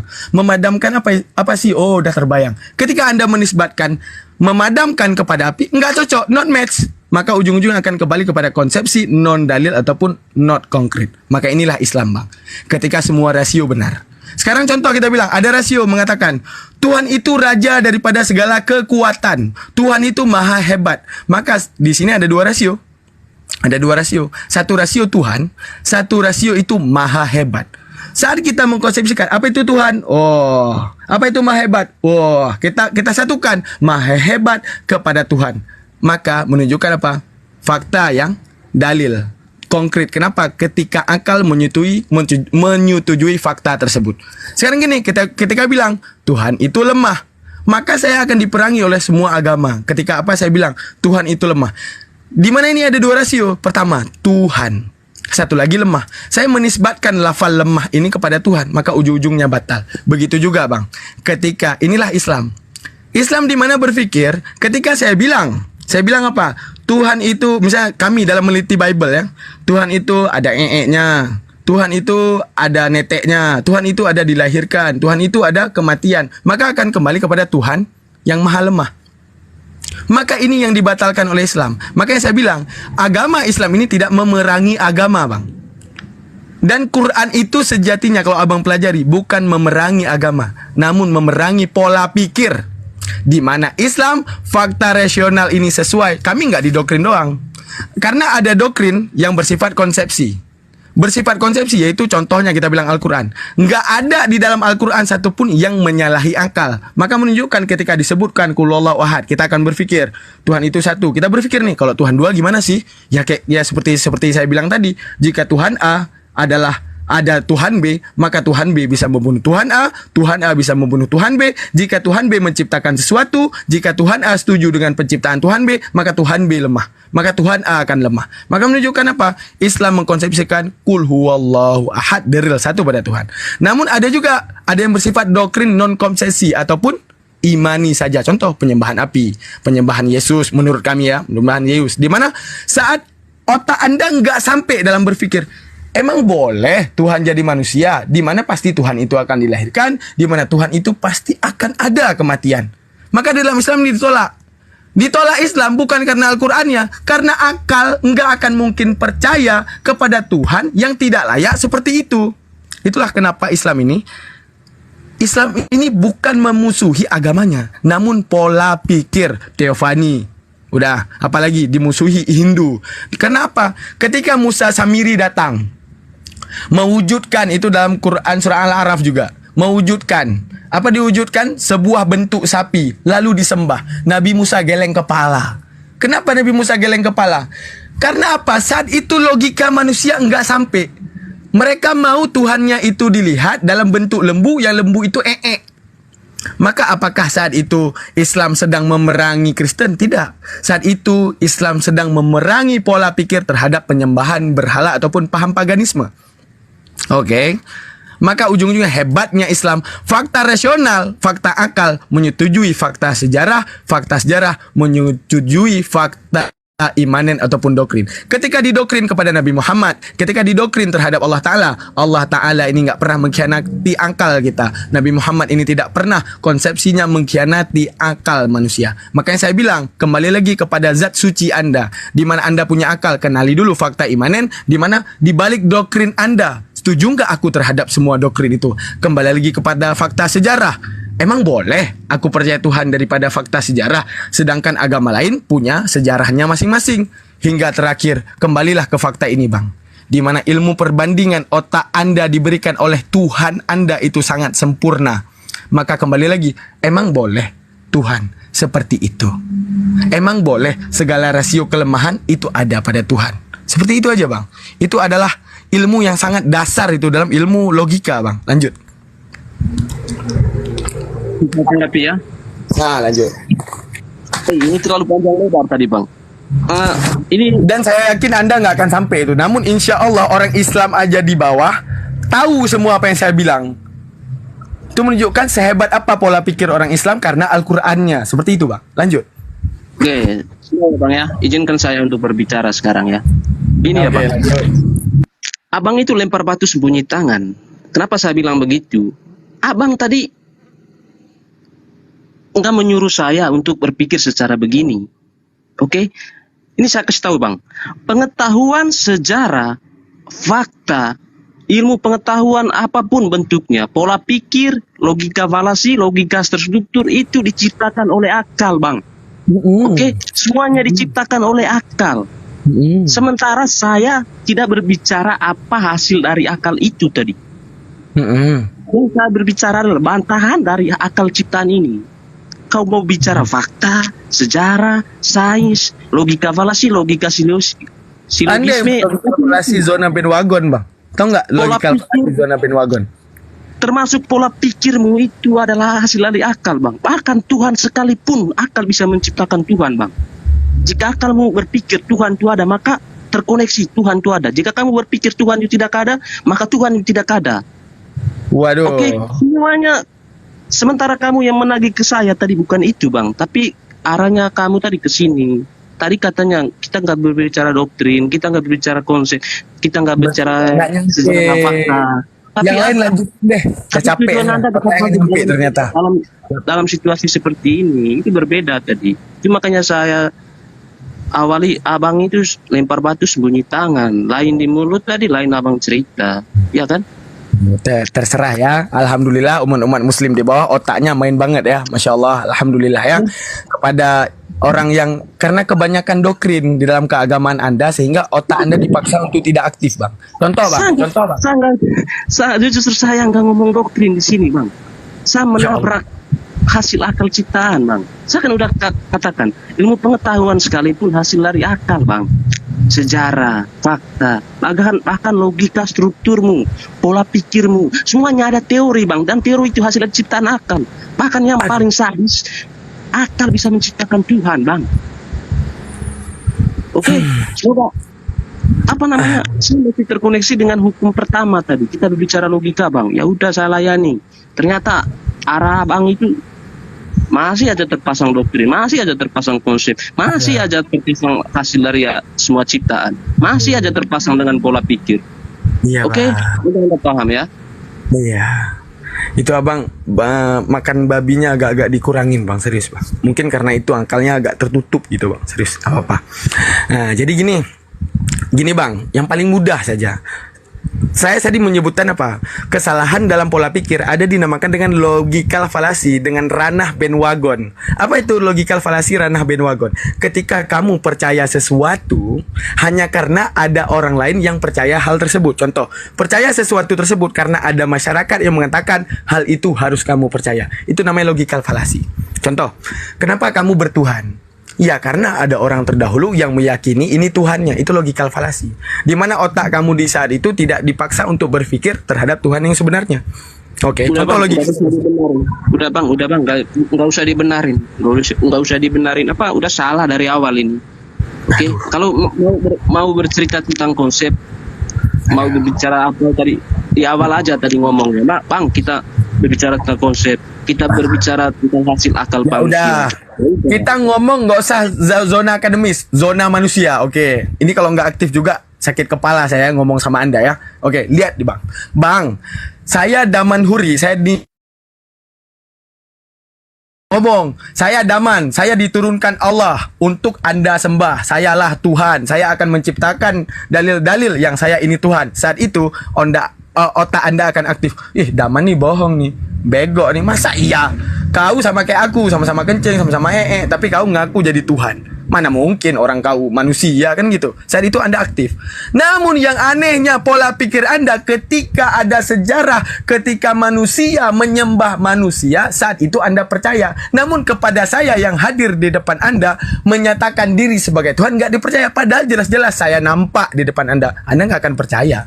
Namun kepada masyarakat yang pernah menyembah manusia sendiri dan dikonsepsi segamblang mungkin untuk Anda percaya, malah Anda percayai. Mana Bang yang lebih bagus, mempercayai sesuatu yang terlihat apa sesuatu yang masih berada dan tak pernah terlihat? Iya ataupun tidak, itu Bang. Itu yang anehnya Bang. Oke Bang, masih aja Abang itu betah dengan apa? Pola pikir seperti itu. Aduh, saya kan udah bilang, ilmu pengetahuan sekalipun diciptakan oleh akal, Abang, apapun kebenaran di dalamnya. Dan Anda menjelaskan kebenaran hasil dari ciptaan dari akal. Itu yang tabrak kita dari tadi. Makanya saya, kapan nyambung ini? Ini ibaratnya gini, ketika orang gila datang ke depan kita bilang, "Oh, kamu gila." Seperti itu, Bang. Ketika ada orang gila datang ke depan orang yang waras bilang, "Woi, kamu gila." Dah. Persis seperti itu, Bang. Yang tadi saya sedikit pun nggak ada saya bawa ranah imanen, ranah akal. Yang lucunya Anda tidak paham, namun umat di bawah paham, itunya lucu, Bang. Itu yang menjadi lucu.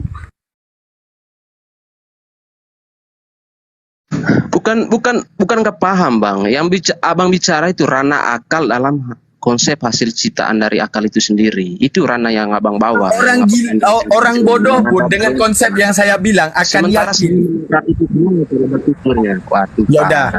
Ya udah, yang paling mudah aja bagi Abang. Bang, percaya nggak fakta imanen itu doktrin? Coba bilang kalau fakta imanen itu bukan doktrin. Coba bilang. Iya, bukan doktrin. Coba bilang. Sekarang saya akan balik semua. Saya mau Anda salahkan semua teori saya tadi. Salahkan, Bang. Coba bilang, fakta imanen itu bukan doktrin.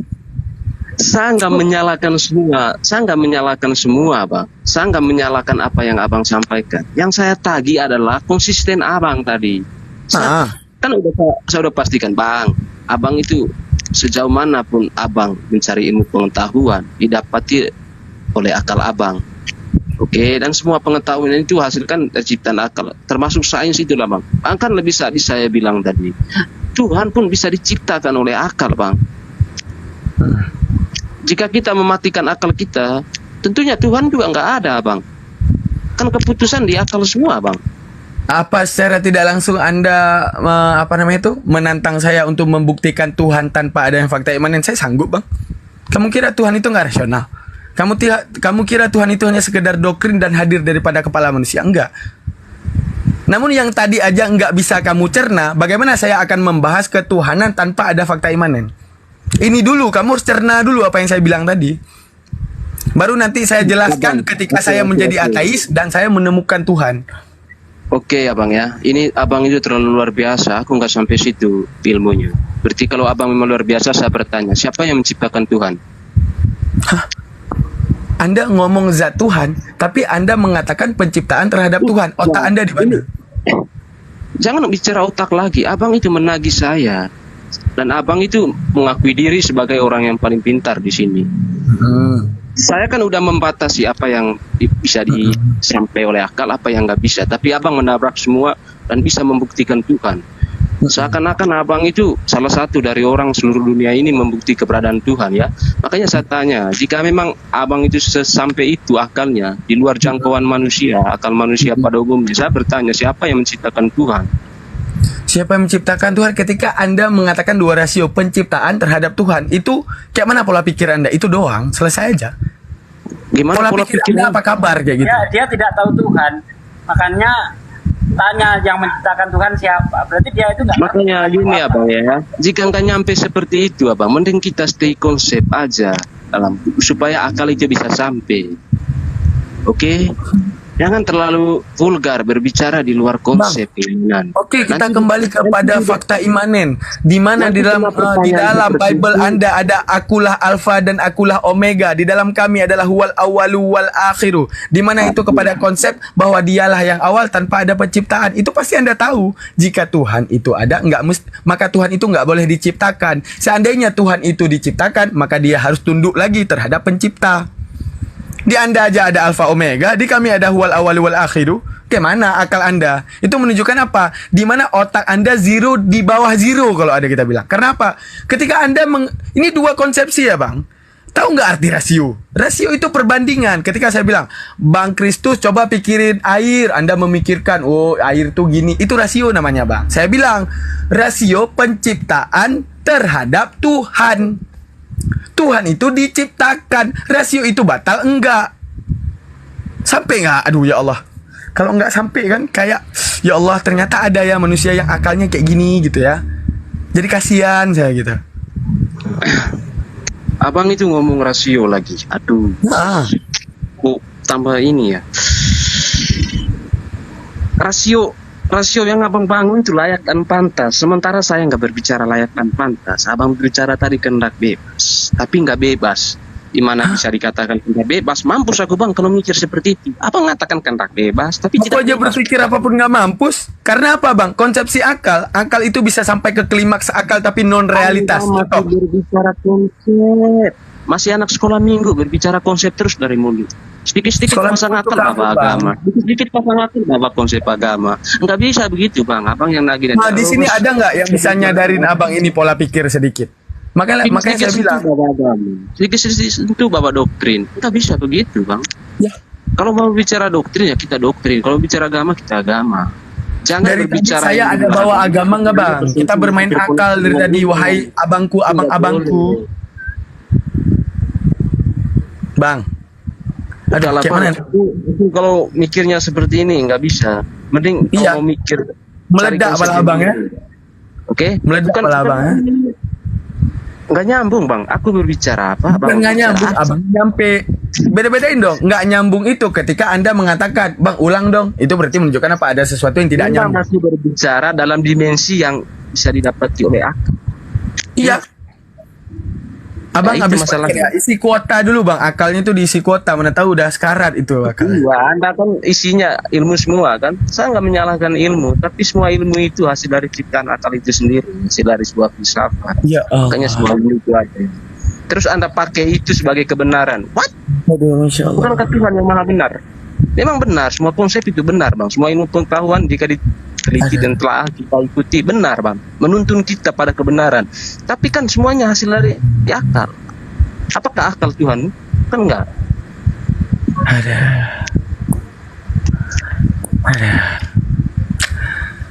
Enggak, I don't know lah. Capek aku. Aduh, ya Allah. Yang lain Bang Kores, Bang Zuma ataupun siapapun, saya udah capek nih ketika saya ngomong di depan orang yang fakta imanennya terlalu kuat terhadap doktrin, terus akalnya disampingkan. Itu capek kali itu ngomongnya.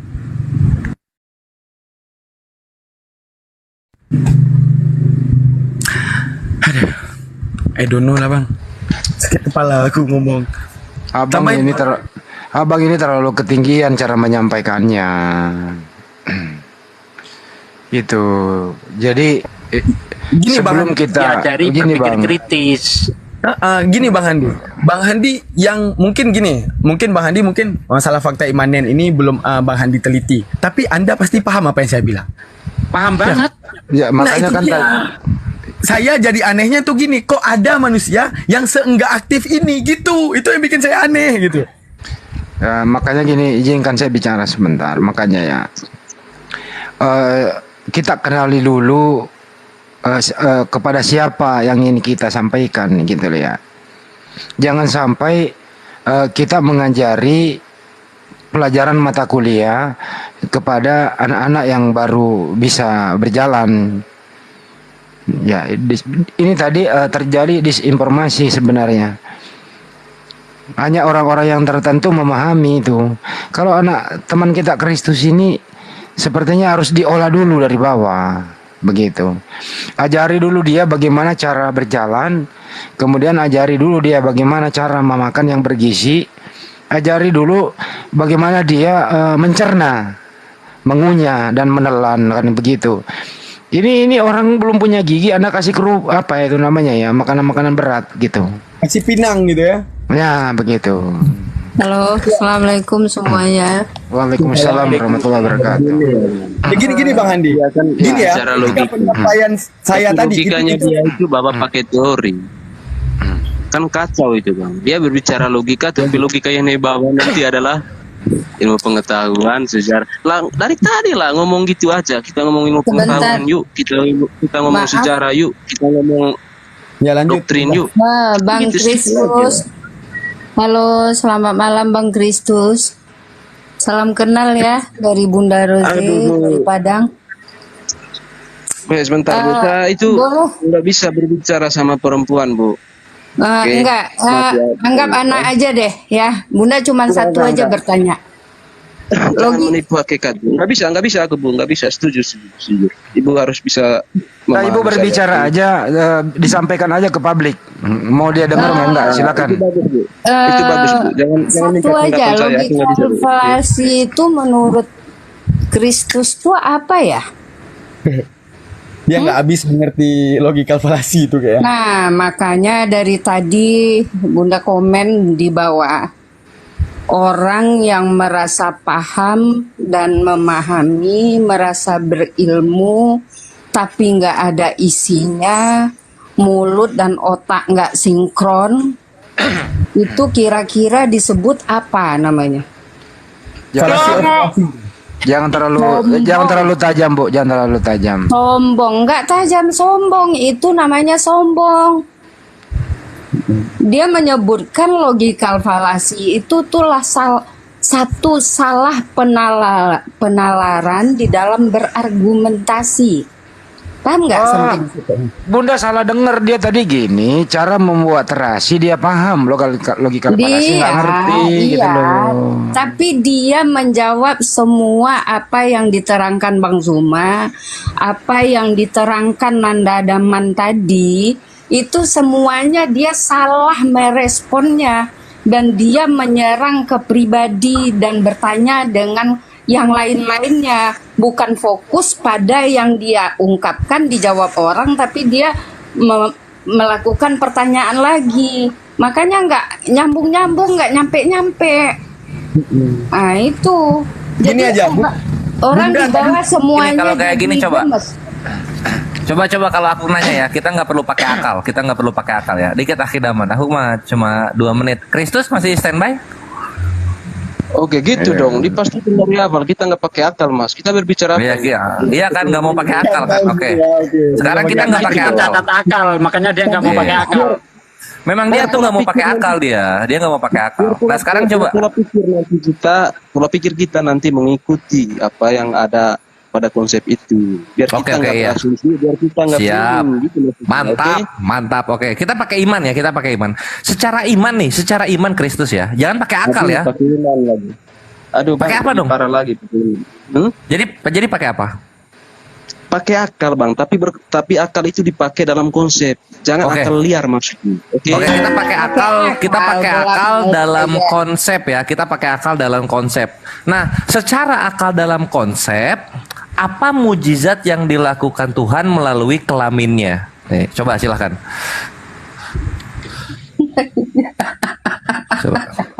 Apa mujizat Tuhan melalui kelaminnya? Iya, silakan. Mungkin saja dia bisa berbuat anak. Buat anak. Oke. Oh, ini baru konsep ini. Dijawab. Mantap gitu. Mantap. Ada yang mau lanjut nggak? Udah enak nih. Udah masuk nih. Saya ada satu saya. Kristus. Bro. Lanjut. Ini lu dengerin gua. Ini bahasa sangat sederhana.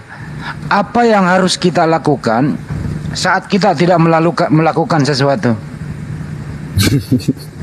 Ya kita nggak melakukan apa-apa, brother. Apa? Yang kita lakukan nggak melakukan apa-apa. Nah, ini nggak nyampe juga nih, ketinggian juga ya. Ya lu lagi res, ketinggian gua. Ujung-ujungnya. Iya, ya gimana? Pertanyaanmu lo gimana lo? Ya, makanya lanjut. Pertanyaan saya coba diulang, baru lu jawab. Diulang dulu, dicerna dulu. Coba diulang. Loh, kamu kan ngomong ini, apa yang kita lakukan ketika kita tidak melakukan apa? Yang kita lakukan itu tidak melakukan apa-apa. Kan gitu jawabnya, simple. Itu artinya lo Om Dodo nggak melakukan apa-apa. Kalau kamu tidak melakukan apa-apa, berarti masih melakukan itu. Iya. Kan pusing kau kan?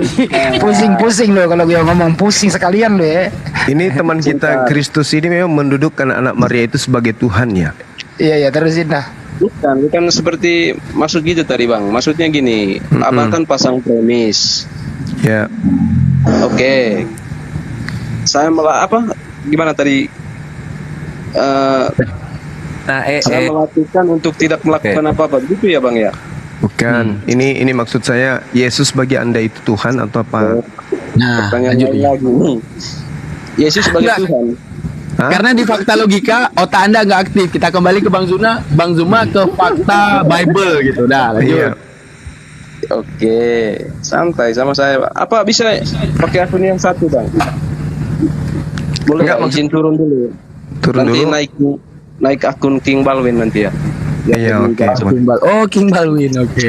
Tadi ada siliping penghujat itu naik ke sini, kenapa diizinkan turun? Soalnya lagi waktunya akhidaman tadi. Akhi Sugi kok diam tadi? Bang Hendra, padahal itu adalah incaran saya loh. Iya. Aduh, penghujat akut itu ya. Betul, itu temannya Mikana itu. Kok bisa dibiarin turun? Harusnya si Christian tadi ditutup aja mulutnya dulu. Siliping itu yang harus kita terapi mulutnya. Padahal tadi permasalahan fakta-fakta yang saya bilang tadi itu dengan bahasa yang paling sederhana loh. Kalau saya bawa dengan fakta dengan pembahasan akademis itu meledak kepalanya. Misalnya subjektif, objektif dan segalanya itu kan sakit kepala. Tapi itu bahasa-bahasa yang udah saya sederhanakan sesederhana mungkin. Yang lucunya otak dia nggak aktif. Namun komen orang di bawah, wah bagus ilmunya, wah. Menunjukkan apa? Orang di bawah saja dengan indikasi iya juga ya, gitu. Namun dia, aduh masya Allah, udah sakit kepala lah. Iya. Dia cerdas lagi. Cerdas dia, cerdik. Karena mau dibawa ke konsep logika, dia main di kandang dia. Dia di awal kan udah statement tuh. Akal pakai konsep. Nah, akal pakai konsep ini yang ngerti siapa? Yang ngerti siapa? Cuma dia doang yang ngerti. Makanya dia mau main kandang di situ, Akhidaman. Pinter dia, nggak mau ke bawah. Nah, ini siapa ini? Iblis laknat ini siapa? Iblis laknat. Bunda, ada lagi yang ingin disampaikan? Jika nggak ada, nanti gantian dengan yang lain. Boleh ya. Iya. Salam kenal ya Bunda. Sehat selalu ya Bang. Kok abang Bun? Iya Bun. Tadi bagus itu. Dia udah masuk tadi. Oh, kalau secara akal dengan konsep kelaminnya Tuhan itu bisa bermujizat membuat anak. Itu kalau diterusin lagi pecah palanya itu. Mana dia? Itu dia makanya. Iblis laknat ini siapa ini? Iblis laknat, selamat malam. Selamat menjelang Iblis. Saya tadi. Wah, iblis. Saya tadi mau menjawab pertanyaannya tentang siapa yang menciptakan Tuhan. Oh, silakan. Suaranya agak kecil. Bukan. Dia mau jawab yang tadi. Dia mau jawab yang siapa yang menciptakan Tuhan. Orang naik, Bang. Suaranya dikondisikan dulu, Iblis. Iya, tunggu orangnya naik dulu. Kan? Nggak, ini suaranya jauh karena iblisnya di neraka, HP-nya di bumi. Jauh suaranya jadi kecil. Cari ini, Bang. Suaranya kecil.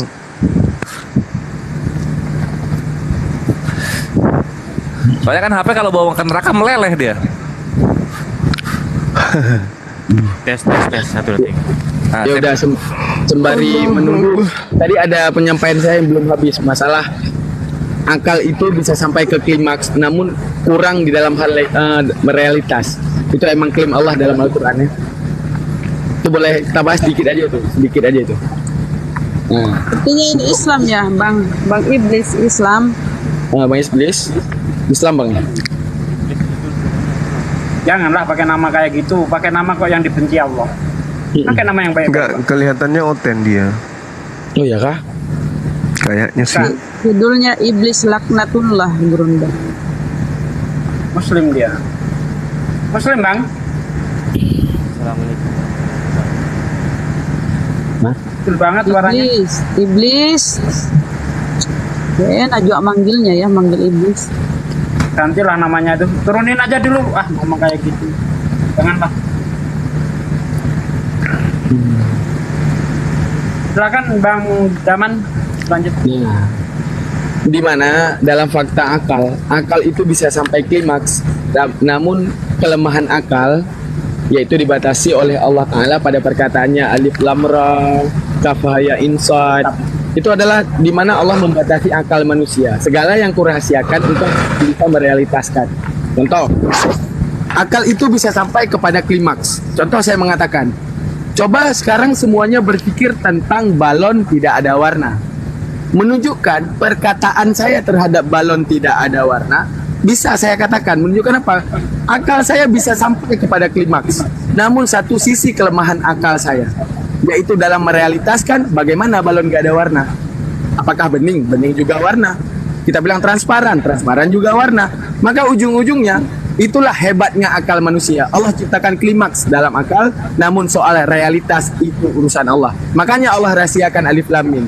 Makanya Allah rahasiakan alif lam ra. Makanya Allah rahasiakan kaf ha ya ain shad. Itu menunjukkan apa? Wahai manusia, aku ciptakan konsepsi di dalam Al-Qur'an agar engkau tahu konsepsi pikiranmu. Namun ada beberapa yang kurahasiakan agar engkau sadar, wahai manusia. Apa yang aku tahu nggak akan pernah engkau tahu, seperti contoh zatku. Makanya ada satu ayat, jangan pernah berpikir tentang zatku, maka berpikirlah tentang nikmatku. Karena apa? Jika engkau mengklimakskan pikiranmu terhadap zatku, maka otakmu akan meledak. Karena nggak akan sampai kekuatan otakmu dalam merealitaskanku. Namun insya Allah kamu dapat berpikir sampai ke klimaks bagaimana zatku ini bisa jadi terhebat. Seperti itu. Lanjut. Iya, Masya Allah. Oke, tadi yang si ini, yang siapa tadi? Si Kristus kok hilang? Katanya mau ganti akun. Mana beliau? Dia lagi mengerjakan sesuatu yang tidak dia kerjakan. Tunggu sebentar. Atau itu cuma sebuah alasan, takut dimana kalau seandainya dia turun maju gitu kan. Nah, jadi pura-pura kabur dengan proses ganti akun ini kan bisa gitu. Iya, karena untuk apa ganti akun tiba-tiba kan gitu ya? Enggak, ada dia bang. Ini lagi saya terima. Oke. Ini dia. Oke, naik. Os naikin living, mana dia? Komen living komen lagi kembali biar saya jambak. Iya, kalau ada living naik. Doni 02 Islam atau Kristen, komen di bawah.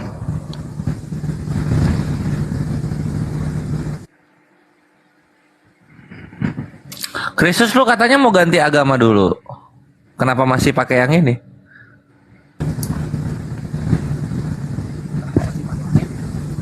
Ini diblokir ini. Yang malam ini diblokir dari sahabat Bang Juma.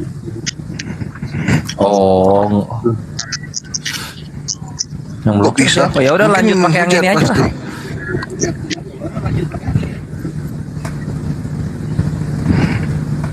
Iya, boleh kita masuk ya.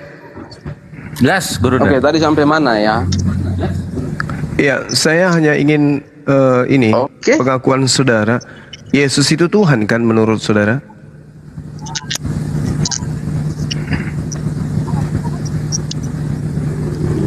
Iya, Yesus itu Tuhan. Oke. Di dalam kitabnya orang Yahudi dikatakan bahwa terkait dengan Tuhan, Tuhan itu disebut dengan Ata Gadol, artinya Tuhan itu maha besar. Engkau maha besar.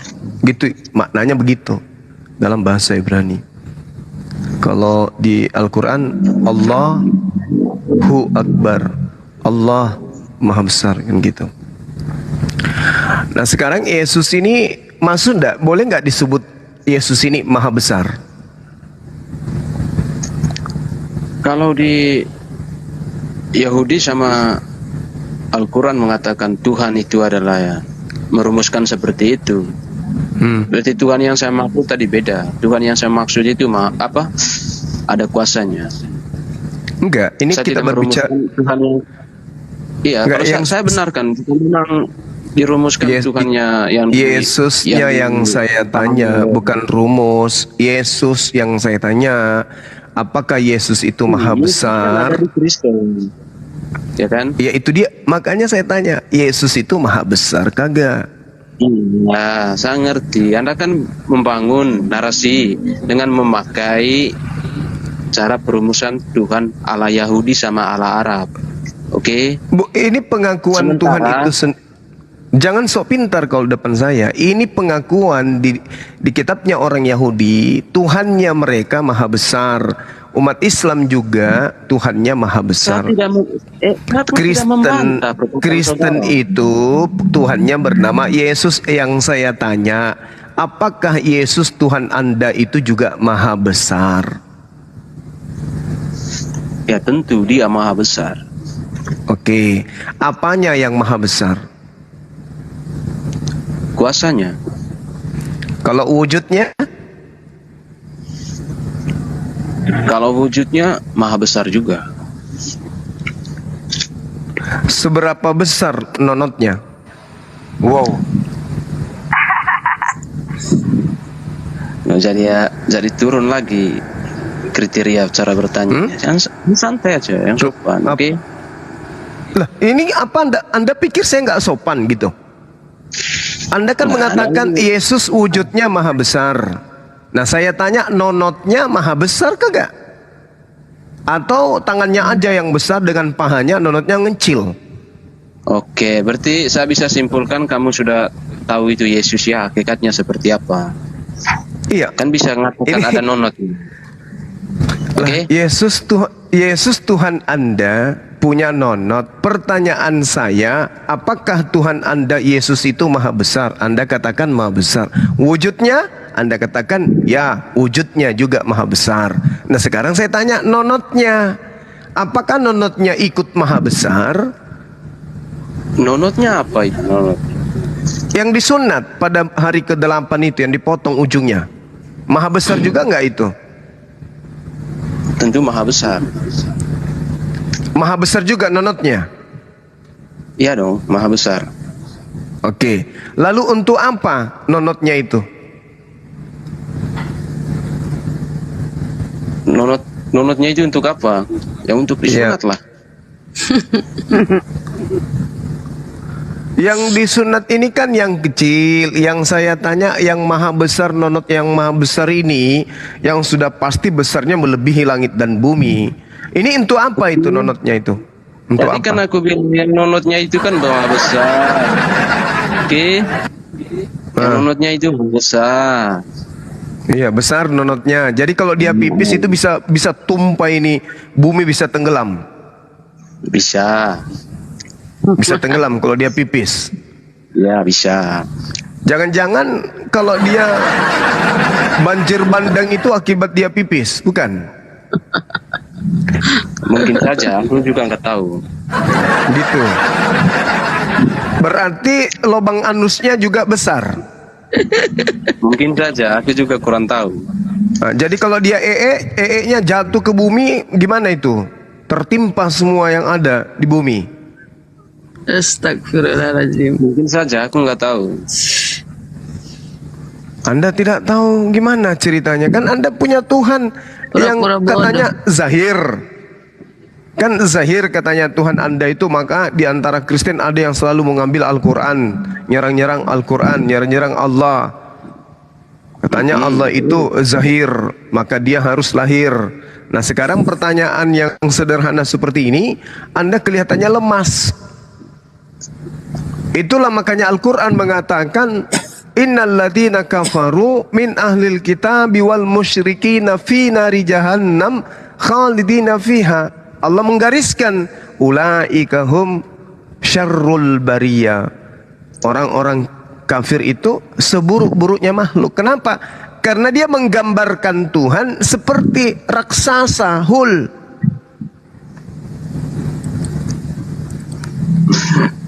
Anda tidak bisa menjawab. Anda tidak bisa menjawab, mau mengelak kemana? Ketika saya katakan apakah nonotnya juga maha besar, Anda katakan iya, pasrah. Itu untuk apa nonotnya? Anda katakan tidak tahu. Sedangkan ketika berbicara mengenai konsep Tuhan berdasarkan Yesus, Bapa yang mengutus aku, kamu tidak pernah melihat seperti apa dia. Bahkan suaranya pun tidak pernah kau dengarkan. Bahkan di dalam kitabnya Nabi Musa, ya, di Keluaran 33, itu jelas tidak ada manusia yang pernah melihat Tuhan. Nah sekarang justru Anda menggambarkan Tuhan itu punya nonot, punya anus. Ini konsep Anda ini Anda ambil dari konsep mana? Romawi kuno atau Yahudi?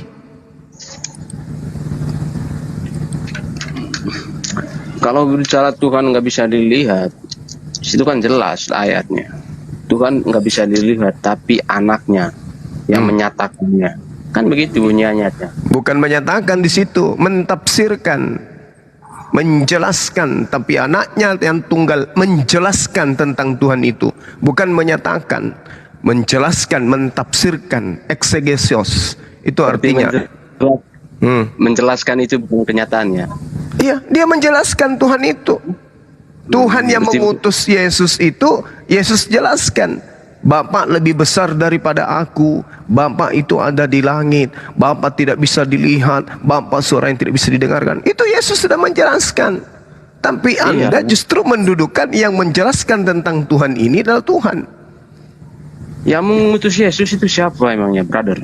Yang mengutus Yesus itu Tuhannya Yesus.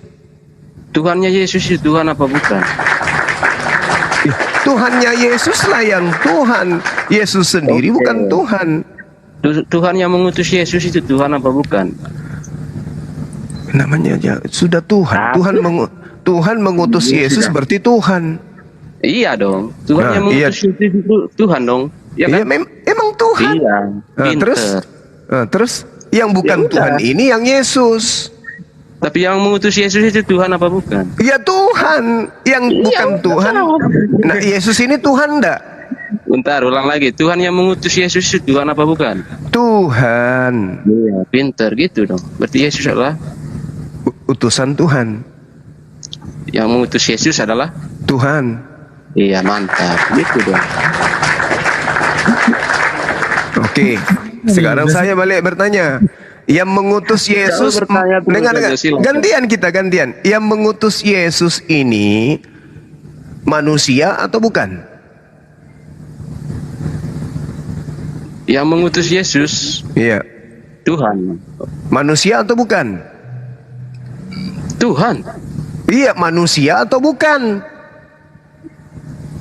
Tuhan, kok manusia apa bukan? Tuhan. Lah, pertanyaan saya apa?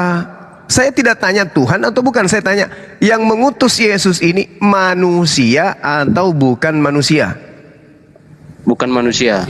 Oke, Yesus manusia atau bukan manusia? Yesus manusia. Oke. Sama tidak antara yang mengutus Yesus dengan Yesus? Yang mengutus Yesus siapa? Pertanyaan saya, sama tidak? Yang mengutus itu siapa? Yang mengutus Yesus dengan Yesus sendiri sama atau tidak? Iya, yang mengutus Yesus itu dari siapa? Tuhan, bukan manusia. Yesus. Tuhan yang mengutus Yesus itu bukan manusia. Yesus manusia. Yesus manusia. Pertanyaannya, apakah sama? Bukan manusia itu siapa? Apakah sama antara Yesus dan yang mengutus Yesus? Sama atau tidak? Yang mengutus Yesus bukan manusia, Yesus manusia. Sama tidak mereka itu? Berarti yang mengutus Yesus itu bukan manusia yang mengutus manusia. Ya. Yesus manusia. Dengarkan, Yesus manusia. Yang mengutus Yesus bukan manusia. Sama tidak mereka ini? Artinya yang bukan manusia yang mengutus Yesus manusia itu bukan manusia. Ya, bukan manusia. Sementara Yesus manusia. Berarti tidak sama, betul? Berarti yang bukan manusia yang mengutus manusia itu siapa? Kan sudah final tadi. Yang mengutus Yesus bukan manusia. Yesus adalah manusia. Pertanyaannya, apakah sama antara yang mengutus Yesus dengan Yesus itu sendiri? Sama tidak? Pertanyaannya bukan begitu. Itu pertanyaannya. Kok bukan begitu? Oke. Yang bukan manusia yang mengutus manusia itu dari siapa? Manusia adalah Yesus. Yang mengutus Yesus bukan manusia. Pertanyaan saya, apakah yang mengutus dan Yesus yang diutus itu sama? Oke, yang bukan manusia itu tadi mengutus Yesus yang manusia itu sama atau tidak? Siapa? Ini Sama atau orang tidak? Banget sih. Sama atau tidak? Coba dijawab. Ya sama. Bagus, tepuk tangan untuk Anda. Nah, inilah yang Al-Quran katakan, Bung. Inilah yang Al-Quran katakan. Wa mathalul ladzina kafaru kamathalil ladzi yan'iqu bima la yasma'u illa du'a'aw wa nida summum bukmun umyum fahum la ya'qilun. Seperumpamaan orang-orang Islam ini menyeru kepada orang kafir itu laksana gembala yang menyeru kepada hewan. Hewan ini cuma mendengarkan suara tapi tidak sampai ke akal. Tidak sampai. Anda mendengarkan suara saya tapi tidak sampai ke akal Anda. Anda berkata, yang mengutus Yesus bukan manusia, Yesus manusia. Yang mengutus Yesus ini adalah Tuhan. Yesus ini sendiri adalah bukan Tuhan. Yesus manusia, yang mengutus Yesus bukan manusia. Saya tanya, apakah keduanya ini sama atau berbeda? Anda mengatakan sama. Padahal mulut Anda sendiri dekat dengan kuping. Kuping Anda sendiri dekat dengan mulut, tidak sampai sejengkal. Mulut Anda mengatakan yang mengutus bukan manusia, yang diutus adalah manusia. Sama atau tidak antara yang bukan manusia dengan manusia? Sama atau tidak? Kata Anda sama. Inilah Al-Quran katakan. Coba saya ulangi lagi ya. Semoga Anda paham. Dengarkan saya. Ini kalau kambing saya tanya, kambing, apakah yang mengutus Yesus itu manusia? Mbe. Ah, kutanya lagi. Kalau Yesus yang diutus ini manusia atau tidak? Mbe. Ah, kedua-duanya sama enggak? Mbe. Sama aja jawabannya, sama seperti Anda barusan. Tidak ada bedanya. Persis. Anda bisa nyimpulkan sendiri. Kalau bisa nyimpulkan sendiri, ngapain capek-capek nanya? Untuk membuktikan ke khalayak banyak 3.000 orang bahwa Al-Quran itu tidak salah dengan mengatakan orang kafir itu sama saja dengan kambing. Ini Al-Quran mengatakan. Kita buktikan sama-sama kan? Kambing yang mengutus Yesus itu manusia atau bukan? Mbe. Yang diutus manusia atau bukan? Mbe. Nah, sama ndak antara yang mengutus dengan yang diutus? Mbe. Bedanya dengan Anda apa? Mbe. Nah, sama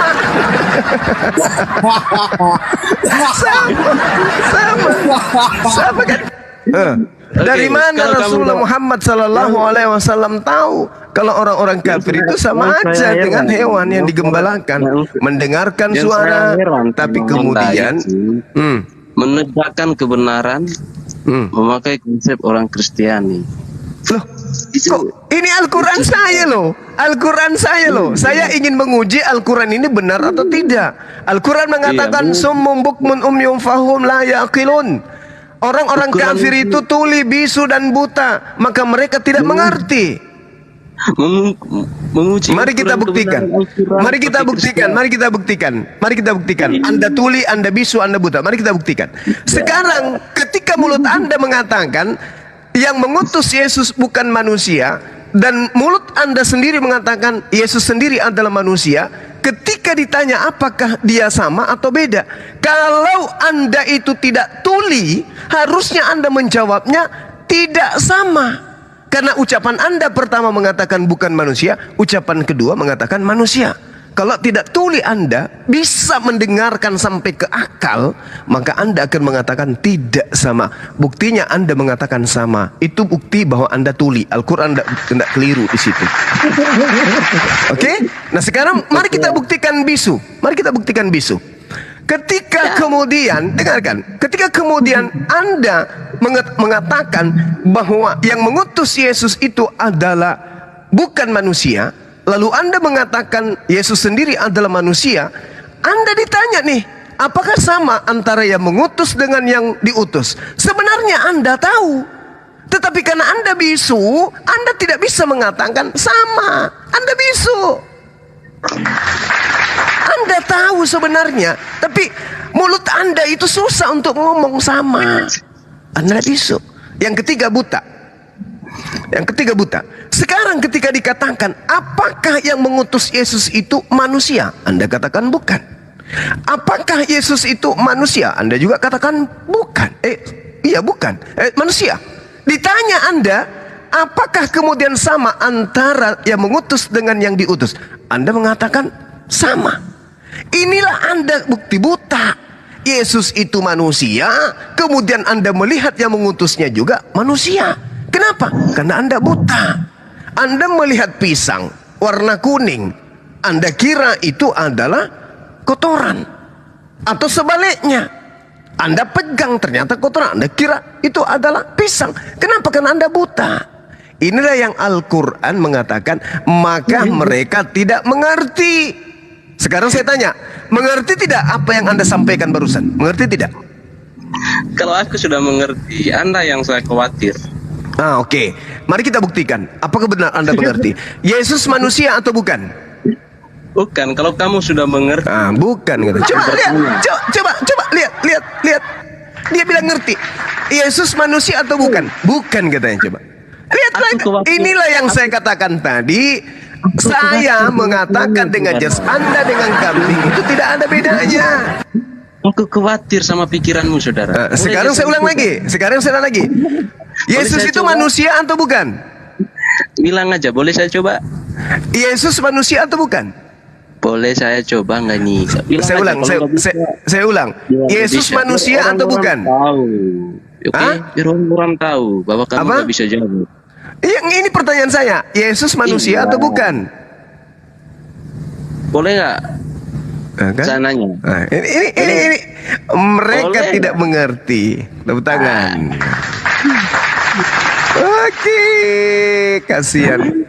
Al-Quran bisa, 1400 tahun silam menceritakan tentang saudara, dan sampai hari ini tidak ada yang bisa mengganggu gugat kebenaran Al-Quran itu, bahwa orang Kristen, orang kafir itu mereka sama aja dengan hewan, mendengarkan suara tapi tidak mengerti makna dari suara tersebut. Sama dengan kambing yang tadi kita praktekkan. Oke, Bung? Iya, aku paling suka satu ayat dalam Al-Quran itu. Iya, apa tuh? Al-Quran yang tentang menutup diri, itu saya suka sekali itu ayat. Apa tuh?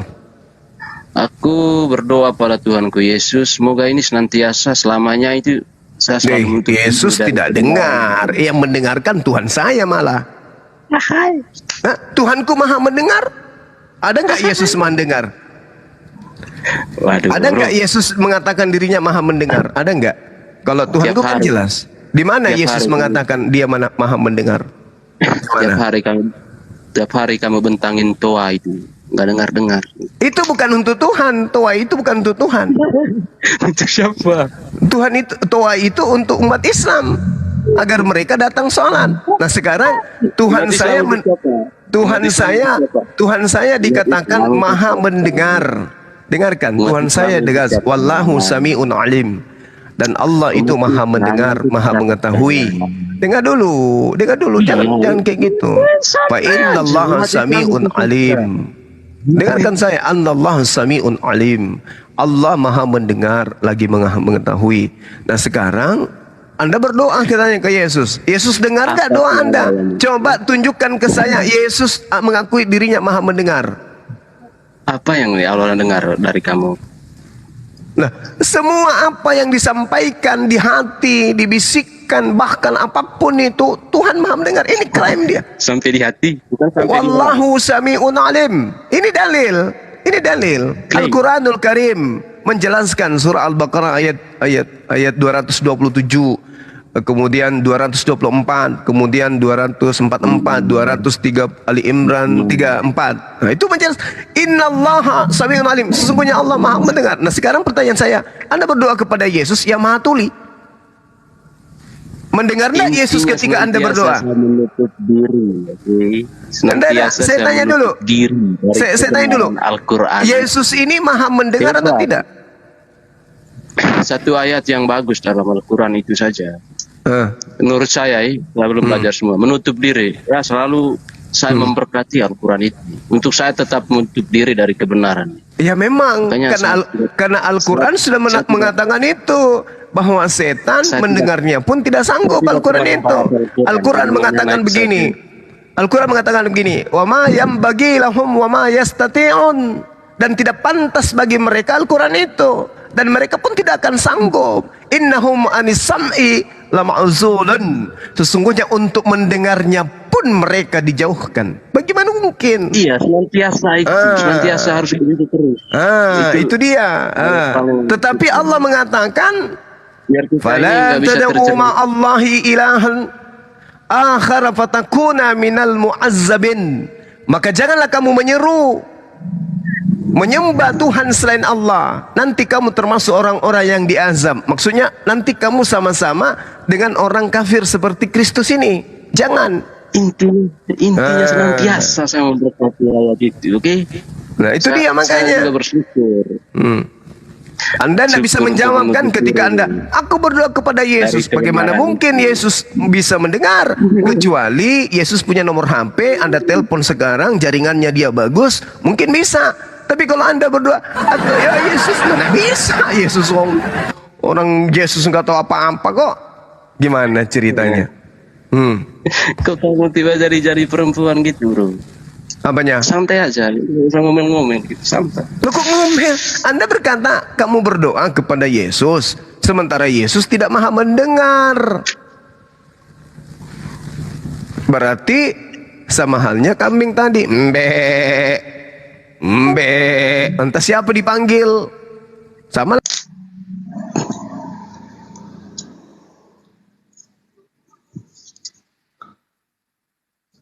Ya, sabar. Bang Zuma akan kembali di detik ketiga. Kenapa Bang Zuma? Kasihan Zuma. Dibimbing itu Zuma itu, bro. Siapa itu? Om Daman. Daman, kamu yang sedikit punya rasio. Sedikit-sedikit kamu terapi akalnya.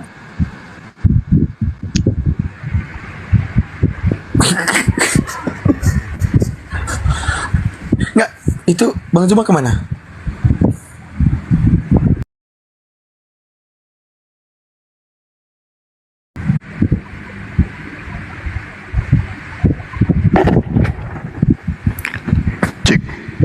Bang Host, Bang Zuma kemana? Biasa di report. Oh, Cari materi mungkin, bro. inilah kerjaannya. Ini kerjaan paling nggak fair kayak gitu.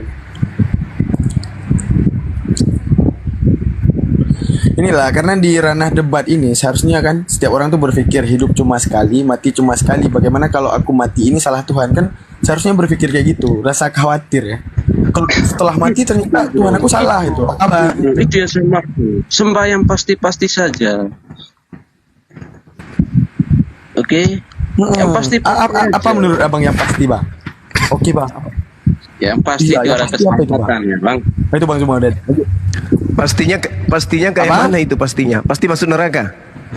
Pasti keselamatan ya, Bang. Di mana ada keselamatan menyembah Yesus? Mana dalilnya?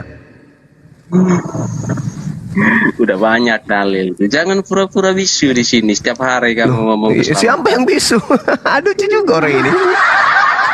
Mana dalilnya menyembah Yesus itu selamat? Mana dalilnya? Justru yang memanggil Yesus itu akan masuk ke dalam neraka.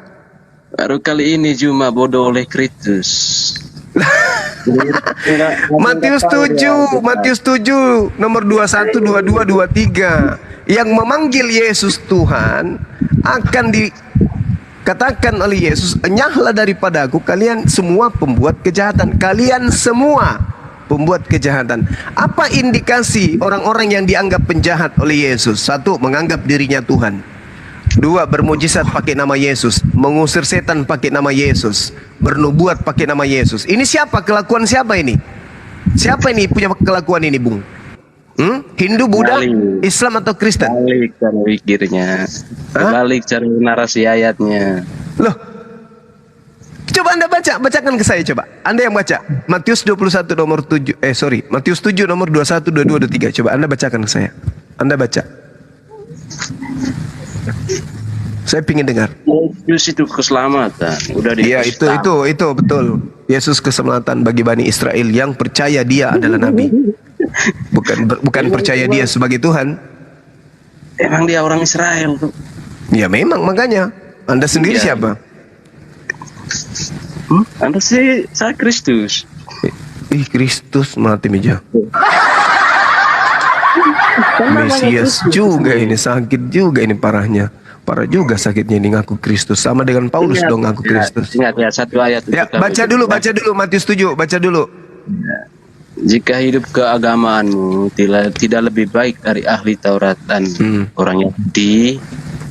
Apa kusuruh baca? Apa yang kusuruh baca? Nerakalah tempatmu. Orang Yahudi sunat. Nah, kamu apa sunat? Jika hidup keagamaan. Iya, jika hidup keagamaanmu tidak lebih baik dari ahli Taurat, maka engkau tidak akan masuk ke dalam kerajaan surga. Sekarang apakah orang Kristen hidup keagamaannya lebih bagus dari sempurna daripada ahli Taurat? Tentu dong. Kan orang buktikan. yang mengajar. Buktikan orang Yahudi sunat. Kalian? Sebentar dulu. Orang Farisi yang mengajar Kristen, bro. Ya memang makanya Yesus mengatakan agama yang didirikan orang Farisi itu adalah orang neraka. Dalilnya di Matius 23 nomor 15. Agama yang didirikan Farisi adalah orang neraka. Baca dalilnya. Ayo. Jika hidup keagamaanmu tidak lebih benar dari hidup keagamaan Rasul Paulus, maka Rasul nerakalah Paulus. tempat dulu. Rasul Kan orang Paulus. Farisi, Paulus. Orang Farisi itu 2 kali lebih jahat dan dia masuk neraka. Dalilnya Matius 23 nomor 15. Kenapa kamu baca Matius 23 nomor 15? Coba baca. Sembah yang pasti-pasti aja. Coba kamu baca Matius 23 nomor 15. Kata Yesus di kayu salib, ini sudah selesai. Artinya Udah turunkan, host turunkan. Host turunkan, orang gila ini host. Tak waras. Udah kamu di neraka aja ya. Sampaikan salamku sama Paulus, sama Lukas, Markus, Matius, Yohanes. Udah ke neraka sana. Turunkan host. Nauzubillah, tsumma nauzubillah. Nah, lebih bagus kayak gitu. Daripada layani seekor orang bahlul, mending layani 1000 orang pintar. Ya, selanjutnya ada Doni. Doni, silakan dibuka mic-nya Doni. Selamat malam. Ya, selamat malam. Doni, silakan berbicara.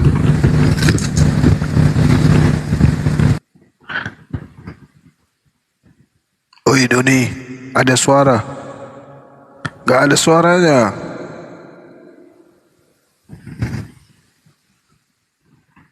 Coba Mbak.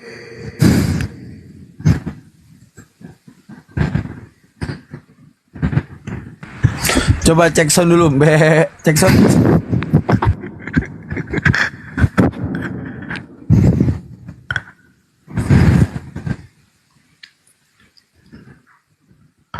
Oi, Doni.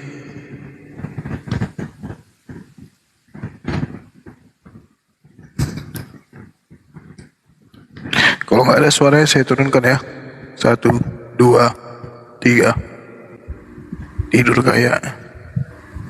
Ya, pada smile.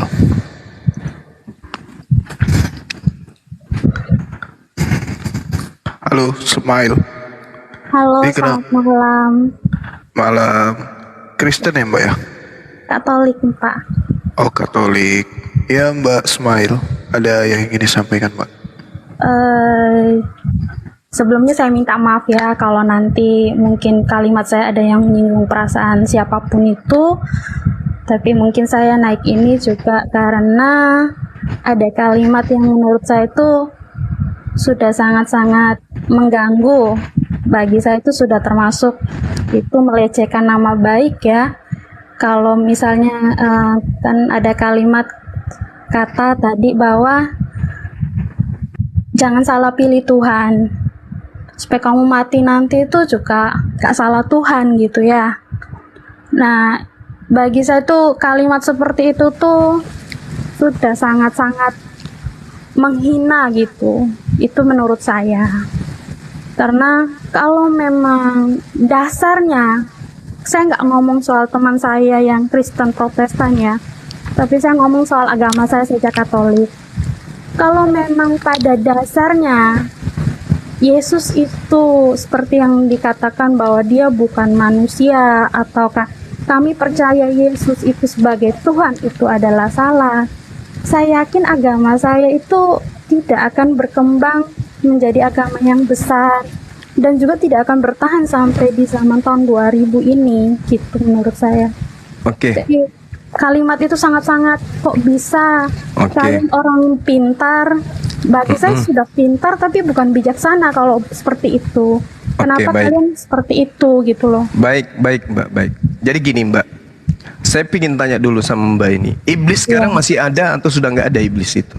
Pasti masih ada. Masih Buktinya ada. Kan ada room ini. Iya, oke. Berarti pengikut-pengikut iblis itu masih ada kan? Seharusnya masih ada. Ya, berarti kalau pengikut iblis itu banyak, udah lama kayak gitu, berarti pengikutnya udah lama, udah banyak. Kalau saya bilangnya tidak ada juga tidak mungkin kan? Oke, baik. Sebelum Islam itu datang, sebelum Tuhannya Islam mengajarkan tentang Islam, antara Yahudi dan Kristen yang mana yang pengikut iblis? Oh, dibahasnya seperti itu. Oh, tunggu dulu, sebelum kita masuk ke sana Ibu. Kan ya Katolik itu kan agama baru dari Yahudi. Katolik, dari segi Yahudi ya. Oke. Ya, Katolik adalah agama yang muncul belakangan mengambil manusia dari Yahudi untuk dijadikan sebagai Tuhan. Pertanyaan saya, ini Islam belum datang nih. Ya. Ya, Islam belum datang. Di antara Yahudi dan Kristen, yang mana menjadi pengikut iblis di situ? Tidak mungkin dua-duanya benar. Oh ya, nggak mungkin karena memang dua-duanya juga ada iblisnya kok di dalam. Nah, ini Islam yang saya nggak mungkin jalan sendiri kalau tanpa. Jadi gini Bu. Oke. Yahudi dan Kristen itu adalah satu akidah yang berbeda, agama berbeda, Tuhannya Iya. berbeda, Rasulnya berbeda. Tidak mungkin di antara Kristen ada kebenaran, ada kesesatan. Tidak mungkin juga di Yahudi begitu. Nah sekarang yang mana di antara keduanya golongan ini adalah pengikut setan? Tidak ada. Oh, nggak bisa. Kenapa Karena tidak Yesus bisa? Yesus mengatakan di dalam Matius 24 nomor 24, sebab nabi-nabi palsu akan muncul dan mereka akan mengadakan tanda-tanda dahsyat dan mukjizat-mukjizat. Nah, saya mau tanya sama saudara, yang melakukan mujizat-mujizat ini seperti Markus, Matius, Paulus, ini nabi atau bukan? Kalau menurut kamu, apakah mereka ada melakukan mukjizat? Kalau Paulus itu kan banyak melakukan mujizat. Seperti apa ya? Ya nggak tahu. Makanya dia dianggap sebagai dewa pada saat dia di Antioquia. Siapa Dia dianggap. yang bilang? Makanya. Siapa yang bilang dia itu dewa? Iya, masa nggak? pertanyaan saya siapa yang bilang dia Masa itu nggak dewa? orang-orang yang ada di Antioquia menganggap dia dewa karena dia mampu Orang-orang, melakukan oke. mujizat. Ya karena orang-orang di situ kan, orang-orang Iya. yang di situ kan. Iya, karena kebiasaan mereka ketika melihat manusia yang bisa bermujizat, mereka menganggapnya Tuhan, menganggapnya dewa, karena mereka penyembah dewa. Oke ya. Jadi kalau saudari tadi mengatakan kalau kami ini sesat, tidak mungkin kami banyak. Di sini dalilnya mengatakan menyesatkan orang-orang pilihan dan bahkan menyesatkan banyak orang. Nah, jadi jangan heran kalau Kristen itu banyak. Sekarang permasalahannya, kalau Anda mempermasalahkan bahwasanya jangan salah sembah, siapa tahu ada yang tadi pengakuan adik saya mengatakan bahwa jangan sampai salah sembah kan gitu. Nah, Yesus mengatakan di dalam Yohanes 8:44, iblislah yang menjadi bapakmu. Ini siapa ini? Iblis yang menjadi bapakmu. Oke. Iya, Yesus mengatakan begitu loh. Yesus loh. Iblis yang menjadi bapakmu. Ini yang dituduh Yesus ini siapa? Kalau kamu yang sudah baca Alkitab saya, berarti saya bisa bilang kamu sudah tahu dong kalimat awal dan sampai akhirnya sampai kalimat itu ada. Kamu tahu dong siapa yang ada di situ pada waktu itu. Nah, saya tahu, betul saya tahu. Berarti siapa itu? Orang Farisi. Nah, Orang Farisi dan pengikut-pengikutnya. Satu-satunya agama di luar daripada Yahudi yang memanggil Tuhannya dengan panggilan Bapa itu siapa agamanya? Tuhan yang masuk bagaimana? Satu-satunya agama yang memanggil Tuhannya dan panggilan Bapa itu siapa? Satu-satunya agama yang memanggil Tuhan itu adalah Bapa. Kalau dari konsep saya Katolik ya, yang saya pelajari ya, Tuhan itu kan yang dianggap Tuhan itu adalah Allah Bapa, yang mana Dia menciptakan langit dan bumi. Saya nggak tanya itu loh. Saya tanya agama mana yang memanggil Tuhannya dengan panggilan Bapa. Pertanyaanmu itu sudah ke arah agama saya, makanya memang Kristen. Saya katakan memang Kristen itu penyembah setan. Puas. Penyembah setan dari mana? Oke, sekarang saya tanya. Ketika jangan pakai Quran ya. Jangan pakai Quran, pakai kitab Anda sendiri. Yesus mengatakan, iblislah yang menjadi bapakmu. Ada nggak bapak di dalam agama Kristen yang Anda panggil sebagai bapak? Ada nggak? Kalau kita mau ngomong secara di agamaku ya, yang kita sebut Bapa itu hanyalah Allah sendiri. Tidak mungkin. Tidak mungkin. Nah, inilah yang saya katakan, Anda itu kerasukan, Anda pasukannya, berarti Anda melakukan kebohongan. 1 Korintus 4 nomor 15, sebab sekalipun kamu mempunyai beribu-beribu pendidik dalam Kristus, kamu tidak mempunyai banyak bapak. Karena akulah Paulus dalam Yesus Kristus telah menjadi bapakmu. Anda mengatakan tadi nggak ada. Kalau berarti kita masuknya ke ranah pimpinan Bapak Paulus pada nggak bisa. Karena Yesus sendiri mengatakan, jangan kamu memanggil Bapa siapapun di langit dan di bumi, karena hanya ada satu Bapakmu, jedar. Iya sudah toh pasti toh, yaitu Allah Bapa. Dan itu Gimana? diakui orang Katolik toh. Sudah kan? Lah, terus kenapa kamu manggil Bapak kepada Paulus? Dia dipanggil Bapak Paulus itu Hah? dia itu sebagai Sebagai apa? pimpinan terbesar di agama Katolik. Dia itu dipanggil berarti- Bapak. Lalu kalau berarti- kamu bilang gitu, berarti kita Dengarkan. panggil Bapak Presiden itu salah lah. Oh, bukan, beda kalau Bapak itu pakai K. Kita logika lah. Kalau Di dal- bahasa Indonesia, dengarkan, Mbak, dengarkan saya, Sekarang bahasa Indonesia itu sudah diperbarui maknanya. dengarkan Entah itu ada saya. K atau tidak Oke. ada K, maknanya itu masih sama Oke, Pak, secara baik. KBBI. Gak Oke. usah diputar balik soal kata. Oke, sekarang kita masuk ke original teksnya kalau begitu. Ya. Di dalam Matius 23 nomor 9 jelas dikatakan begini, janganlah kamu menyebut siapapun Bapak di bumi ini, karena hanya ada satu Bapakmu, yaitu Dia yang di surga. Oke? Nah, sudah jelas. Nah, Jelas sekarang kan Paulus Bapak? mengatakan apa? Sekarang Paulus mengatakan apa di sana? Dia mengatakan apa? menjelaskan dia sebagai pimpinan. Pimpinan gimana? Dia menyebutkan Pimpinan Bapak. orang Katolik, Pak. Dia mengatakan dirinya sebagai Bapak kok. Pak, Ah, mau di mana-mana pun itu tuh namanya sebutan panggilan, Pak. Gak mungkin Bapak mau bolak-balik seperti apapun. Begini. Kan kita panggil presiden saja nggak mungkin Salah. kita panggilan. Kamu Kita panggil salah. Bapak presiden. Kamu kok. salah. Kamu Oh, salah. nggak bisa. Kamu bukan salah. nggak bisa, Dengar, bukan saya ingin salah. tahu dulu. Saya ingin Kamu gali dulu pengetahuan Anda. Saya ingin tahu. Original kitab saudari ini yang saudari tahu itu bahasa apa? Bahasa Arab. Ah, bahasa Arab. Janganlah. Bahasa Arab. Janganlah. Perjanjian baru itu bahasa Arab. Kalau dari bahasa Yahudi, habis itu agama pada waktu itu menggunakan bahasa. Jangan ketawa lah. Kalau seandainya Nabi pada waktu itu munculnya bukan di Israel atau negara Mesir, Ketawain. Oh, ketawain. Ibu ini, original kitabnya orang Romawi itu bahasa Yunani. Iya, saya tahu. Kenapa bilang bahasa Arab? Wah, berarti Bapak juga enggak tahu sejarah dari Alkitab saya, Pak. Kalau Bapak ngomong seperti itu, Saya tanya, aduh, saya itu original teks kitab saudara kok kenapa jadinya ke Arab? Karena Alkitab saya itu tidak hanya ada perjanjian baru, yang Bapak sebut itu adalah perjanjian baru.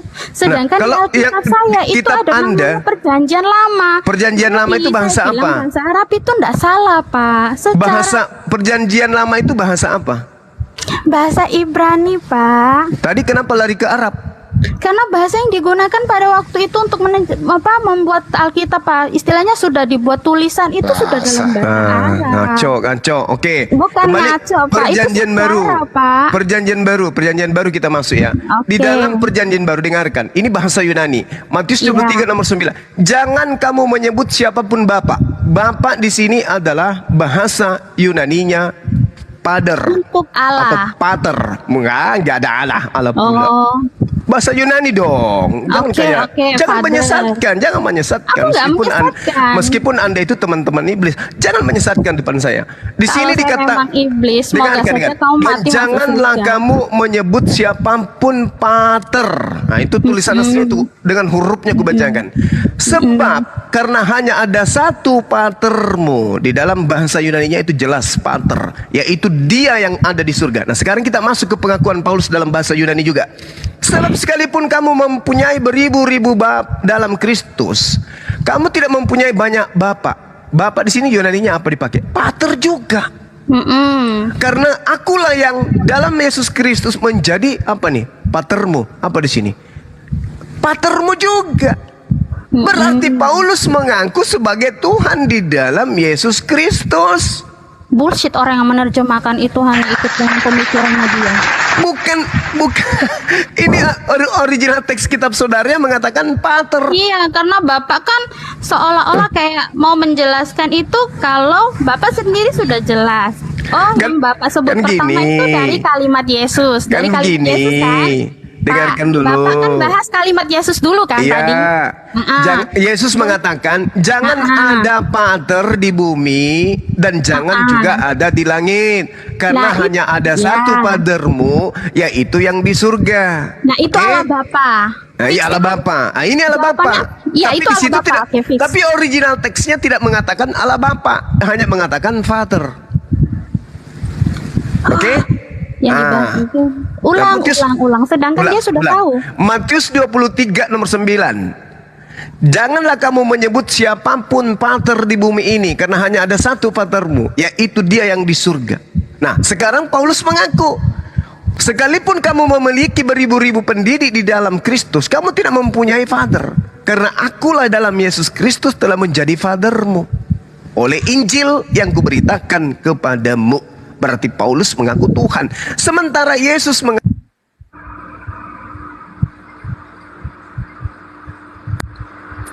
report. Aku lagi seru-seru mendengar dia menjelaskan. Tunggu dulu, nggak lama kok naik lagi. Masih di report ini. Mbak, Jadi tunggu Mbak Nyola. kalau- Lu kan Ini udah naik nih. Jadi kalau bapak di situ bukan merujuk lu pergi dia. K. Ya, itu pakai K. Itu bisa kita lihat di dalam Lukas 9 ayat 59. Lalu ia berkata kepada seorang lain, ikutlah aku. Tetapi orang itu berkata, izinkanlah aku pergi dahulu menguburkan bapakku. Ya, itu bapak. Tapi kalau Tuhan, K-nya hilang dia. Lukas 15 ayat 18, aku akan bangkit dan pergi kepada bapakku dan berkata kepada Bapa, aku telah berdosa. Nah, ini yang merujuk kepada manusia, itu pakai K dia. Tapi kalau kepada Tuhan pakai Bapa, nggak pakai K dia. Maka benar Paulus itu adalah Tuhan di situ. Duh, mana nih? Yang paling aneh juga Bible ini kok ada bapak tidak pakai K. Aneh. Oke. Jadi ini adalah ketuhanan dan bapak sebagai bapak manusia biasa. Lanjut lagi. Iya, ada laporan dari host, katanya saya salah baca ayat.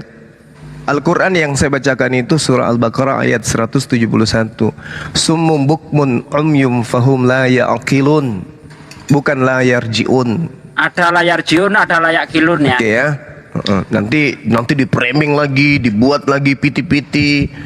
Jangan kayak gitulah. Wa mathalul ladzina kafaru kamathalil ladzi yan'iku bima la yasma'u illa du'a wa nida summum bukmun umyum fahum la ya'qilun. Betul. Ya. Mana tadi? Udah pergi? Ada smile. Oke. Jadi kembali ya, saya jelaskan kepada saudara bahwasanya jelas sekali Paulus itu mengaku sebagai father. Sementara Yesus berpesan, jangan ada father di muka bumi ini sebab hanya ada satu fathermu yang ada di surga. Paulus mengaku father.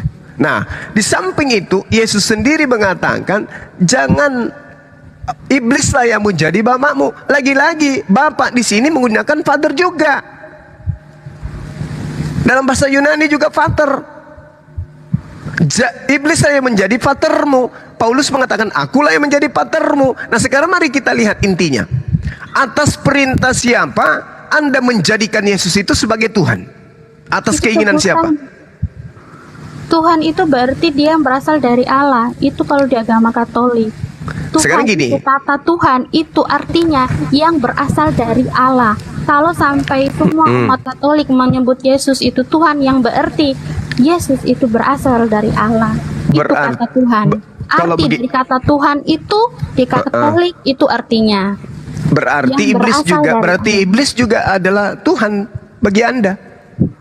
Iblis juga adalah Tuhan. Oke, bagi bagus. Bagi saya.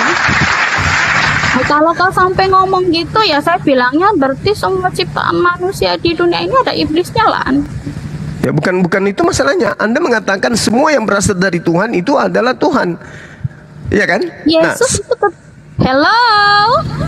Iya, Kamu kenapa? dari tadi itu bahas Yesus, bukan bahas manusia yang lainnya. Ngapain bahas manusia yang lainnya? Memangnya manusia itu sama dengan Yesus? Anda mengatakan yang berasal dari Tuhan itu adalah Tuhan. Yesus Tuhan karena dia berasal dari Tuhan, ya kan? Ya, Iblis juga berasal dari Tuhan.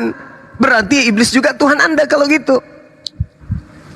Kalau iblis berasal dari Tuhan. Sedangkan kita semua tahu sebagai umat beriman jelas-jelas tahu bahwa iblis itu adalah salah satu suruhannya Allah. Bagaimana bisa kalau kau bilang agama saya adalah agama yang berasal dari iblis, lalu kamu kalau melakukan kesalahan bukan dari iblis ya? Begitu maksudmu? Bukan. Yang mempersembahkan Tuhan Yesus Anda itu di atas tiang salib kan iblis. Oke. Kalau kita anggap saja ya, karena sebagai saya umat Katolik kan mengimani, kalau lebih tepatnya mengimani bahwa Yesus disalib untuk menghapus dosa manusia karena cintanya Allah kepada manusia.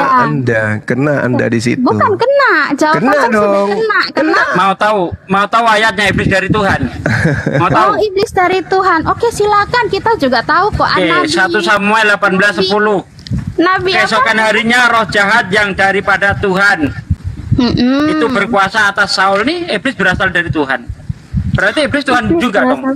Karena Yesus berasal dari Tuhan. Sebagai umat beriman kita tahu bahwa iblis itu dari salah satu. Umat percaya. Kalian itu umat percaya, bukan umat beriman. Enggak, saya yakin. Kita semua tahu. Sekarang begini.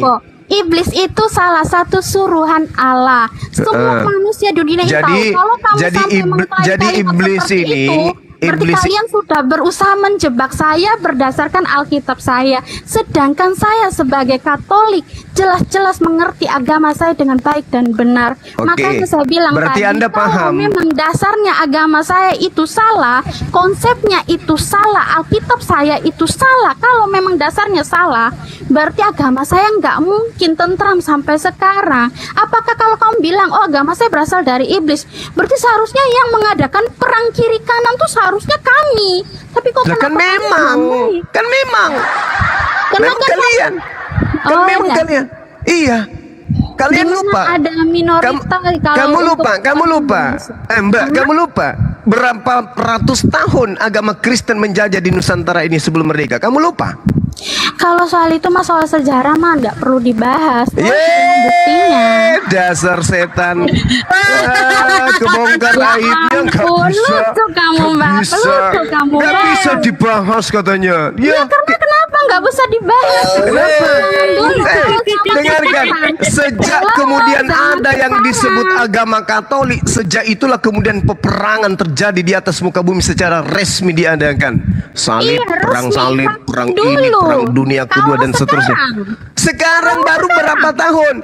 Anda itu hidup baru berapa tahun? Nanti Indonesia merdeka, baru kita tidak melihat kekejaman Kristen setelah Indonesia merdeka.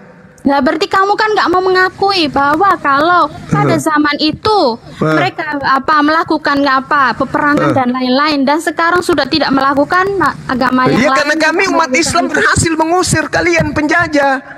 Tapi apakah kamu berhasil mengusir dia dari muka bumi ini? Kan ya nggak bisa, karena setan nggak bisa diusir. Lucu. Kalau memang dia itu setan ya, kalau memang dasar kami itu setan ya, kalau memang dasar kami setan ya, semoga kepintaranmu itu bukanlah sebuah kebijaksanaan yang menurut saya itu bukan. Jangan Anda menggiring saya ini menuduh dan memfitnah sesuai yang tidak sesuai dengan fakta. Sekarang permasalahannya, yang mempersembahkan Yesus di atas tiang salib itu Tuhan atau setan? Kalau kita mau bilang Tuhan, nanti kamu bilang kita salah. Kalau kita bilang manusia, kita lihat sejarah, ada sejarahnya.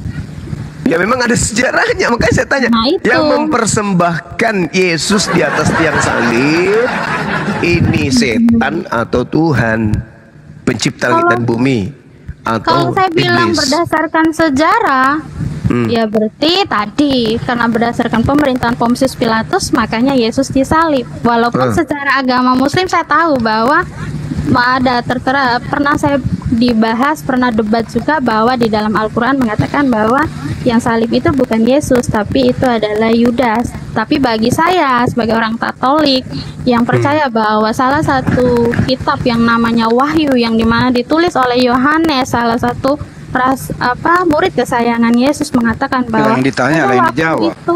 Bukan ditanya, tapi ini hanya sebagai penjelasan, Pak. Sekarang begini pertanyaan saya. Ya, otak dari penyaliban ini siapa? Iblis atau Tuhan? Kalau Bapak tanya soal itu, ya iblis, karena kan sudah dia. Karena kan masuk dari Yudas kan.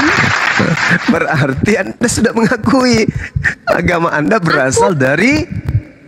Aku mengakui bahwa agamaku itu pondasinya di batu karang ini kudirikan rumahku itu dari kalimat Yesus. Kalau memang aku mempercayai Allah Bapa itu Allah yang menciptakan langit dan bumi, Mbak, itu dengarkan salah. saya, Mbak. Dengarkan saya. Berarti saya mengakui segala kritik kamu itu. Tapi Mbak, kalau aku dengarkan yang saya. aku itu benar, tolonglah. Jangan seperti itulah sikapmu. Dengarkan saya, Mbak. Dengarkan Jadi saya. orang Ya, itu saya bijaksana. sangat bijaksana. Dengarkan saya. Dengarkan saya. Adakah agama Kristen tanpa penyaliban? Kalau di agama Kristen tanpa Iya. penyalipan. Iya, Kalau bisakah- ini maksudnya pertanyaannya zaman dulu atau zaman sekarang? Sekarang bisa tidak Kristen itu ada tanpa ada konsep penyaliban? Kalau tanpa ada konsep penyalipan, sedangkan pengertian saya kenapa Yesus disalib, karena pada waktu zaman itu orang kalau bunuh orang atau itu kan disalib. Bong lagi. Jadi bukan kita bahas soal kesalipannya ini. Kristen Kalau akan begitu gulung lah, aku tikar yakin kalau dengarkan. Kristen akan gulung tikar kalau tidak ada penyaliban. Betul atau betul?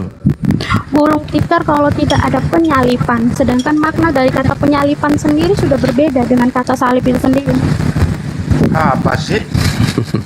Anda mau sok pintar tapi kosong. Bukan pintar, tapi karena kita kan sama-sama belajar tentang agama kita. Tujuannya kan untuk menciptakan harmonis, nggak perlu lah bahasa menjelekkan agama orang lain, kan begitu tujuan Bisa kita tidak? beragama. Bisa tidak kitab Anda itu tidak menuliskan anak-anak Allah?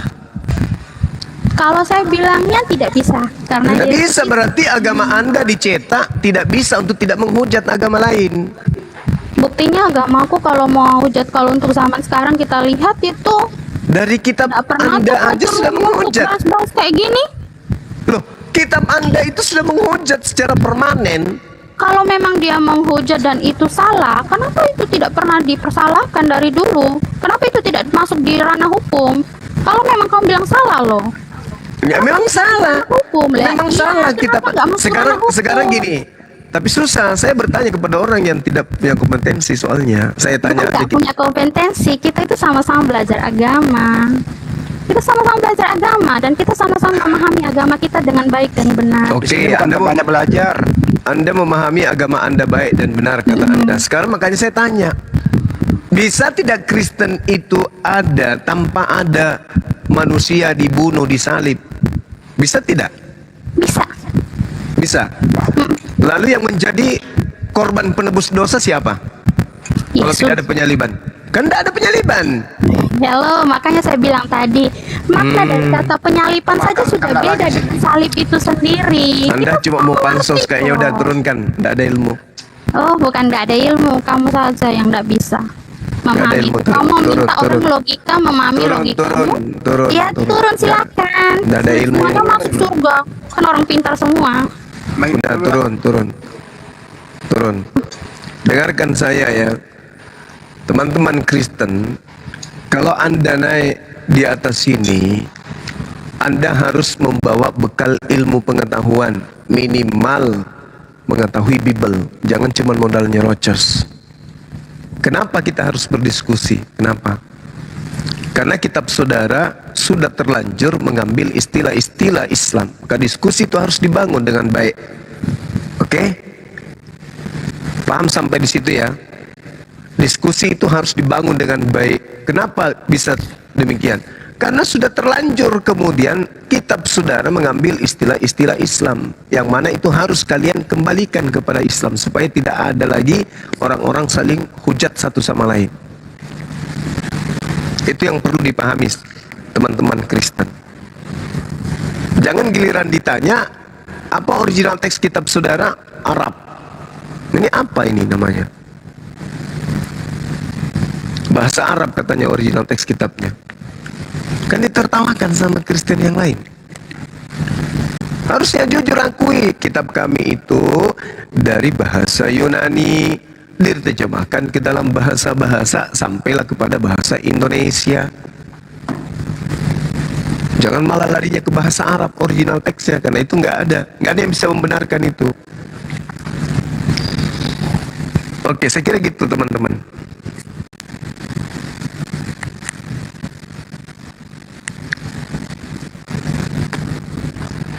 Tadi ditanya apa, jawab apa. Tapi tadi udah terjawab sih. Artinya apa? Kalau tidak ada penyaliban, Kristen masih ada. Tanya ulang sama Bang Juma. Jadi kalau nggak ada penyaliban, bagaimana cara penebusan dosa? Bingung. Jadi setiap statement yang dikeluarkan, terus statement itu ingin dibuktikan, bingung. Selalu itu. Bingung, pindah topik, bingung gitu loh. Akhirnya kemana-mana. Jadi asal ngomong aja, nggak dia bisa buktikan omongannya itu intinya Bang Juma. Iya, itu aja asal sih. keluar. Asal keluar.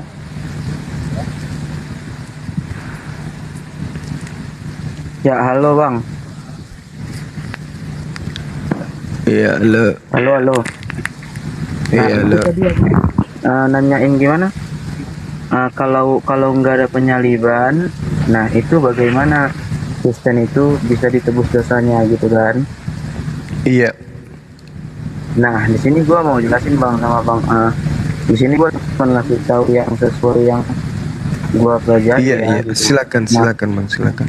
Jadi gini Bang, di situ yang namanya hukum Tuhan, lu nggak bisa bantah gitu. Sekarang gua tanya sama lu, ya kalau memang namanya Adam sama Hawa itu, kenapa Adam sama Hawa itu? Ada ke Adam ke Hawa. Nah ini sebagai contoh, gua memberikan contoh supaya lu itu bisa memahami gitu konteksnya. Kan tadi pertanyaannya, kalau tidak ada penyaliban yang diprakarsai oleh iblis, Kristen ini melakukan penembusan dosa dengan cara apa? Nah, kan itu pertanyaan. Kenapa tadi, lu bilang dikuasai oleh iblis gitu? Kenapa bukan lu dikuasai, bilang diprakarsai oleh iblis. Nah, kenapa lu bilang begitu? Satu, karena dia bagus. Membunuh, bukan? Satu pertanyaan. Gitu. Satu pertanyaanmu itu sangat bagus. Kedua, dengarkan jawaban saya. Oke? Tuhannya orang Yahudi mengatakan jangan kau membunuh orang yang tidak bersalah. Yesus ditanya bagaimana caranya bisa masuk surga. Yesus menjawab jangan kamu membunuh. Ketika dikatakan dalam Amsal 6 perkara yang dibenci Tuhan, bahkan 7 perkara yang menjadi kekejian bagi hatinya. Di antaranya membunuh orang yang tidak bersalah. Sekarang kita lihat proses penyaliban. Yesus berkata di dalam Yohanes 6 nomor 70, aku yang memilih engkau yang 12, tapi salah satu di antaranya adalah iblis. Itu Yudas, iblis. Imam-imam kepala rabi-rabi Yahudi pada saat itu, mahkamah agama melakukan kemudian kesaksian palsu. Kesaksian palsu ini pasti iblis. Kemudian Matius 28 nomor 17, di situ Pilatus mengatakan mereka menyerahkan Yesus karena dengki. Nah, lagi-lagi Pilatus mengatakan mereka kena penyakit dengki. Dengki itu datangnya dari iblis. Jadi penyaliban ini dikelilingi oleh perbuatan iblis, sementara Tuhan sendiri murka, benci terhadap pembunuhan kepada orang-orang yang sekarang gini aja tidak berdosa. Tahu konteksnya sama sekarang pertanyaannya kenapa sudah gini? Oke. Sekarang gini, pertanyaannya saudara, apakah sudah terjawab? Sekarang gini, gua nanya sama lu tanya lagi. Padahal saya sudah menjawab pertanyaan tadi. Mengapa Anda mengatakan penyaliban itu adalah prakarsa iblis? Sudah saya jawab. Apakah Anda puas dengan jawaban saya? Lu bilang dilarang membunuh. Terus bagaimana dengan nabi lu yang memerangi orang-orang yang menurutnya kafir gitu? Tidak ada hubungannya dengan tema kita ini. Terus nabi lu iblis juga gitu. Dia kan membunuh, memerangi orang-orang kafir. Matius kafir itu belum tentu dia bersalah. Kisah para Rasul 3 nomor 22, nomor 23 Bukankah di dalam kitab Tauratmu dikatakan bahwa Tuhan Elohim akan membangkitkan? Jangan lulu di sini, nanti kululu mukamu. Jangan lulu di sini. Kayak Betawi aja lulu di sini. Itu Nabi lu aja ngebunuh, Cok, memerangi orang. Yang penting bukan Tuhan yang dibunuh. Ya sama aja. Jadi enggak sama aja. Enggak sama. Gini. Membunuh manusia itu sama seperti Nabi Musa alaihi salam. Enggak ada. Saya bisa dengar. Enggak ada orang bahlul enggak bisa didengar. Dengarkan saya. Dengarkan. Nabi Musa alaihi salam diperintahkan membunuh. Bunuh. Jangan kau biarkan apapun yang bernapas. Itu perintah Tuhan. Supaya menegakkan hukum-hukum Tuhan di atas muka bumi. Kemudian Tuhan mengatakan, aku akan membangkitkan seorang nabi yang sama seperti Musa. Berarti nabi yang sama seperti Musa juga akan melakukan hal yang sama. Di dalam kitabmu Kisah Para Rasul 3 nomor 22 nomor 23 jelas dikatakan bahwa bukankah Tuhan Elohim mengatakan di dalam kitab Taurat bahwa Tuhan akan membangkitkan seorang nabi yang sama seperti Musa. Barang siapa yang tidak mendengarkan perkataan nabi tersebut, maka semua akan dibasmi, akan dibunuh dari bangsa kita. Dan itu siapa? Nabi Muhammad gitu. Lalu nabi siapa? Ya Tuhan Yesus itulah sendiri. Siapa yang Yesus bunuh? Siapa Yesus bunuh? Ya kan gua nanya ke elu loh. Siapa yang Yesus bunuh? Jawab dulu. Kalau nabi itu konsepnya iblis. Di situ dikatakan di kitabmu, dengar. Di kitabmu dikatakan barang siapa yang tidak mendengarkan nabi tersebut, barang siapa yang tidak mendengarkan nabi tersebut, maka dia akan dibunuh. Mampus, mati kan kau? Datang tidak pakai ilmu. Di situ dikatakan dengan sangat jelas. Bukankah di dalam kitab Tauratmu sudah dikatakan, aku Tuhan akan membangkitkan seorang nabi yang sama seperti engkau wahai Musa. Barang siapa yang tidak mendengarkan perkataan nabi tersebut, maka dia akan dibunuh, maka dia akan dilenyapkan dari bangsanya. Pertanyaan saya, siapa nabi yang ketika berbicara dan perkataannya tidak didengarkan, tidak diikuti, maka dia mendapatkan perintah dari Tuhan untuk membunuh? Siapa itu? Yesus. Kau bilang Yesus, katanya Yesus. Yesus itu justru dibunuh. Bukan dia membunuh, kebalik. Dasar kucluk. Ngomong lulu kayak Pak Lulu saja kau. Sok Betawian lu. Gue aja tinggal di Jakarta gak gitu-gitu banget kali. Rumah gue 200 meter dari Monas, nggak lulu banget kali. Baru lihat Monas 2 hari udah lulu gue loh. Itu dia makanya Bang Andi. Mertua saya orang Tangerang, laki perempuan orang sana. Sepatu saya kemarin belinya di Tamrin. Baju saya juga belinya di mana tuh? Di Pasar Senen. Nah, mobil saya juga dari sana, dari Jakarta Pusat samping Roxy. Tapi gue nggak lulu kayak Pak Lulu. Mana sih lo?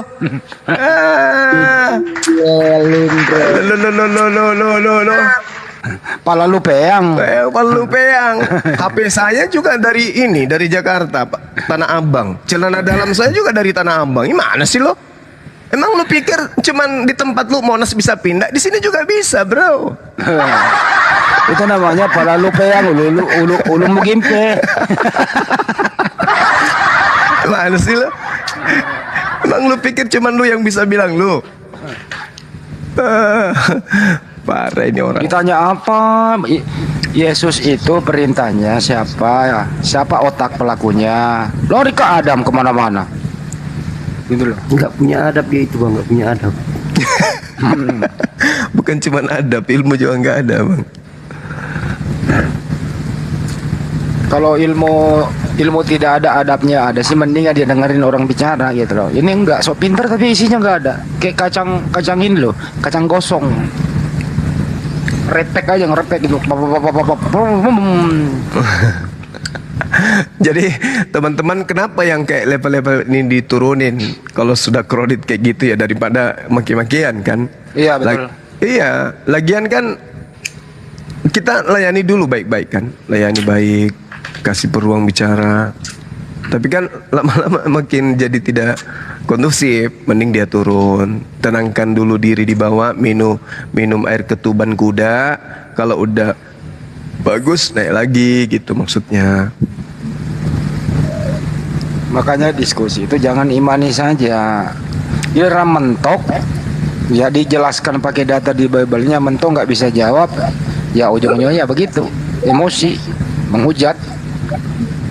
Kan tidak lucu komen saya yang turun, dia yang di atas. Ya kan? Benar nggak? Iya. Samanya kalau di room konten juga, kalau kemudian mereka itu kita bantah, ya kita diturunin, kita di-kick, kan gitu. Diululuin kata di gimana itu Bang Andi. Nah, bocil. Aduh. Coba kita sambut lagi nih. Kita tuh pengen tuh orang yang jujur lah, santun, sopan kita. Junwar, Pak Junwar. Iya Bang. Ya. Dari mana lu Bang? Pakai lu lah. Ke bawah. Bercanda.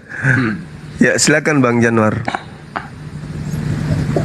Iya Bang, ini baru gabung juga Bang, nggak ngerti apa pokok masalahnya Bang. Ayo Bang Andi. Iya. Ini siapa? Januar. Dari ini sekte mana bilang? Oh ya. Oh Bang. Anda Kristen apa Muslim Bang? Kristen Bang. Oh Kristen. Bang tadi topiknya gini Bang. Kalau tidak ada penyaliban, Kristen ada atau tidak? Kristen ada atau tidak ya Bang? Kristen itu kan agama Bang. Iya. Terus ada. Saya malah sama.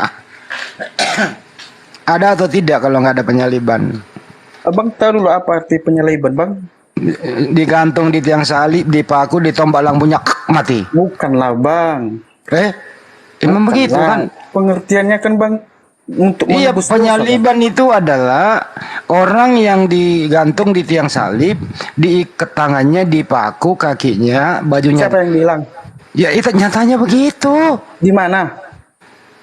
Jadi Yesus disalib dia malah dibaringin di rumput, nggak pakai salib. Itu Bang untuk menebus dosa Bang. Iya itu tujuannya. Iya terus yang jelap salib itu ada kayu palang. Dengerin dulu. Ada horizontal, ada vertikal. Tangannya dilentangkan kiri kanan, palanya ke atas, diikat tangannya dipaku, kemudian ditombak lampunya mati. Itu penyaliban. Nah, menurut Kristen, tujuannya adalah menebus dosa manusia. Betul apa betul? Betul. Nah, begitu kalau bicara. Nah, sekarang pertanyaannya, kalau tidak ada acara ini, penyaliban Kristen ada atau tidak? Kan Abang nggak ngerti dulu apa arti penyaliban Bang. Tadi udah dijelasin, udah setuju kita. Kan Kristen atau kan begini. Kalau tidak ada Yesus mati di tiang salib, bagaimana cara Anda ditebus dosanya? Apa Bang? 2 tambah 2 berapa? Aduh, inilah karena kita tuh beda pengertian Bang. Jadi saya ulang ya. Saya ulang nih. Kalau Abang kan itu menurut Abang ya kan. Kalau saya nggak menurut saya ini, saya cuman pengen Anda ini bisa bahasa Indonesia atau tidak. Abang, tapi kata Abang. Jadi kayak mana? Tapi kata Abang tadi ini semalam kumpul sama orang dongo ya, kenapa ya? Orang ditusuk lambungnya ya kan? Itu kan pengertian Abang. Lo kok pengertian itu terjadi, coy? Terjadi. Astagfirullahaladzim. Loh, istighfar dia. Bukan, kan Abang kan gimana bilangnya ya? Kan aku bilang arti penyaliban itu kan untuk menebus dosa. Tapi kata Abang kalau nggak ada penyaliban, Kristen itu ada atau enggak ya kan? Ya kenapa lu nggak jawab?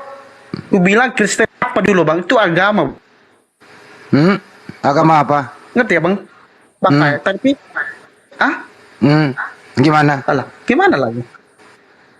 Mau kemana? abang ngerti ya apa pertanyaan abang? Jam dulu ya? berapa? Aku kasih tahu. Penyaliban itu Mau ke kan pasar? menebus dosa. Kau bilang Udah belum buka pasarnya. inilah harganya lah bang. Dia belok kiri aja besok. Terkena ganjil genap. Nyambung kan? Nah lu ngomong apa, gua ngomong apa. Begitulah kalau diskusi. Lu ngomong apa gitu, nggak nyambung. Gitu kan? Nah, bagaimana? Besok pasar di rumahmu, dekat rumahmu buka atau tidak? Harga cabai gimana di sana? Bang. Nggak ngomongin harga cabai aja deh, biar nyambung deh, daripada ngomong gitu loh. Tengah nyambung loh. Abang kan nanya. Berapa harga beras di rumahmu, dekat rumahmu di warung per liter berapa? Agama apa? Abang apa dulu bang? Berapa harga cabai di pasar atau harga beras gitu? Berapa? Bang, inilah istaga. Ditanya tapi nggak mau dijawab. Berapa harga cabai? Gue tanya, nggak usah ngomongin itu, nggak nyambung nanti. Harga cabai aja udah, baru lu turun. Harga cabai berapa? Mau kau beli? Iya, berapa? Ada. Biar nyambung kita ngomongnya, harga cabai berapa gitu. Astagfirullahaladzim. Kangkung sekilo berapa? Nah itu aja. Astagfirullahaladzim nggak tuh? Kangkung berapa itu? Tanya Pak Juma, kangkung. Daripada ngomongin gituan nggak nyambung, mending ngomongin kangkung, cabai gitu loh. Kali-kali nyambung, gitu kan? Enggak kan abang ini ditanya sekiranya penyaliban atau pembunuhan terhadap orang suci bernama Yesus itu nggak ada terjadi, ya. Nah, apakah agama Kristen penyembah Yesus ini ada? Ada.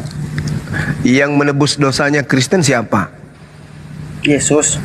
Kan tidak jadi, sekiranya nggak jadi disalib. Udah aku bilang ada, tetap ada. Iya. Siapa yang jadi korban? Siapa yang jadi korban ya?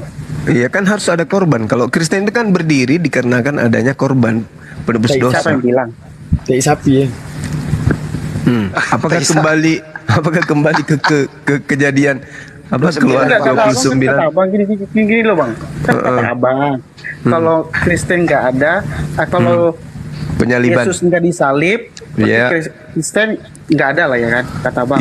Iya. Jadi kalau ada, siapa yang jadi korban? Itu nggak masalah bang. Betul. Iya kan? Iya. Ya tai sapi. Tai sapi. Siapa jadi korban? Siapa yang jadi korban? Iya. Kristen itu bang nggak berdiri dari apa bang? Bukan harus ada korban baru ada agama Kristen. Apalagi nih? Lah. Kan kata abang, gimana? Pertanyaan simak dulu pertanyaan abang. Kok kalau nggak ada penyaliban Kristen nggak ada? Iya kan bang? Iya. Berarti maksud abang, berarti Kristen itu berpatokan pada apa itu namanya orang yang meninggal itu maksud abang? Betul. Makanya bang. Ini abangnya. Iya. Kita kan beda agama, beda keyakinan. Pasti. Iya. Iya kan bang? Betul. Jadi aku menjelaskan, tapi abang nggak menerima. Kenapa? Karena beda keyakinan bang. Begitu juga abang menjelaskan agama abang kan karena kamu menjelaskan gedabrus. Di kitabmu sendiri kalau tidak ada penyaliban, tidak ada penebusan dosa. 1 Korintus 15. Bentar bang. 1 Korintus 15 ayat 16 sampai 18 coba dibaca bang. Bang, 1 Korintus 15 ayat 16 sampai 18 dibaca bang. Baca sendiri bang. Orang dia nggak ada Bible, pada gimana nggak ngerti dia Bible? Gimana? Coba dibaca tuh. 1 Korintus 15 16 18 dibaca tuh. Baca sendiri lah bang, kan apa yang bilang? Baca lah. Ya itu di situ dikatakan kalau Yesus tidak disalib, tidak mati dan tidak bangkit, maka sia-sialah ajaranku. Kan jelas tuh. Jadi Kristen itu dasarnya adalah penyalipan. Ini Kristen aja nggak paham, sosok debat bang. Kau ini malu-maluin aja. Lanjut. Orang Kristen kayak gini nggak punya Bible kok. Gimana mau ditanya? Saya yakin nggak punya Bible, di rumahnya tuh nggak ada. Di rumah abang apa rupanya? Nggak ada, ini banyak. Kenapa emang? Hah? Berguna atau enggak? Kenapa? Berguna atau enggak? Berguna buat nabok ubun-ubun lu. Jadi negara. Berguna buat nabok ubun-ubun lu tadi itu. Berguna banget. Jangan mencari kesalahan agama yang lain, Bang. Enggak. Kalau agama Anda itu enggak dicari kesalahannya, memang udah salah dari sananya. Langsung ada kesalahannya. Itu masalahnya. Ini Bible nih. Dikira nggak punya Bible kita, ha? Ini Bible nih. Buset. Bilang nggak ada Bible. Itu covernya kemana Satsuki? Saya satu lemari Udah Bibelku, Bang. hancur-hancuran dah. Satu lemari Bibelku. Semua edisi ada kayaknya. Buka Bible tuh, saking rajinnya. Pasti Al-Qur'annya tuh masih rapi ya Ustaz Sugi. Saking. Kalau boleh nanya boleh, Bang? Boleh. Boleh ya kan? Boleh. Agama Islam itu datang dari mana, Bang? Ini boleh Dari ini, dari Tuhannya Yesus. Siapa, Bang? Cakep banget jawabannya. Ya. Allah Subhanahu wa taala. Oh. Ya. Emangnya Allah itu punya agama ya, Bang? Allah itu punya ajaran. Ajaran. Pemilik. Iya. Agama Jadi itu punya Allah itu ya? Agama itu adalah rentetan aturan Tuhan yang datang melalui para nabi. Oh, jadi Allah itu punya agama ya, Bang? Agamanya Allah itu ya Islam. Berarti Allah itu punya agama ya? Islam. Dari mana Bang tahu kalau Allah itu punya agama, Bang? Ya, segala sesuatu yang ada di atas muka bumi ini adalah milik Allah. Punya Allah. Ya, memang benar. Mantap, Gurunda. Gimana? Iya, benar. Nggak ada gong di sini nih, dibunyiin. Gimana? Allah itu punya agama atau enggak? Punya agama. Dari mana Abang tahu kalau Allah itu punya agama? Lah, karena semua aturan main itu datang kepada para nabi asalnya dari Allah. Nabi Musa diajarkan kemudian berkurban dengan hewan, diajarkan sabar, diajarkan sunat. Oh, nah, berarti seterusnya. tunggu Bang. Oke, ngerti. Berarti iya. Sebelum bumi ada berarti agama Islam sudah ada ya, Bang? Ada. Dari mana lah, Bang? Katakanlah. Dari sumbernya, dari sumbernya. Bang? Maksudnya kalau gimana? Aku mengatakan aku agama Islam. Oh, nggak bisa. Berarti Anda nggak pakai logika. Kok nggak pakai logika, Bang? Ya, Anda dengarkan. Anda ingin menyaksikan. Dia dengerin dulu orang menjawab, lu bertanya. Lama-lama disepak juga nanti ini. Lu bertanya, dengerin orang menjawab. Lu bertanya, lu ngoceh. Gimana sih lu? Oke. Mampus lu. Gua nanya balik, mampus lu ya kalau gua nanya balik. Saya yang jawab soal ini. Boleh. Aku dikit dong. Aku dikit ya. 5 detik. Yesus lu punya agama juga ya. Tunggu dulu deh. Ini pastikan dulu dia bawa akal nggak? Jangan sampai nggak capek kita menerangkan. Iya. Ya nggak perlu akal kalau aku Gurunda. Aku kata-katain aja udah. Jangan sampai nggak waras juga. Karena ini bukan kembali ke filsafat logika. Sejak kapan Kristen waras? Jadi Junwar ini dengerin baik-baik terus dibawa mimpi Junwar. Nah, Junwar, Yesus lu punya rumah aja enggak, apalagi punya agama. Gitu, Bre, ya. Rumah aja enggak punya Yesus, apalagi agama. Itu my bre. Hehehe. Lanjut. Baru setengah detik Januar. Nanti lu juga jawab apa agamanya yang mengutus Yesus. Yang mengutus Bukan. Yesus aja. Oh ya. Ya, oke, Apa agamanya Yesus? Agamanya Yesus deh. Iya. A. Islam, B. Yahudi, C. Kristen, D. Buddha, C. Konghucu. Apa agamanya Yesus? D. Ateis. D. Ateis. Coba pilih salah satunya dulu, baru lu bertanya lagi. F. Capoeira. Paranawe. Ayo jawab. Agamanya Yesus. A. Islam, B. Yudaisme, C. Kristen, D. Konghucu, B. Buddha, seterusnya lah, terserah lu. Pilih. Ayo. Dinda Daman dulu jelaskan pertanyaan yang tadi. Ini masuk ke logikal, namanya logikal simbolik. Logikal simbolik itu gini contoh. Nah, ini korelasi dalam bahasa kita aja. Mahasiswa santri ataupun siswa. Apakah siswa itu milik kepala sekolah? Apakah santri itu milik kepala sekolah? Apakah mahasiswa itu milik rektor? Bukan. Menunjukkan apa? Ketika ada himpunan dalam sebuah pembelajaran, oh itu di sekolah disebut siswa, oh itu di pesantren disebut santri, oh itu mahasiswa di dalam sebuah zona simbolik, menunjukkan bahwa itu bukan milik kepemimpinannya. Namun ketika berkumpul dalam sebuah kata simbol, maka itu dinamakan dengan fakta simbolik. Contoh, kayak contoh tadi ya saya bilang ya, mahasiswa. Apakah mahasiswa itu milik rektornya? Bukan. Namun ketika semua orang berkumpul dalam ranah akademis untuk menuntut menimba ilmu setelah setelah SMA, maka itu disebut dengan mahasiswa, tidak disebut santri lagi, karena zona simboliknya berada kepada zona simbolik zona simbolik akademisi setelah SMA, itu dinamakan dengan zona simbolik. Begitu juga, apakah Tuhan punya agama? Bukan. Tuhan cuma bawa Tuhan cuma bawa ajaran. Nah, dengan adanya Jibril sebagai pengantar wahyu dan nabi-nabi sebagai penyampaian. Contoh, pada umat Nabi Ibrahim. Umat Nabi Ibrahim dengan ajarannya yaitu Hanif, mengajarkan ketauhidan terhadap Allah. Dan ada beberapa tentang yang namanya cara-cara proses-proses beribadah. Simbolik yang dibawa di situ apa? Hanif. Apakah Hanif itu milik Allah? Itu menunjukkan apa? Ajarannya yang milik Allah. Namun disimbolkan hal tersebut kepada pengikut Nabi Ibrahim ataupun millah Ibrahim, kepada simbolik dinamakan dengan Hanif. Begitu juga sampai kepada Nabi Muhammad.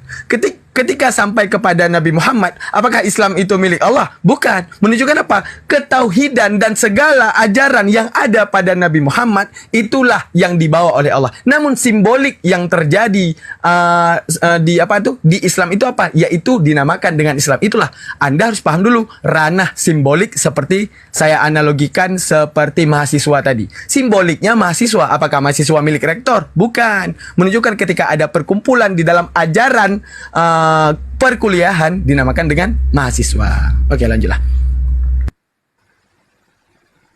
Gak paham kalau yang kayak gitu. Nggak apa-apa. Ini keilmuan untuk orang muslim. Jangan nanti orang muslimnya ragu. Nah, Tuhan punya agama kan gitu. Iya. Oke, lanjut. Januar. Jun. Agamanya Yesus apa, Jun? Jun, agamanya Yesus apa? Nggak ngeh dia itu kalau mute. Masih ngomong dia itu. Jun, harga kalpanak seberapa di warung?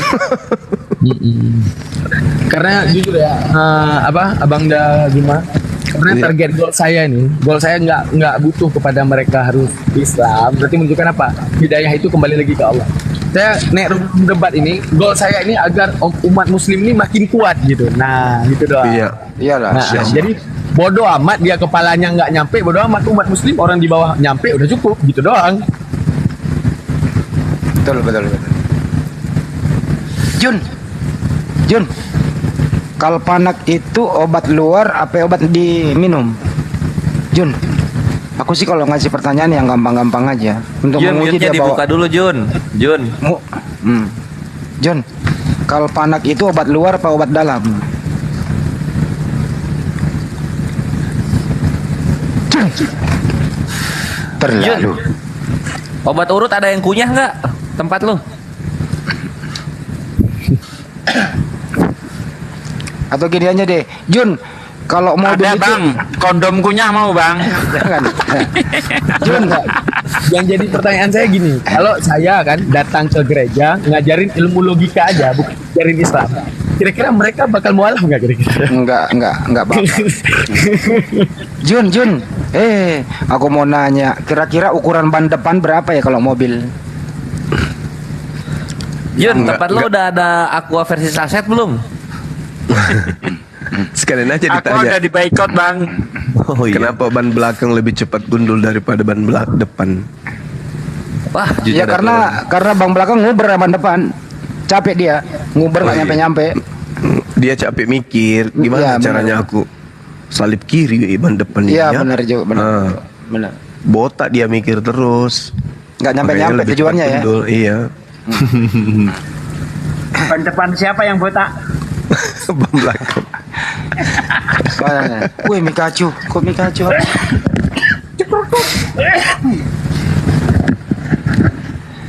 Mikachu, Iya. Mikacu. Iya. Bodrek itu obat apa? Mikacu. Saya gigi. Obat tidur. Obat. Tahu pasang bola. Mungkin jadi. Iya. Bisa jadi. Bener juga sih, habis minum itu kan ngantuk. Itu sudah. Itu sudah. Bang Mikacu zona saudara dengan Mikana apa? Mikacu, Mikana saudara ya bang? Saudari dia. Mikacu. Bang Mikacu siapanya Mikadril? Sepupu. Oh, ya sip. Kalau sama Mixagrip? Mikacu harganya mecin berapa satu?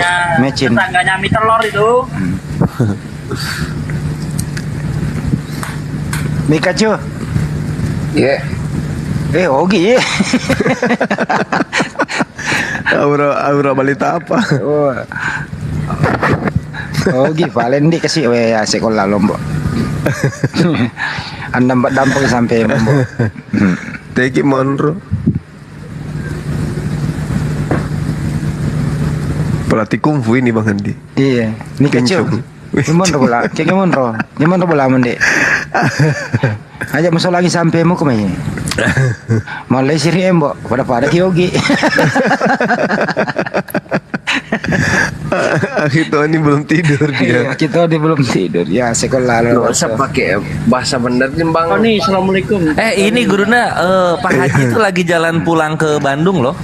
Oh ya? Dari Jakarta. Tadi kan sempat ketemuan. Masya Allah.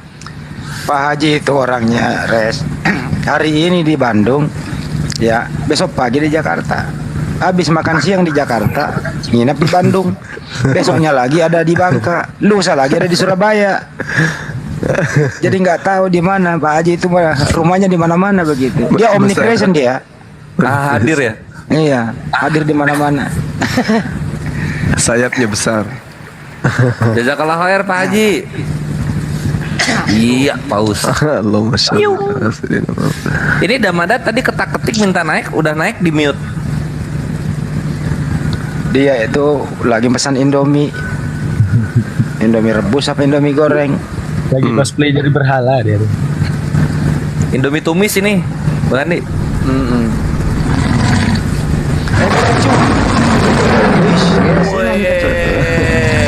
Allah Masya Allah.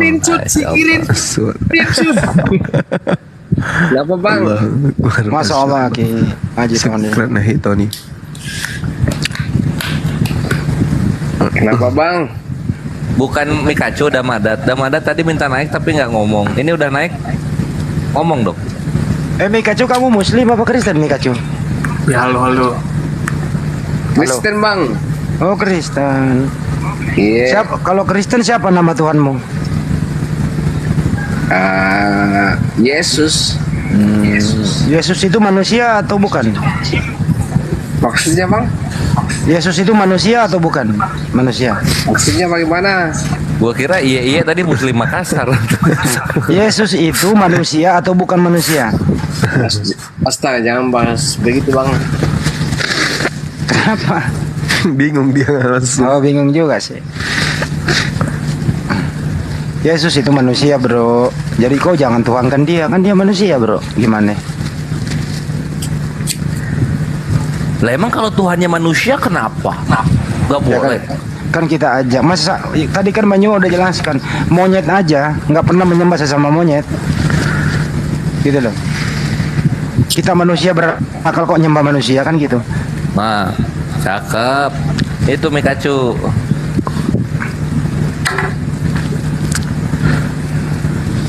Gimana Mikacu?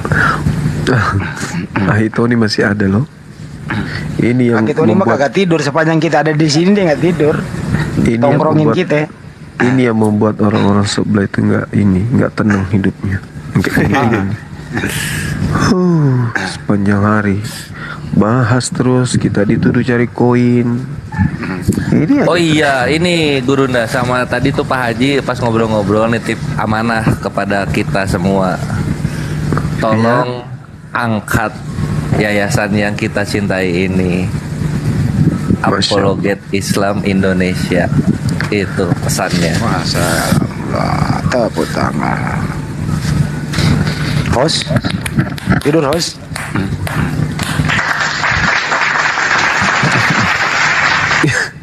Turun dia Ini Kang. Ini Kak ini lagi Damadat dulu Damadat. Ya. Gimana, bro? Sehat? Sehat. Oke, saya mau nanya sama kamu serius ini. Apa yang harus kita lakukan saat kita tidak melakukan sesuatu? Ya tidak ngapa-ngapain lah. Yang tidak ngapa-ngapain juga ngapa-ngapain tuh. Apa itu? Gimana kira-kira menjawabnya? Ini mendekati subuh makin banyak yang naik terhitung. Wah, 2 tuh dapat. Keris aja deh Damadat, jangan orangnya sopan dia. Halo, Chris, selamat malam. Pagi, Chris. Ya, pagi. Ya. Bisa Gimana? saya ngomong sama Bang Daman? Bisa, silakan. Anda dari mana dulu nih? Boleh kali nih. Apa nih? Anda Saya Kristen? dari Kalimantan. Kristen apa Muslim, Bang? Ateis. Oh, ateis. Ateis tapi namanya Chris. Ranah saya ini. Ya, silakan. Tadinya Chris kayaknya.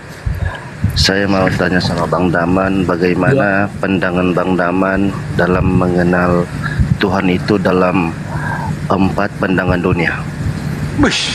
Itu Anda nanya teori, bukan nanya pola pikir. Coba kalau Anda jelaskan. membahas ateis, itu jangan lagi ke teori. Karena ibaratnya gini, buku yang Anda baca belum tentu saya juga baca.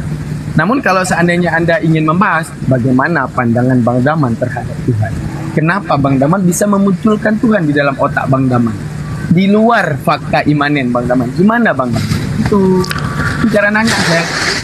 Namun kalau Anda membahas, kayak contoh nih saya tanya, Bang, di dalam nahu ada fi'il mudhari. Coba Abang bilang fi'il mudhari. Bisa nggak Abang? Nggak bisa, karena menunjukkan apa? Keilmuan yang Anda tuntut dan saya tuntut, semuanya berbeda Bang. Jadi tanyanya itu zona rasional, bukan zona teori. Makanya logikal falasi itu dipelajarin Bang. Ketika kamu menanyakan sebuah teori yang kamu pahami, di mana seseorang tidak paham teori tersebut, itu menunjukkan bukan orang itu yang salah, namun menunjukkan pola pikir kamu salah.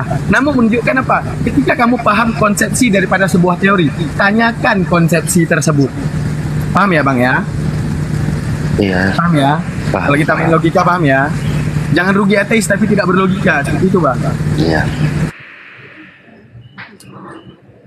Nah, terus ada yang mau ditanyakan? Kalau Anda tanya, bagaimana kalau Anda membicarakan filsafat, bagaimana pandangan Plato terhadap filsafat ini? Ya bodoh amat, saya nggak pelajari itu. Tapi tanya, bagaimana pola pikir seandainya Tuhan itu seperti ini, Bang? Itu benar. Berarti Anda sedang menguji teoritis daripada saya, daripada kritis pikiran saya. Falasi ataupun falasi ataupun bandwagonnya saya boleh lanjutkan gitu. Tapi kalau Anda nanya teori, buku apa yang Anda baca, bodoh amat, saya nggak peduli buku apa yang Anda baca. Teoritis Anda sampai mana gitu. Saya mau tanya dalam buku yang Bang Daman baca aja, dicoba jelaskan. Apanya? Apanya yang harus saya jelaskan? Cara mengenal Tuhan itu dalam 4 pandangan dunia. Itu masih zona teoritis. Ya, kita Matin kan Abang, Allahu Akbar. Kita kan mengenal Tuhan itu kan dari akal. Ya. Terus yang jadi masalahnya apa Bang? Bagaimana Bang Daman Anda bisa membawa mengenal Tuhan tadi dengan kata-kata Anda, ujung kata-kata Anda ya. Ini saya teliti ya, pola pikir dan ujung kata-kata Anda. Ujung kata-kata Anda menurut 4 pandangan. Ada kata menurut. Coba Anda klasifikasikan arti kata menurut. Arti kata menurut itu bersifat, bisa itu kerana teoritis, bisa kerana historial. Itu menunjukkan apa? Historial yang Anda baca, apakah saya mungkin sudah baca, kan gitu. Ataupun arti kata menurut itu menunjukkan apa? Segala sesuatu Anda sudah paham hal itu. Namun bisa jadi saya belum paham. Namun yang menjadi pertanyaan, contoh nih Bang, saya bilang, saya belajar tentang logika itu punya 2 perbandingan rasio. Udah perbandingan yang bisa bersifat konkret dan non konkret. Saya bilang nih di depan Abang, Bang, yang konkret itu ketika kita api itu api itu membakar. Saya bilang ini ada 2 rasio Bang, api 1 membakar 1. Oh ternyata sama. Oh benar gitu kan. Ketika saya bilang kalau falasinya itu gimana? Ketika kita bilang api itu memadamkan, oh itu nggak benar karena nggak mungkin memadamkan itu ada pada api. Tapi kesalahan saya dalam menanyakan, Bang, arti 2 perbandingan rasio Gini, secara bang, konkret dan paham ya maksudnya ya? Gini Bang, maksudnya begini Bang. Menurut Bang Daman, ini menurut Bang Daman ya. Ya. dalam mengenal Tuhan itu yang mana yang paling pas? Apakah dengan kitab, atau dengan rasa, atau dengan akal, atau dengan indera? Bagaimana menurut Bang Daman? Nah, gini Bang. Di dalam pola pikir manusia sesuai ada yang namanya fakta imanen, ada orang yang berasional secara langsung. Berat gini. Itu jawabannya simpel saja. Ada satu sisi di mana ketika akal ini berpikirkan dengan tentang Tuhan dan menghadirkan Tuhan di dalam pola pikirnya, setelah itu didukung dalil dengan pola pikirnya. Itu satu. Dan kepada orang yang dalam 4 tadi yang mana paling kuat menurut Bang Daman? Kalau menurut ini gini, kalau kita berbicara studi kata kuat ya, ini kuat apanya nih? Kuat untuk membuktikan Tuhannya ataupun kuat dalam proses berpikirnya? Mana lagi nih? Dalam membuktikan Tuhan. Dalam membuktikan Tuhan yaitu ketika Anda sampingkan dulu semua fakta imanen, pikirkan lagi tentang Tuhan, apa yang boleh dan tidak terhadap Tuhan, terus di antara semua polemik keagamaan cari yang paling tepat menurut kepala Anda. Itu benar. Itu setelah saya teliti, misalnya kayak saya nih, anggap saja saya sedang tidak punya agama sekarang. Namun setelah saya teliti cerita di dalam Ibrahim, bagaimana Nabi Ibrahim sendiri itu dibuktikan bagaimana, di mana dia itu belum diceritakan tentang agama apapun dan Tuhan manapun. Namun di saat itu terbangunlah konsepsi di mana Nabi Ibrahim mencari Tuhannya.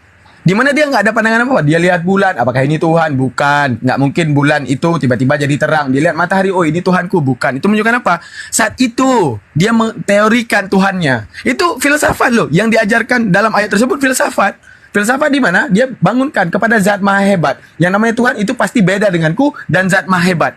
Ketika dilihat orang menyembah api, wah api itu ternyata terpadamkan. Ketika lihat patung, mana mungkin ini patung ini disembah. Sedangkan lebih hebat aku daripada patung ini. Ujung-ujungnya apa? Setelah diturunkan suhuf kepada Nabi Ibrahim, ternyata dilihat oleh Nabi Ibrahim di balik suhuf, ternyata apa yang aku pikirkan selama ini benar.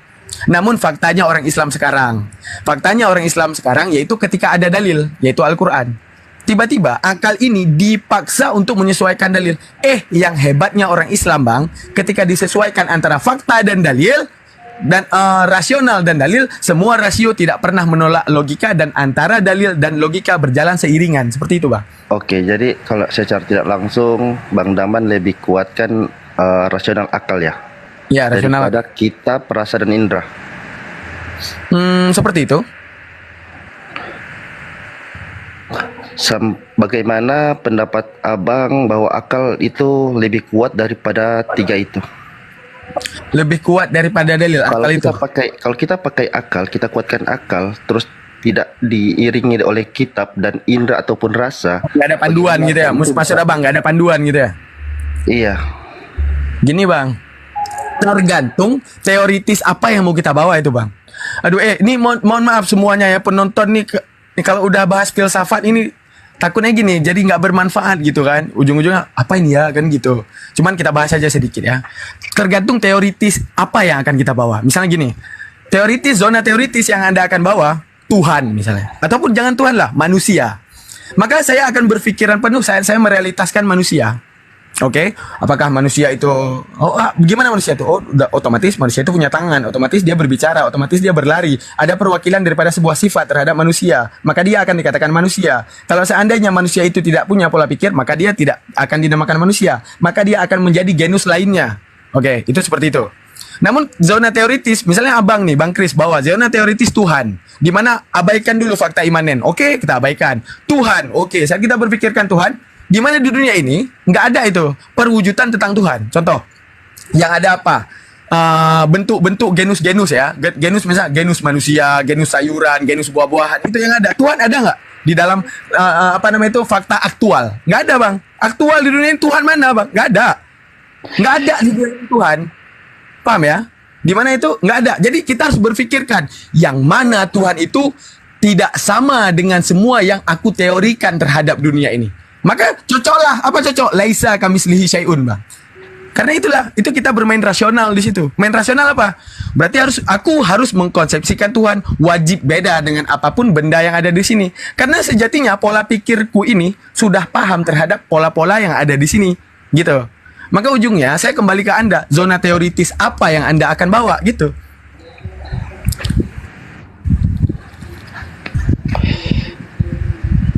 Nah, apalagi nih?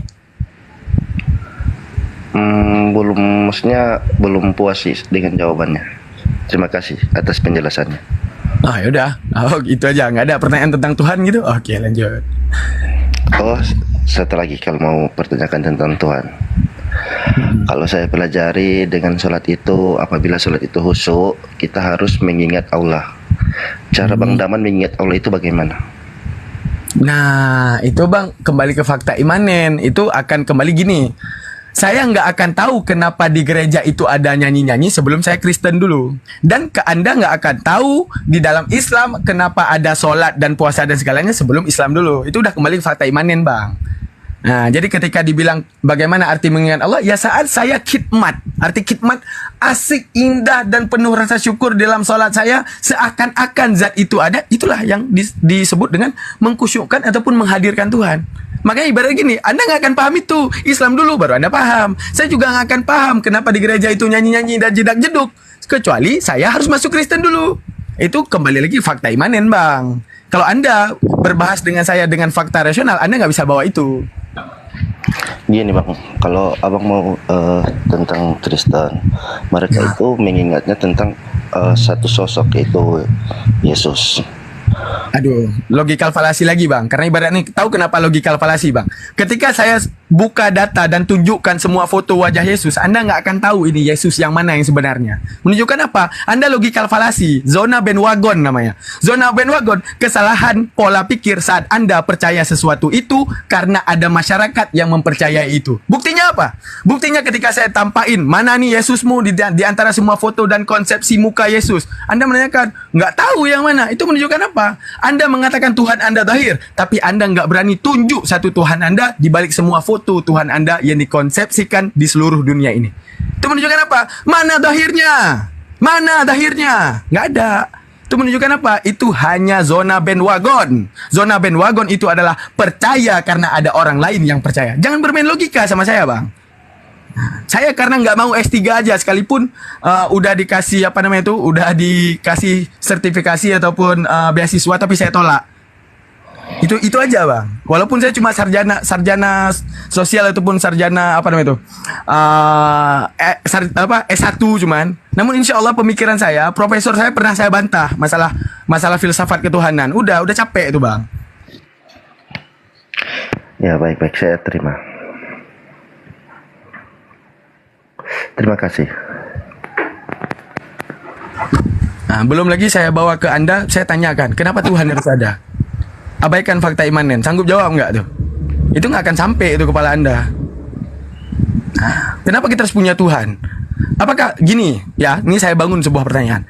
Apakah umat yang terdahulu gabut sehingga menciptakan teori tentang Tuhan sehingga kita bertuhan sekarang? Ataupun dulunya Tuhan gabut ciptain dunia?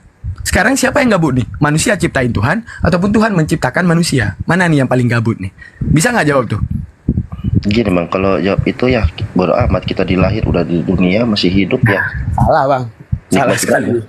Salah sekali. Makanya saya bilang jangan bermain logika. Jadi kalau ibaratnya Anda mau teliti filsafat, mending Anda DM saya, Bang, minta WA dong, ajarin saya ilmu logika. Saya ajarin Anda. Sampai akhirnya Anda nemuin fakta mana yang sebenarnya arti fakta. Karena paling hebat di balik logika ini Bang, Allah ciptakan klimaks di balik logika. Contoh klimaks di balik logika. Saya suruh Anda berpikir, Bang, coba pikirin deh. Ada balon nggak ada warna. Itu menunjukkan apa? Hah?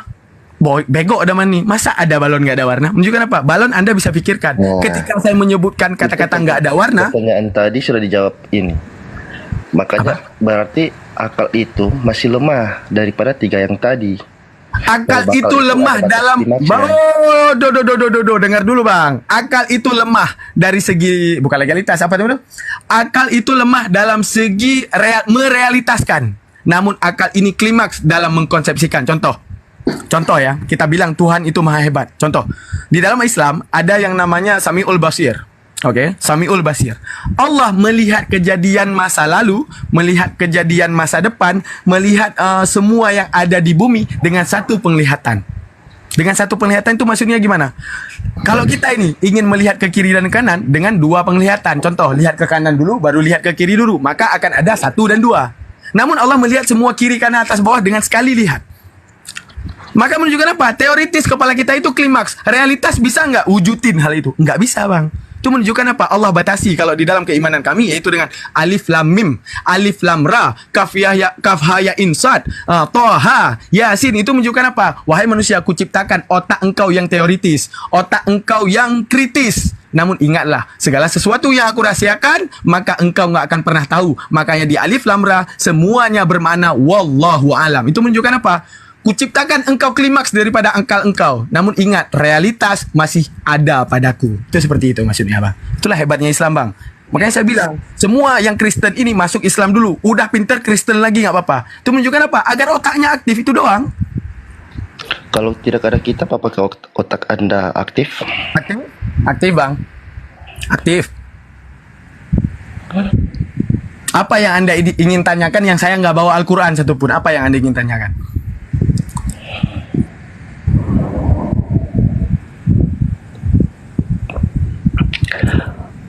Kalau menurut Bang Daman, kalau akal itu paling kuat, otomatis yang tiganya itu kan lemah. Berarti kitabnya lemah gitu.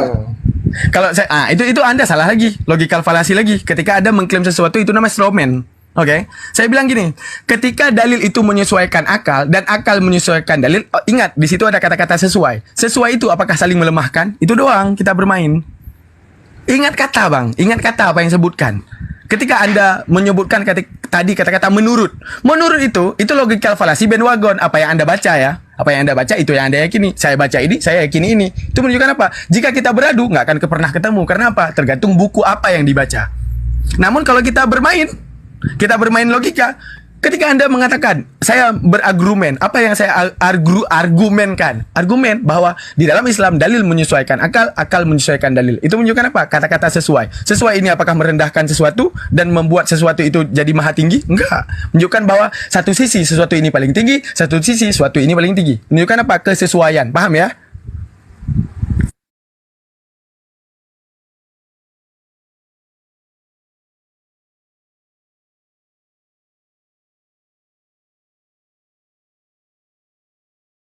Mute-nya siapa tuh? Saya udah kelar. Bukan crash-nya. Ahidaman mah mantap. Crash, kalau mau nanggapin mute-nya dibuka.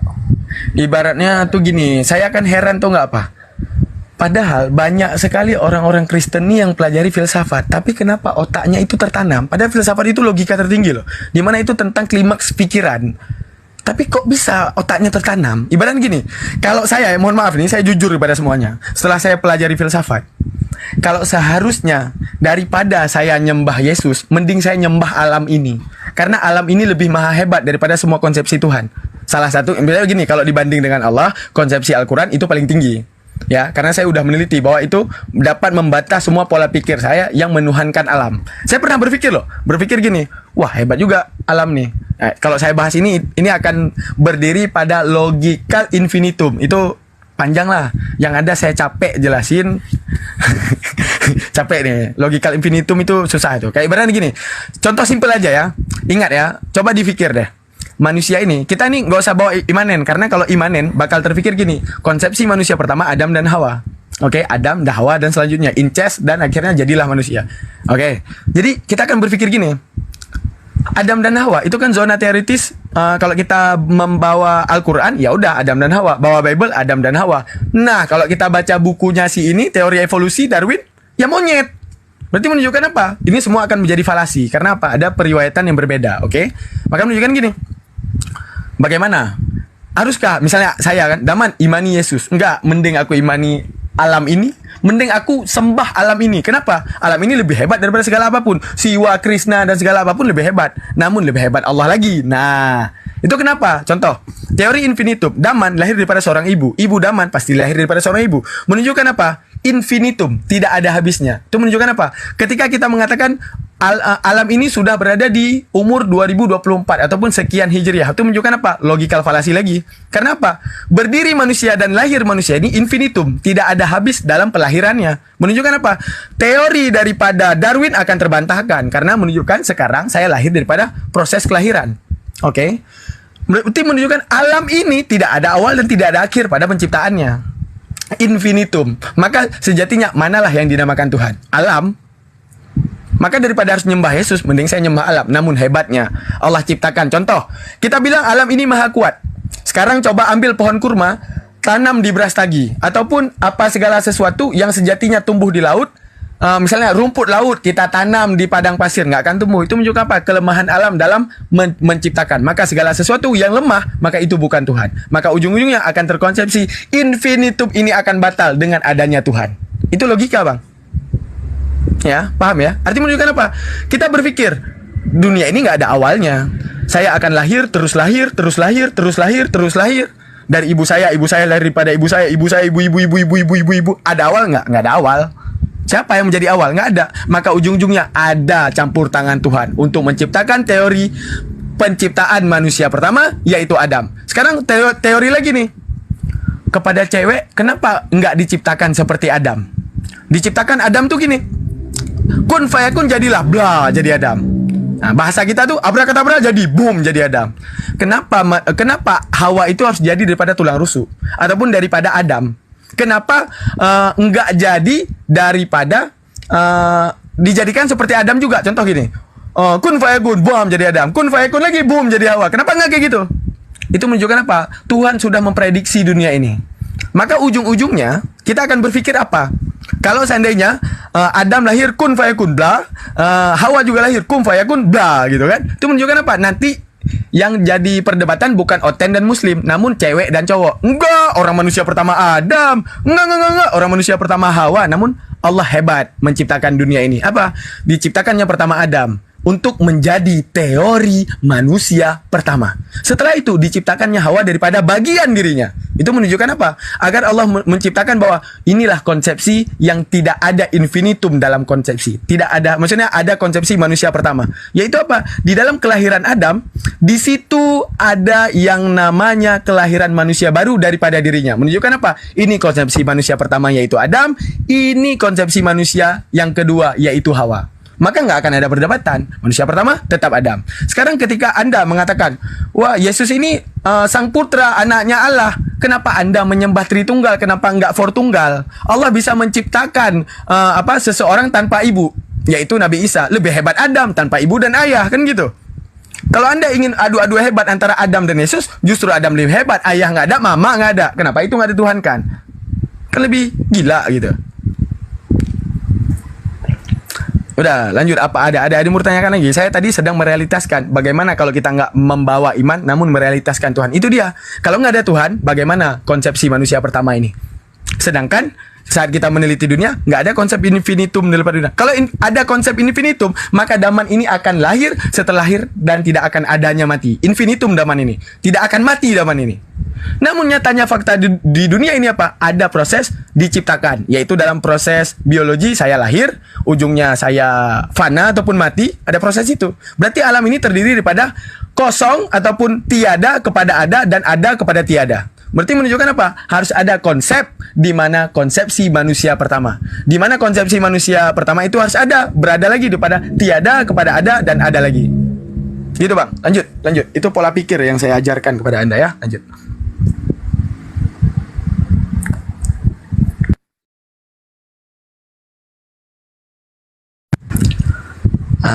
Udah. Ini yang lain saya kepanjangan nih ngomongnya nih. Sorry ya semua ya. Ini karena Abang ini kalau dia bilang ateis, berarti pola ateisnya masih kurang. Nah, karena ateis itu orang yang paling paham filsafat biasanya ya. OP kali itu. Cuman saya bisa logikakan semuanya gini ya. Ini umat muslim ya yang di bawah. Coba deh baca teori filsafat Imam Sanusi, di mana Imam Sanusi adalah imam mazhab tauhid. Beliau filsafatnya dan bahkan nggak ada yang bisa mengalahkan filsafatnya dalam bidang ketuhanan. Luar biasa itu Imam Sanusi. Makanya saya ini adalah fansnya Imam Sanusi. Imam Sanusi ketika ditinjau daripada dalil, misalnya gini, dia debat dengan orang yang bawa dalil, dia bisa rasionalkan Tuhan sesuai dalil. Dia berdebat dengan orang tanpa dalil, dia bisa merasionalkan Tuhan tanpa ada fakta iman. Itu luar biasa tuh Imam Sanusi itu. Dah, lain silakan ditanggapi.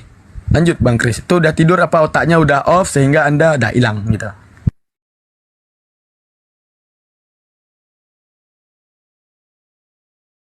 Oi Bang Kris, buka mic. Halo. Alah, nggak tahu. Sibuk agama saja. Yang lain Bang Kores, Bunda Rahma, Ustadz Sugis dan semuanya, ayah-ayah saya. Mantap. Akhidaman the best, memberikan warna baru dalam perhelatan argumentasi. Masya Allah. Nah, beautiful. Ini si Chris sampai terkapar-kapar. Nggak tahu lagi dia mau ngomong apa. Dia sampai lupa mau ngapain naik. Makanya itu Bang Kores, saya berpikir gini, kalau seandainya saya ke gereja ngajarin ilmu akal, kira-kira bakal mualaf nggak orangnya? Ilmu akal doang, nggak bawa dalil-dalil gitu. Ilmu akal doang gitu. Tergantung. Apakah ilmu akalnya ini bisa membuat si jemaat gerejanya terlepas dengan hubungan duniawinya atau enggak? Nah, bawa ke situ. Ujung-ujungnya bakal gini Bang Kores. Bang Kores.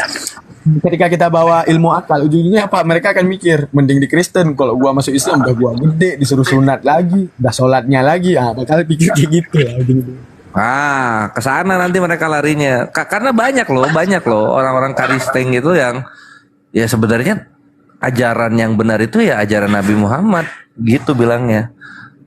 Tapi ya kerjaan saya gajinya 20 juta gitu dia. Iya juga ya, Masya Allah. Oke, kita serahkan kembali ke Gurunda. Oh, sudah. Udah jelas tadi. Udah. Masih ada yang mau dilanjutin? Tadi sempat lupa ingatan ya? Atau gimana lu? Lanjut. Bagaimana, saya mau tanya sama Bang Daman, bagaimana mengubah yang mungkin ada menjadi ada, yang mungkin ada menjadi ada? Mengubah yang mungkin ada menjadi ada, itu Anda berada di teoritis Tuhan, bukan teoritis manusia.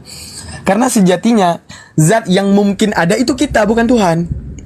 Contoh zat yang mungkin ada ya. Contoh, Daman di tahun 95, saya lahir di 96, ingat? Oke. Di 95, zat saya itu masih tentang mungkin ada di tahun 95. Menteorikan kepada ada, yaitu perwujudan di 96. Itu zat ataupun prioritas siapa? Bukan prioritas saya, prioritas Tuhan. Untuk mewujudkan mungkin ada kepada ada. Bukan zona ranah saya itu ranah Tuhan. Karena di tahun 95, saya masih dikatakan mungkin ada dan mungkin tidak. Nah, 96 diwujudkan. Kepada saya itu ada. Seperti itu. Apa yang capek sih?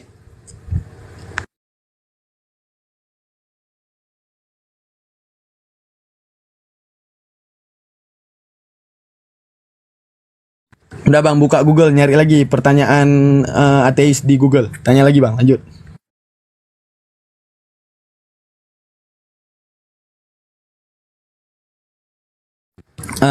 Kita serahkan lagi ke Gurunda ya. Nah, Gurunda mau bahas apa? Lanjut lagi Gurunda. Persiapan sholat subuh deh. Oh, Masya Allah. Iya. Nah, hilang dia. Oke. Saya rasa tadi itu bukan ateis. Ateis itu enggak gitu. Ateis itu kritisnya, apalagi dilihat dari penjelasan dari Dinda Daman tadi, itu banyak poin yang harusnya dia masuk sebagai celah. Tapi saya lihat dia nggak ada respon sama sekali. Apakah dia tidur? Ya jangan dia oten gitu, pura-pura jadi ateis. Gini Bang, gini Gurunda. Satu sisi, kalau abang tahu ada akun namanya Hawkins. Itu saya akui itu kata dia. Ibaratnya gini, saya bisa dibuat terdiam oleh dia. Nah, itu ranah filsafatnya emang tinggi. Kalau orang berfilsafat itu, makanya ada Imam Ghazali. Apa dikatakan oleh Imam Ghazali? Imam Ghazali mengarang sebuah kitab namanya Tuhafut Fulasafah. Itu menunjukkan apa? Arti Tuhafut Fulasafah itu kesalahan-kesalahan dalam berfilsafat. Itu saat orang berlogika, dan logika ini selalu benar. Seperti contoh, orang, mohon maaf ya, kita harus terima fakta nih. Ibnu Sina, sekalipun kita mengagung-agungkan Ibnu Sina, namun Ibnu Sina dalam akidah dia agak rancu. Apa yang dikatakan Ibnu Sina? Alam ini qadim. Karena apa? Dia tidak percaya Adam, tapi konsep infinitum yang dia percaya. Kenapa? Realitas tidak bisa dia wujudkan. Realitas nggak ada. Manusia itu sejatinya lahir dari tanah secara langsung, bla gitu, nggak ada. Karena alam tidak berhasil mewujudkan itu, maka dia nggak akan percaya Adam itu langsung bangkit, bla gitu. Itu Ibnu Sina. Iya. Jadi satu sisi karena apa? Matinya dipenggal kan Ibnu Sina kan? Nah seperti itu, makanya Imam Ghazali itu orang paling menentang Ibnu Taimiyah dan siapa tuh? Ibnu Taimiyah dan Ibnu Sina, karena mengatakan alam ini qadim. Tahu cara Imam Ghazali bantah? Oh luar biasa cara Imam Ghazali ngebantah. Begitu diajaknya debat, seorang seorang filsuf ajak debat dengan Imam Ghazali. Nah ini sedikit cerita nih, Oten pun lagi nggak ada ya. Oke gini. Ketika diajak debat, Imam Ghazali sengaja telat datang dia di saat itu. Terus kan pendapat mereka gini, alam ini terjadi dengan sendirinya karena ada teori materi-materi ataupun ion-ion ataupun karbonik ataupun atom-atom sehingga membentuk sehingga jadilah gitu. Oke. Terus akhirnya gini, Imam Ghazali berpikir, oke, siap. Itu kan debat kita, oke. Menjelang dibuat di situ 10 saat ya, 10 detik lagi hampir selesai debat, baru Imam Ghazali datang debat. Ditanya, ini Ghazali takut nih debat dengan saya. Telat kali dia datang, orang nunggu udah lama. Imam Ghazali langsung ngomong di depan khalayak, mohon maaf ya semuanya, saya agak telat. Soalnya tadi saya berdiri di samping sungai. Saat itu ternyata sungai itu nggak punya jembatan. Dan akhirnya saya lihat ada kayu-kayu yang bertumpukan. Tiba-tiba kayu tersebut membentuk dengan sendirinya jadi perahu. Baru saya bisa lewat. Mereka bilang, aduh, udah bodoh nih Ghazali nih, udah bodoh. Itulah pikiran kalian ketika mengatakan alam ini bisa menciptakan dirinya. Buktinya alam ini, Anda berpikir dan aktif logika Anda saat berpikir perahu ini nggak mungkin jadi dengan sendirinya untuk membuat saya menyeberangi sungai. Terjawab, terdiamlah filsuf tersebut. Imam Ghazali pamit assalamualaikum dan mereka bingung dengan sendirinya. Selesai. Itu ketika filsuf seseorang udah tinggi itu.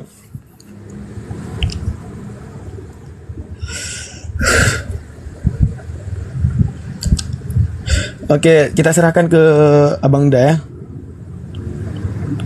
Bang Damadat, lanjut Bang Damadat. Ngomong. Halo. Ada yang ingin ditanyakan soal keislaman ataupun mau nanyakan ke Bang Zuma, Bang Kores, Bang Hendy, banyak nih. Ustaz Sugis ada, semua ada. Ya, bebas sih nanya ke siapa aja ini. Iya apa? Ini saya mau nanya pertanyaan simple aja. Oke. Nih, abang-abang di sini percayakan kalau Yesus itu adalah Al-Masih? Konsep Al-Masih itu dalam Al-Quran ada bang, di mana Yesus ini akan menjadi penengah saat hari akhirat. Oke. Ya. Al-Masih atau Kristus atau Mesias, percayakan? Gini bang, nah Anda kan sedang ngomong dengan orang paham logika ya. Sekarang terminologi siapa ini Mesias tersebut? Kalau terminologi, arti terminologi gini. Terminologi kayak mana ya kita bilang? Ekonomi. Ada katanya ekos dan nomos. Namun secara istilah ekonomi adalah bla bla bla bla bla. Tergantung siapa pengistilahannya. Seperti contoh, sholat di dalam bahasa Arab doa. Di dalam bahasa istilah, sholat itu adalah diawali dengan takbiratul ihram dan diakhiri dengan salam. Itu sholat. Udah, kalau Anda mengatakan Mesias secara gamblang dan umum, itu batal logika bang. Karena apa?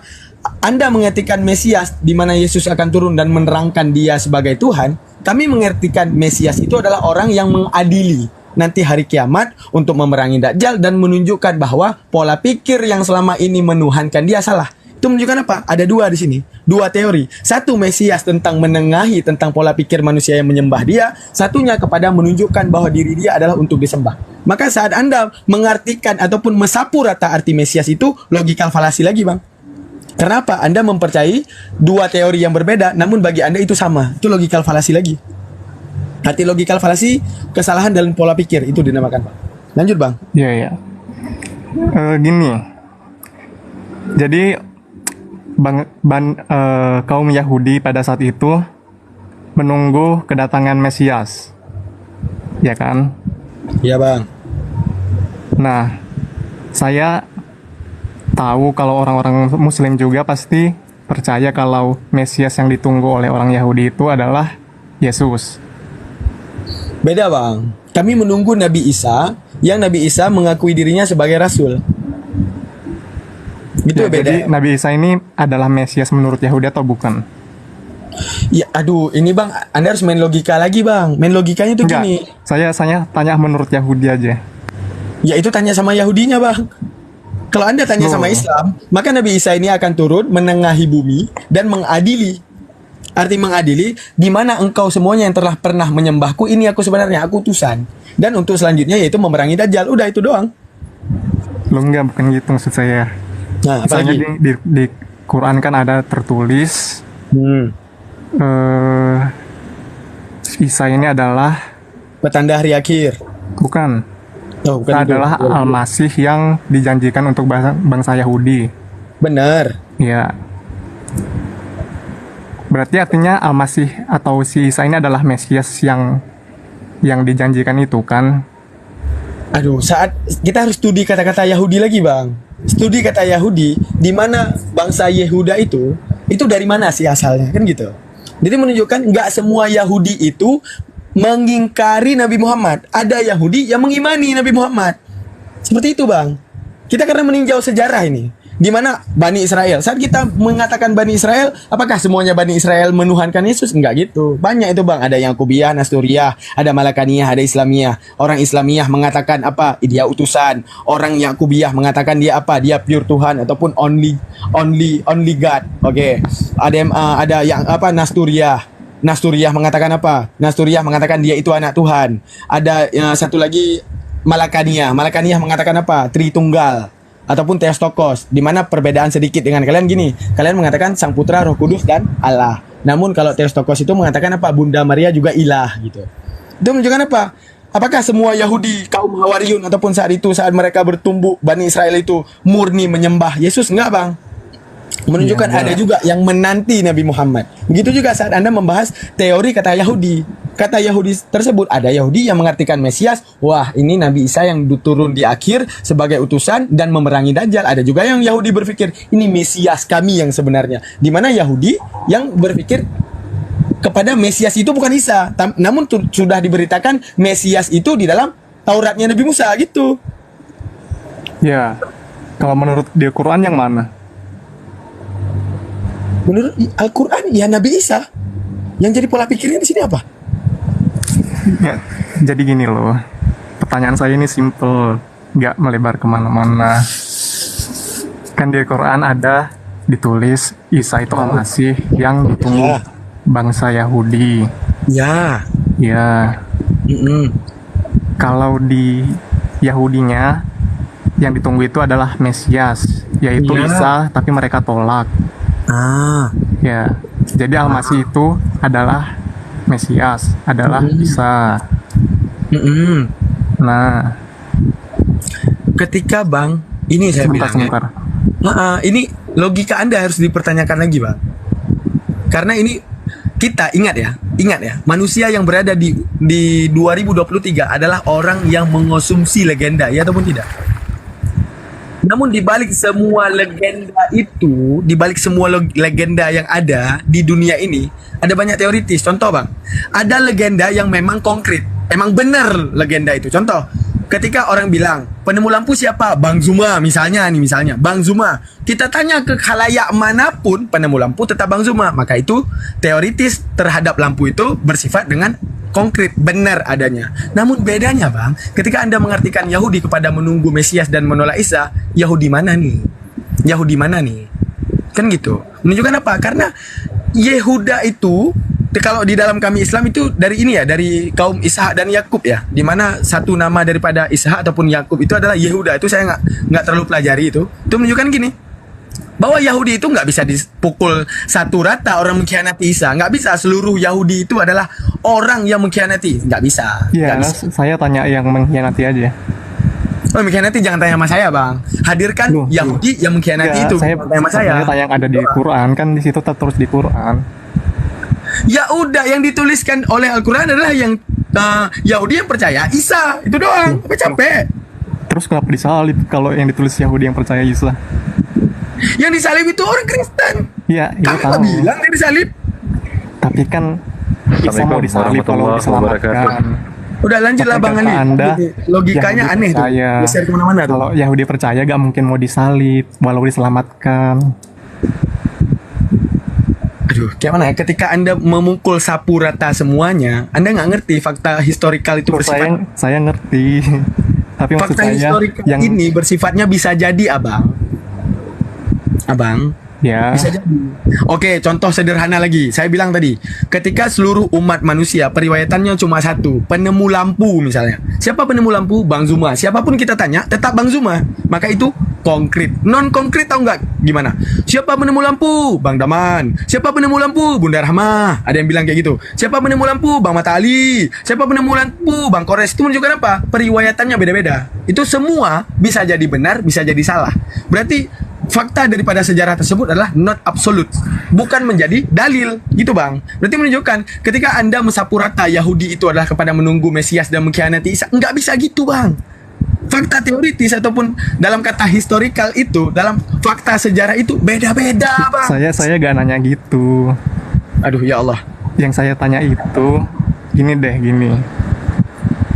Mesias yang dijanjikan Allah kepada bangsa Yahudi itu siapa?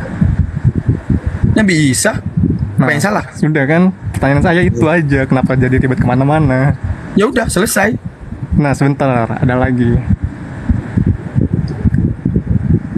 Arti Mesias apa? Yang diurapi. Itu bagi Anda? Iya. Hah? Mesias artinya yang diurapi kan? Bagi Anda? Loh kok bagi saya? Ya Allah. Bang Kores tengahi deh. Bang Kores, Bang Mata Ali, Bang Zuma lanjutin. Lanjutin. Dia nggak paham arti terminologi sama epistemologi ataupun epistemologi itu dia nggak ngerti.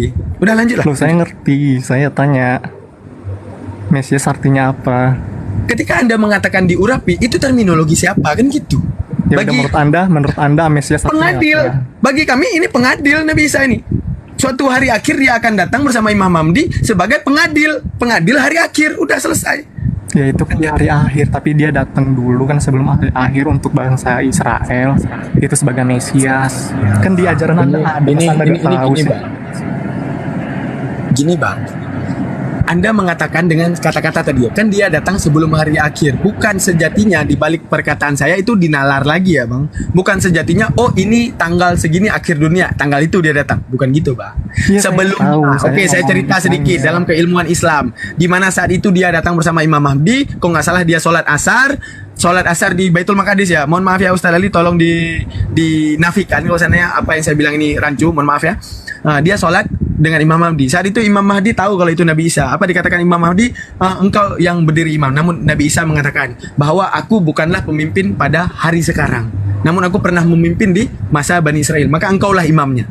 Maka dipersilahkan Imam Mahdi dengan nama Imam Mahdi Muhammad bin Abdullah. Tetap namanya Muhammad bin Abdullah. Nama Imam Mahdi yang sebenarnya. Oke? Maka ujungnya itulah. Itu menunjukkan apa? Bahwa kedatangan Nabi Isa itu beberapa dekade sebelum kiamat gitu Bang. Udah lanjut Bang Ali sekarang. Capek saya main logika. Kalau seandainya logika yang Anda bawa falasi semua, saya capek gitu. Loh, saya gak main logika saya cuma nanya Mesias itu artinya apa. Mesias itu penengah hari akhir menurut kami Islam. Udah selesai lah, lanjut.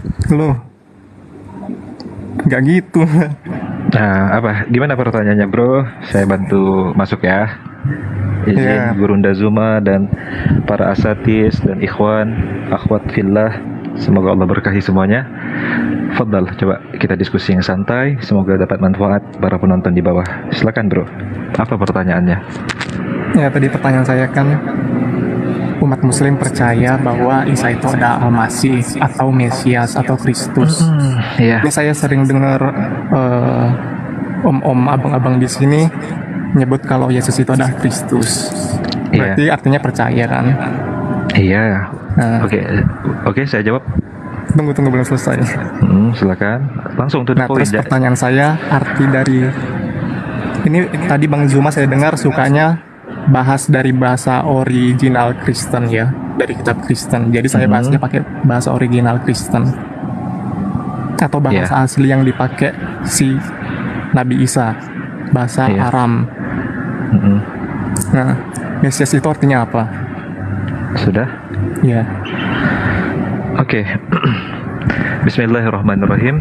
Rabbi syrah li sadri wa yassir li amri wa hlul 'uqdatam min lisani yafqahu qawli.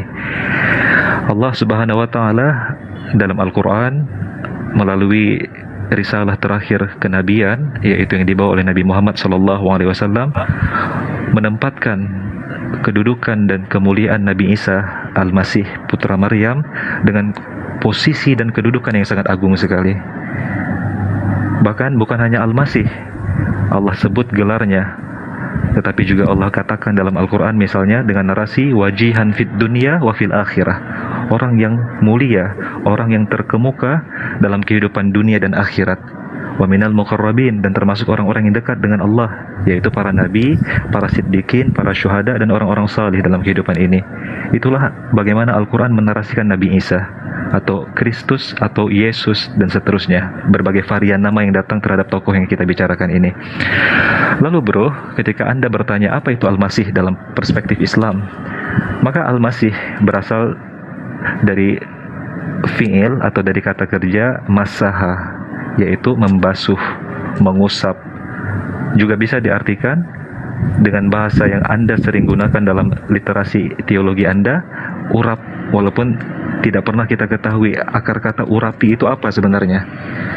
Tetapi pada dasarnya Aram, Arab, Ibrani berasal dari rumpun bahasa yang sama, disebut Semitik atau dari Sam bin Nuh, dan diakui sebagai bahasa yang memiliki banyak kesamaan dari sisi struktur kalimat, gramatikal, vocabulary, dan pronunciation yang sangat kentara kemiripannya.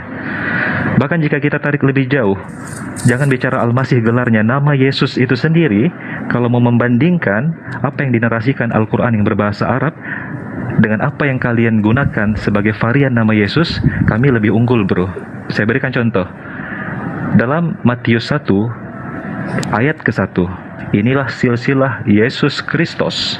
Ketika kita buka koin Greeknya, bahasa Yunani aslinya, itu tertulis dengan nama Isos. Anda pernah bertanya nggak, dari mana nama Isos itu datang disematkan kepada Yesus Anda? Jika Anda mau belajar linguistik atau penerjemahan bahasa Aram ke dalam bahasa Yunani, Anda akan mendapatkan jawabannya, yaitu namanya dalam bahasa Aram atau bahasa di mana dia hidup dengan bahasa tersebut, di mana ibunya memanggil dia dengan nama itu, dia disebut atau dinamai atau dikenal dengan nama Iso. Maka ketika diterjemahkan namanya ke dalam bahasa Yunani oleh para penulis Romawi, penulis Yunani, penulis asing, bukan bangsa pilihan Tuhan yang Anda katakan sebagai Yahudi atau Bani Israel, maka namanya diterjemahkan dari Iso menjadi Isoyus, ditambah us akhirannya. Sebagaimana Paul menjadi Paulus, Saul menjadi Saulus, Jacob menjadi Jakobus, dan seterusnya. Lalu ketika ajaran ini berkembang ke daratan Eropa, orang Inggris menambahkan konsonan J di awalnya menjadi Jesus. Lalu ajaran ini sampai ke daratan Belanda. Orang Belanda membaca konsonan J dengan Y, dari Jesus menjadi Yesus. Maka ketika penjajah Belanda datang ke Nusantara memperkenalkan ajaran ini kepada nenek moyang Anda dulu, mereka memperkenalkan nama Tuhan dengan nama Yesus. Yang Anda panggil, yang Anda sembah, yang Anda pertuhankan, Tuhan yang diperkenalkan Belanda. Bukan sosok yang pernah hidup dengan bahasa aslinya, bukan sosok yang pernah dipanggil oleh ibunya ketika dia lahir, yang mana dipanggil dengan nama Iso.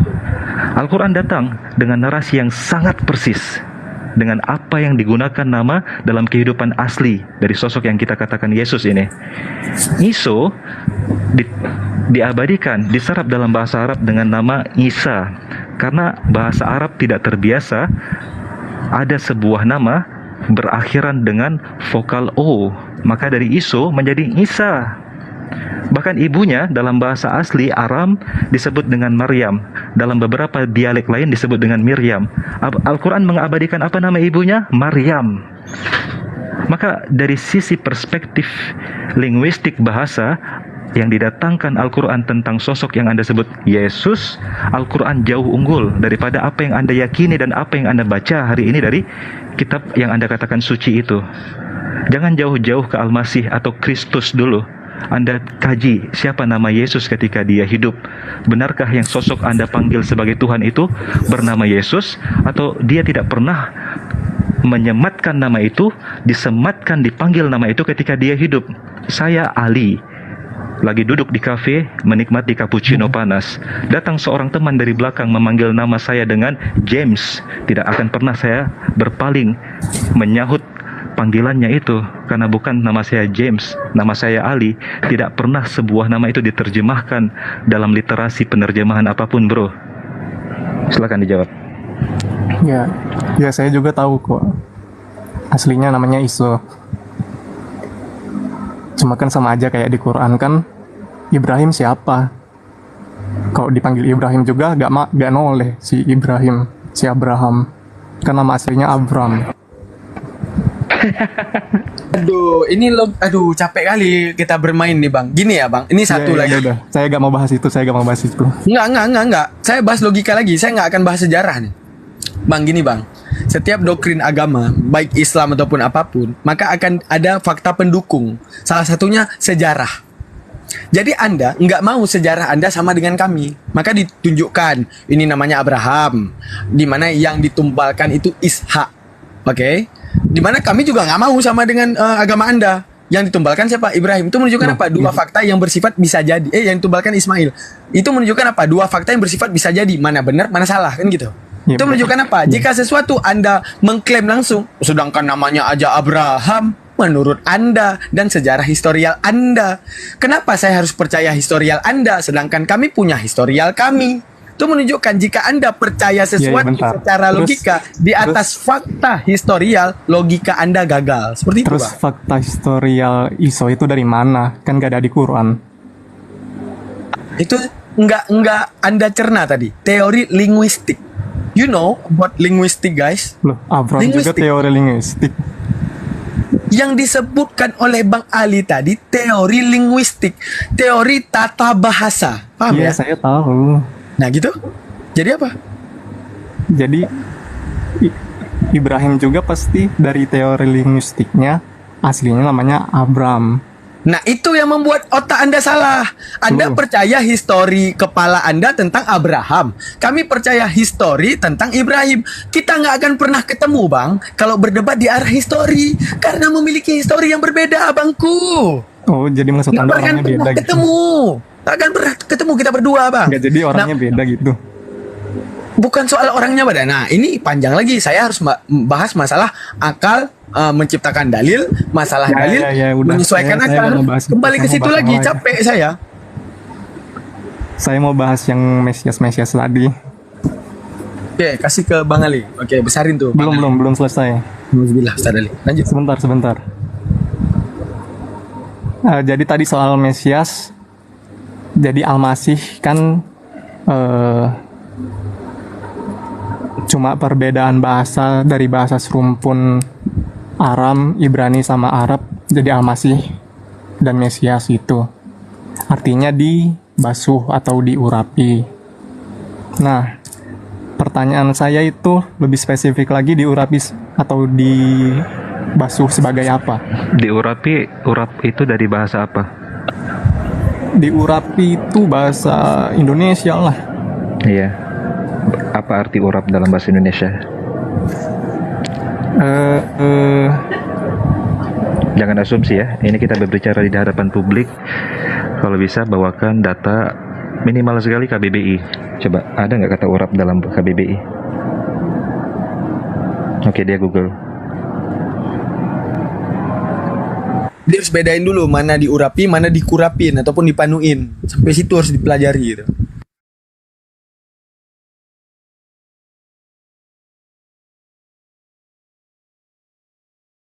Oke, sembari dia buka data bagaimana terserah kan. Karena gini, kalau ini ya saya sering tuh lihat komal-komalnya orang sebelah. Mereka itu bahas fakta historial. Mereka paham Tuhannya karena ada umat. Sebentar, Daman, sebentar. Udah. Ya tadi diurapi artinya dipenuhi oleh kuasa ilahi. Oke, sudah.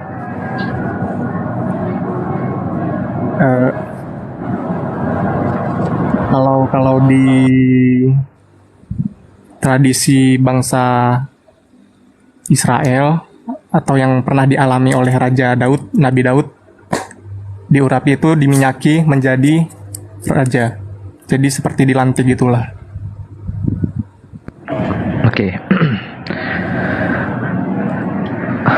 Lalu apa hubungannya antara kata Yang saya tanya diurapi sebagai apa? Si Isa atau Yesus? ya Nabi Isa, bukan si Isa. Maka Ya, itulah Nabi Isa. perbedaan antara dua pendekatan ya.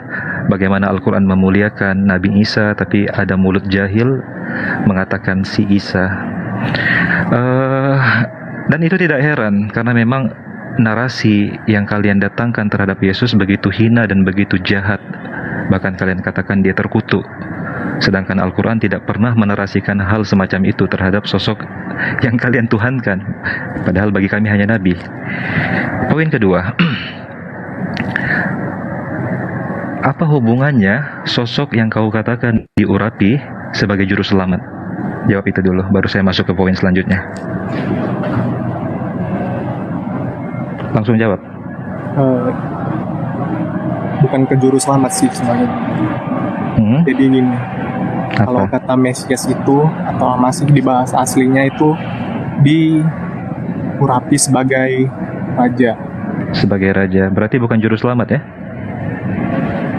Ya itu ada penjelasan lain lagi. Jawab saja pertanyaan saja. Apa hubungan antara Kristus yang Anda katakan telah diurapi dengan juru selamat?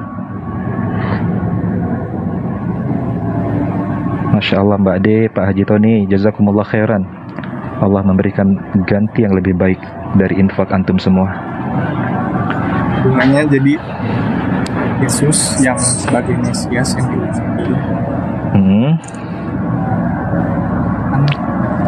sebagai bentar. Saya hubunginya itu agak ribet. Oke, kalau Anda tidak mengerti biar saya bantu jelaskan karena saya telah lebih dahulu belajar dari Anda.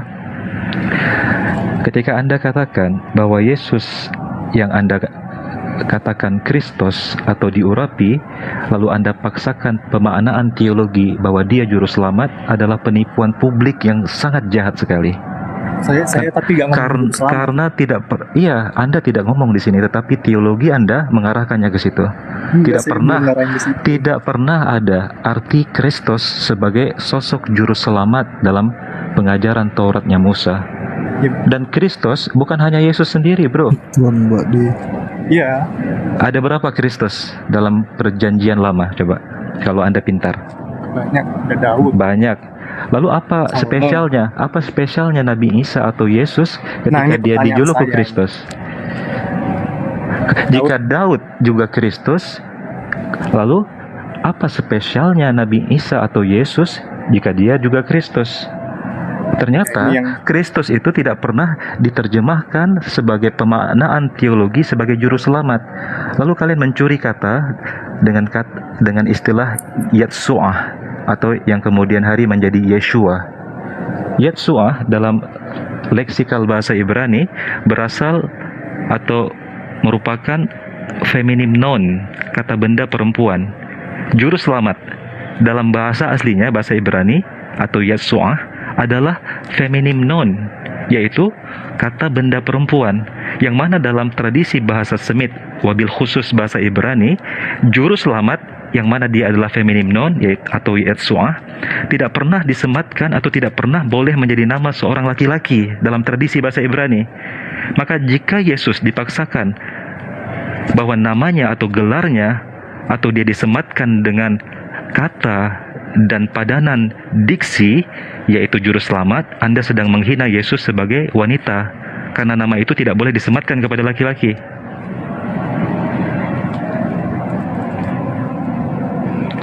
Itulah kegabrulan dalam teologi Anda yang saling bertabrakan karena bernafsu sekali untuk membawa sebuah doktrin yang membabi buta menabrak berbagai kaidah ilmu.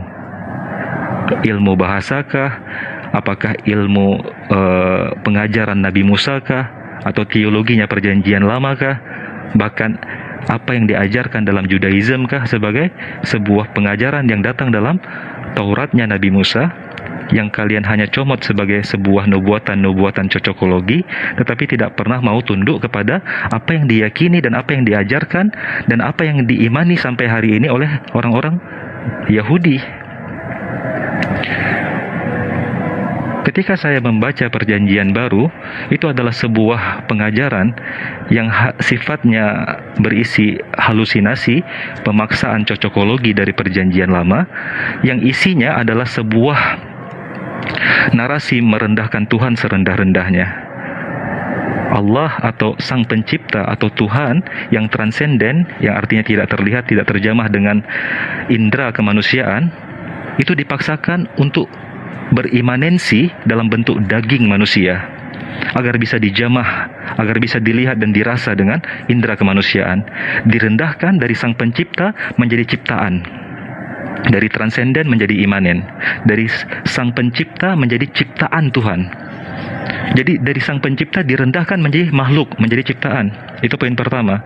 Nggak sampai di situ perendahan kepada Tuhan, ajaran Anda dalam perjanjian baru. Yohanes 1:29. Yohanes pada pagi hari melihat Yesus, lalu dia berkata, "Lihatlah anak domba Tuhan, penghapus dosa dunia." Lalu Sang Tuhan yang telah direndahkan menjadi manusia direndahkan lagi menjadi binatang. Terlepas itu alegoris, metaforis, atau kiasan, tetap domba itu adalah binatang. Tidak bisa diartikan malaikat, tidak bisa diartikan bintang ataupun bulan. Tetap hakikatnya adalah binatang. Maka tidak pernah ajarannya perjanjian lama atau Judaism atau ajaran nabi-nabi Israel sebelumnya mensimbolisasikan Tuhan dengan binatang. Sampai Yesus datang kembali, Anda tidak akan pernah mendapatkan Nabi Musa atau Abraham atau Noah, bahkan Daud dan Salomo pernah mensimbolkan Tuhan Sang Pencipta dengan binatang. Hanya ajaran pagan yang melakukan simbolisasi Tuhan Sang Pencipta dengan binatang. Maka ada Tuhan transenden yang berimanensi menjadi monyet, namanya Hanuman. Maka ada dalam tradisi Hindu Tuhan yang transenden berimanensi menjadi gajah, namanya Tuhan Ganesha. Dalam ajaran Anda ada Tuhan transenden bernama Bapa berimanensi menjadi domba, namanya Yesus. Itu hanya dilakukan oleh para penyembah pagan. Tidak sampai di situ perendahan Tuhan dengan narasi-narasi menghujat Tuhan atau merendahkan dan menghina Tuhan digenapi oleh Paulus dalam suratnya Galatia 3:13, maka sebab ada tertulis, terkutuklah yang mati di kayu salib. Sudah direndahkan Tuhan menjadi ciptaan, direndahkan lagi menjadi binatang, maka dikatakan kematian Tuhan terkutuk. Jadi Anda pelajari dulu narasi yang saya sampaikan tadi, dan itu adalah Alkitabiah. Semua terkutip, semua tercatat, tertulis dalam kitab Anda. Oke, saya mau izin sholat subuh dulu. Barakallahu fikum. Ya. Diumumkan kepada seluruh kaum muslimin dan muslimat waktunya sholat subuh untuk Jabodetabek dan sekitarnya, Jakarta, Bogor, Tangerang, Bekasi dan sekitarnya. Selamat menunaikan ibadah sholat subuh. Ya, dan yang sudah sholat dilanjut. Di Aceh masih sekitaran 45 menit lagi lah, insyaallah. Lanjut dulu. Lanjut nih.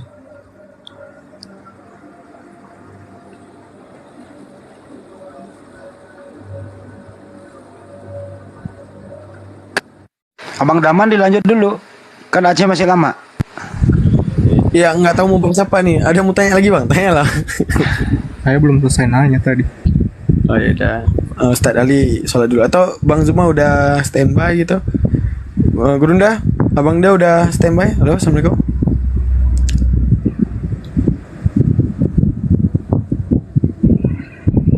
Atau sudah tidur? Enggak lah, belum tidur itu. Oh iya. Ada di bawah katanya waktunya jam batu tuh. Buset. Tuan lu yang batu penjuru, kampret.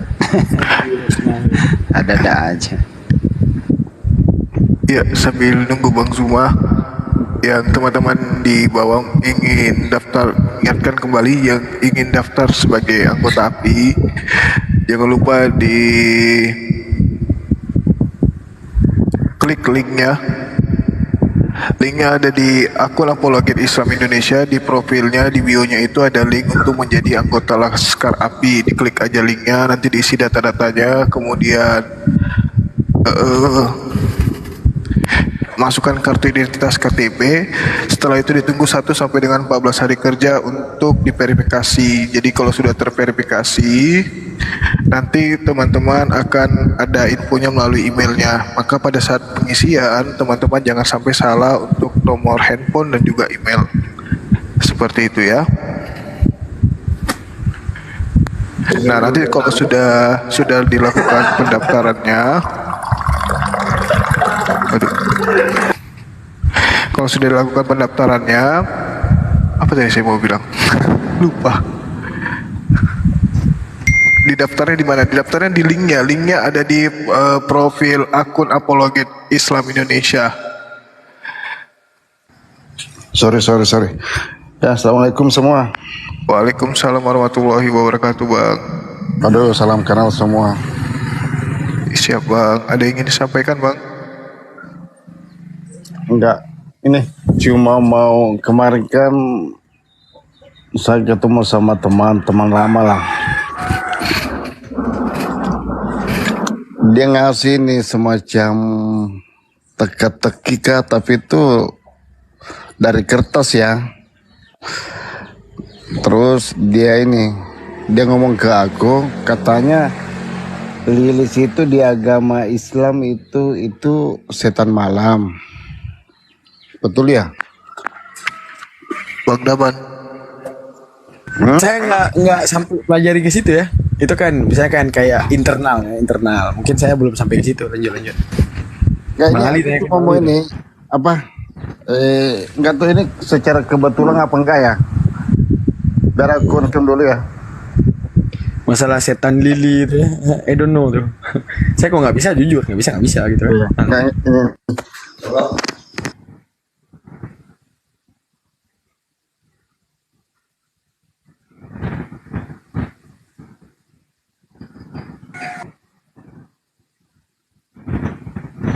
Kemana tuh?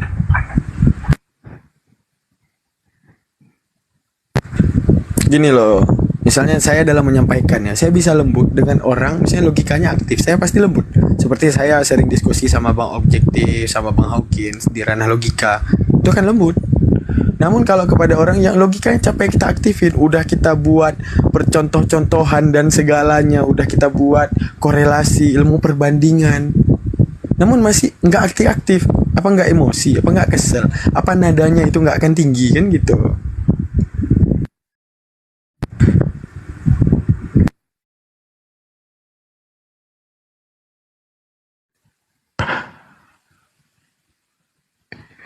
Ya, Bang Damadat, ada masih ingin disampaikan, Bang?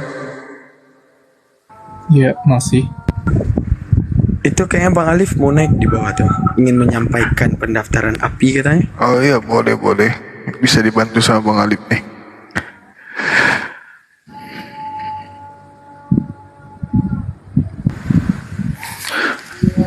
Mumpung ada kursi. Assalamualaikum warahmatullahi wabarakatuh. Waalaikumsalam warahmatullahi wabarakatuh.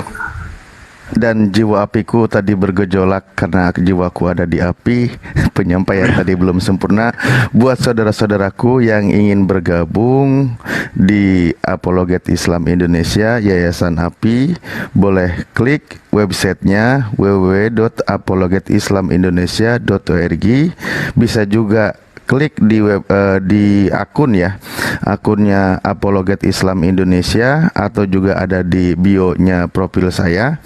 Silahkan diklik, ikuti arahan pendaftarannya. Di situ Anda akan terarahkan, nanti akan bergabung, isi semua datanya, lalu enter, nanti diverifikasi oleh tim dari atau admin dari API ini ya.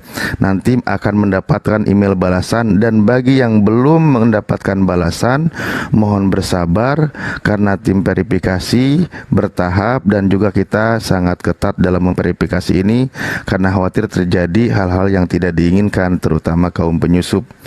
Nah, itu saja mungkin yang saya sampaikan. Sering banyak pengaduan soalnya kawan-kawan kita itu kok saya belum. Jadi mohon izin bersabar karena banyak yang mengantri di belakang, ada ribuan orang. Jadi mohon izin kesadarannya untuk bersabar ya. Intinya semua ketika sudah mendaftar dan ingin bergabung, kita semua sudah sama-sama satu semangat, satu visi, satu misi. Kita berjuang bersama, kita berdakwah bersama, kita bersilaturahmi, kita bertemu saudara lintas daerah bahkan lintas negara. Nah, mungkin itu saja yang mau saya sampaikan.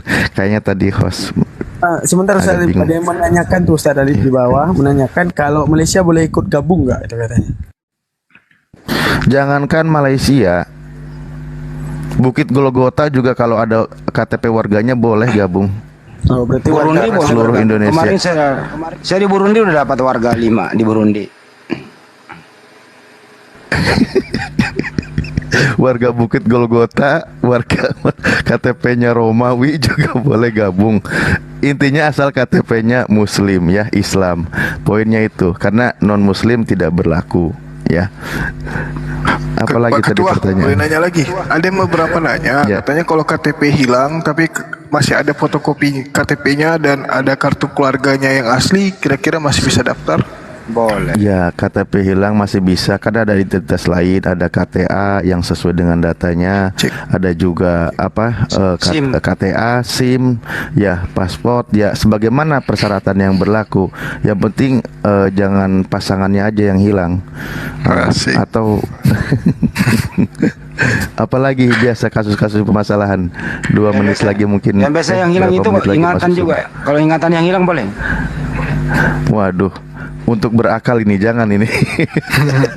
Iya, syarat itu 17 tahun ke atas ya teman-teman, sama harus beragama Islam. Seperti itu. Dan untuk pendaftarannya gratis, tidak dikenakan biaya sepeser pun. Lanjut Pak Ketua. Itu ada pertanyaan, kalau KTP-nya ada, orangnya hilang gimana? Ya Allah. KTP-nya aja yang daftar. Astagfirullah. Jadi makin lucu pertanyaannya. Ya. Bagus pertanyaannya, bagus tuh. Pertanyaannya bagus tuh. Iya bagus. Bagus. Bang Hadi yang punya jawaban cantik biasanya. Ya. Ada 2 kemungkinan orangnya hilang itu. Bisa jadi udah almarhum, atau lagi dia melarikan diri karena tidak bertanggung jawab atas perbuatannya. Jadi jangan didaftar lah. Oke, itu jawabannya.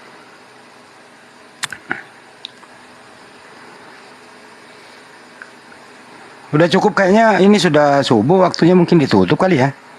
Iya, boleh kan? Aku izin pamit menyampaikan itu, berhubung ada waktu dan ada kursi, saya izin kembali turun lagi. Tafadhol semua, tempatku masuk subuh. Pak Ketua. Udah mau tutup Jangan kita dulu. ini. Ustadz kan baru datang nih ya, diberi tugas dong untuk menutup sekalian. Edukasi, diskusi, apapun pada sampai pagi hari ini. Ketua lah yang tutup, silakan.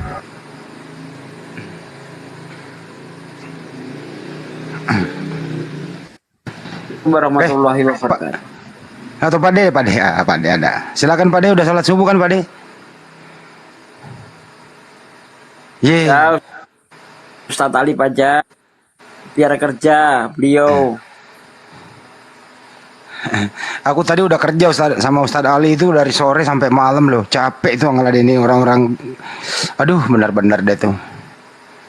Untung Ustadz Ali sabar banget hadapi orang diskusi nggak bawa akal. Silakan Ustadz, ditutup dulu. Ya, Pak Ketua. Pak Ketua. Lagi adzan subuh, bentar, lagi adzan subuh. Oh iya. Kores. Sholat kali dia nih. Mbak D mau naik. Mbak D. Yang di YouTube dulu deh, aku tutup kalau gitu.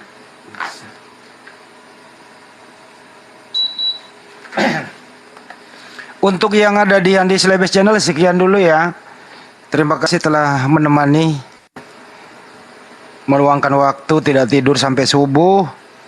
Semoga bermanfaat apa yang disampaikan oleh para guru-guru di sini. Berbagai disiplin ilmu, baik ilmunya Pak Daman yang cukup mengedukasi kita semua, cara menghadapi pertanyaan dari yang gabrul sampai yang ateis, sampai yang Buddha bisa terjawab dengan tuntas. Lebih kurangnya ya mohon dimaafkan.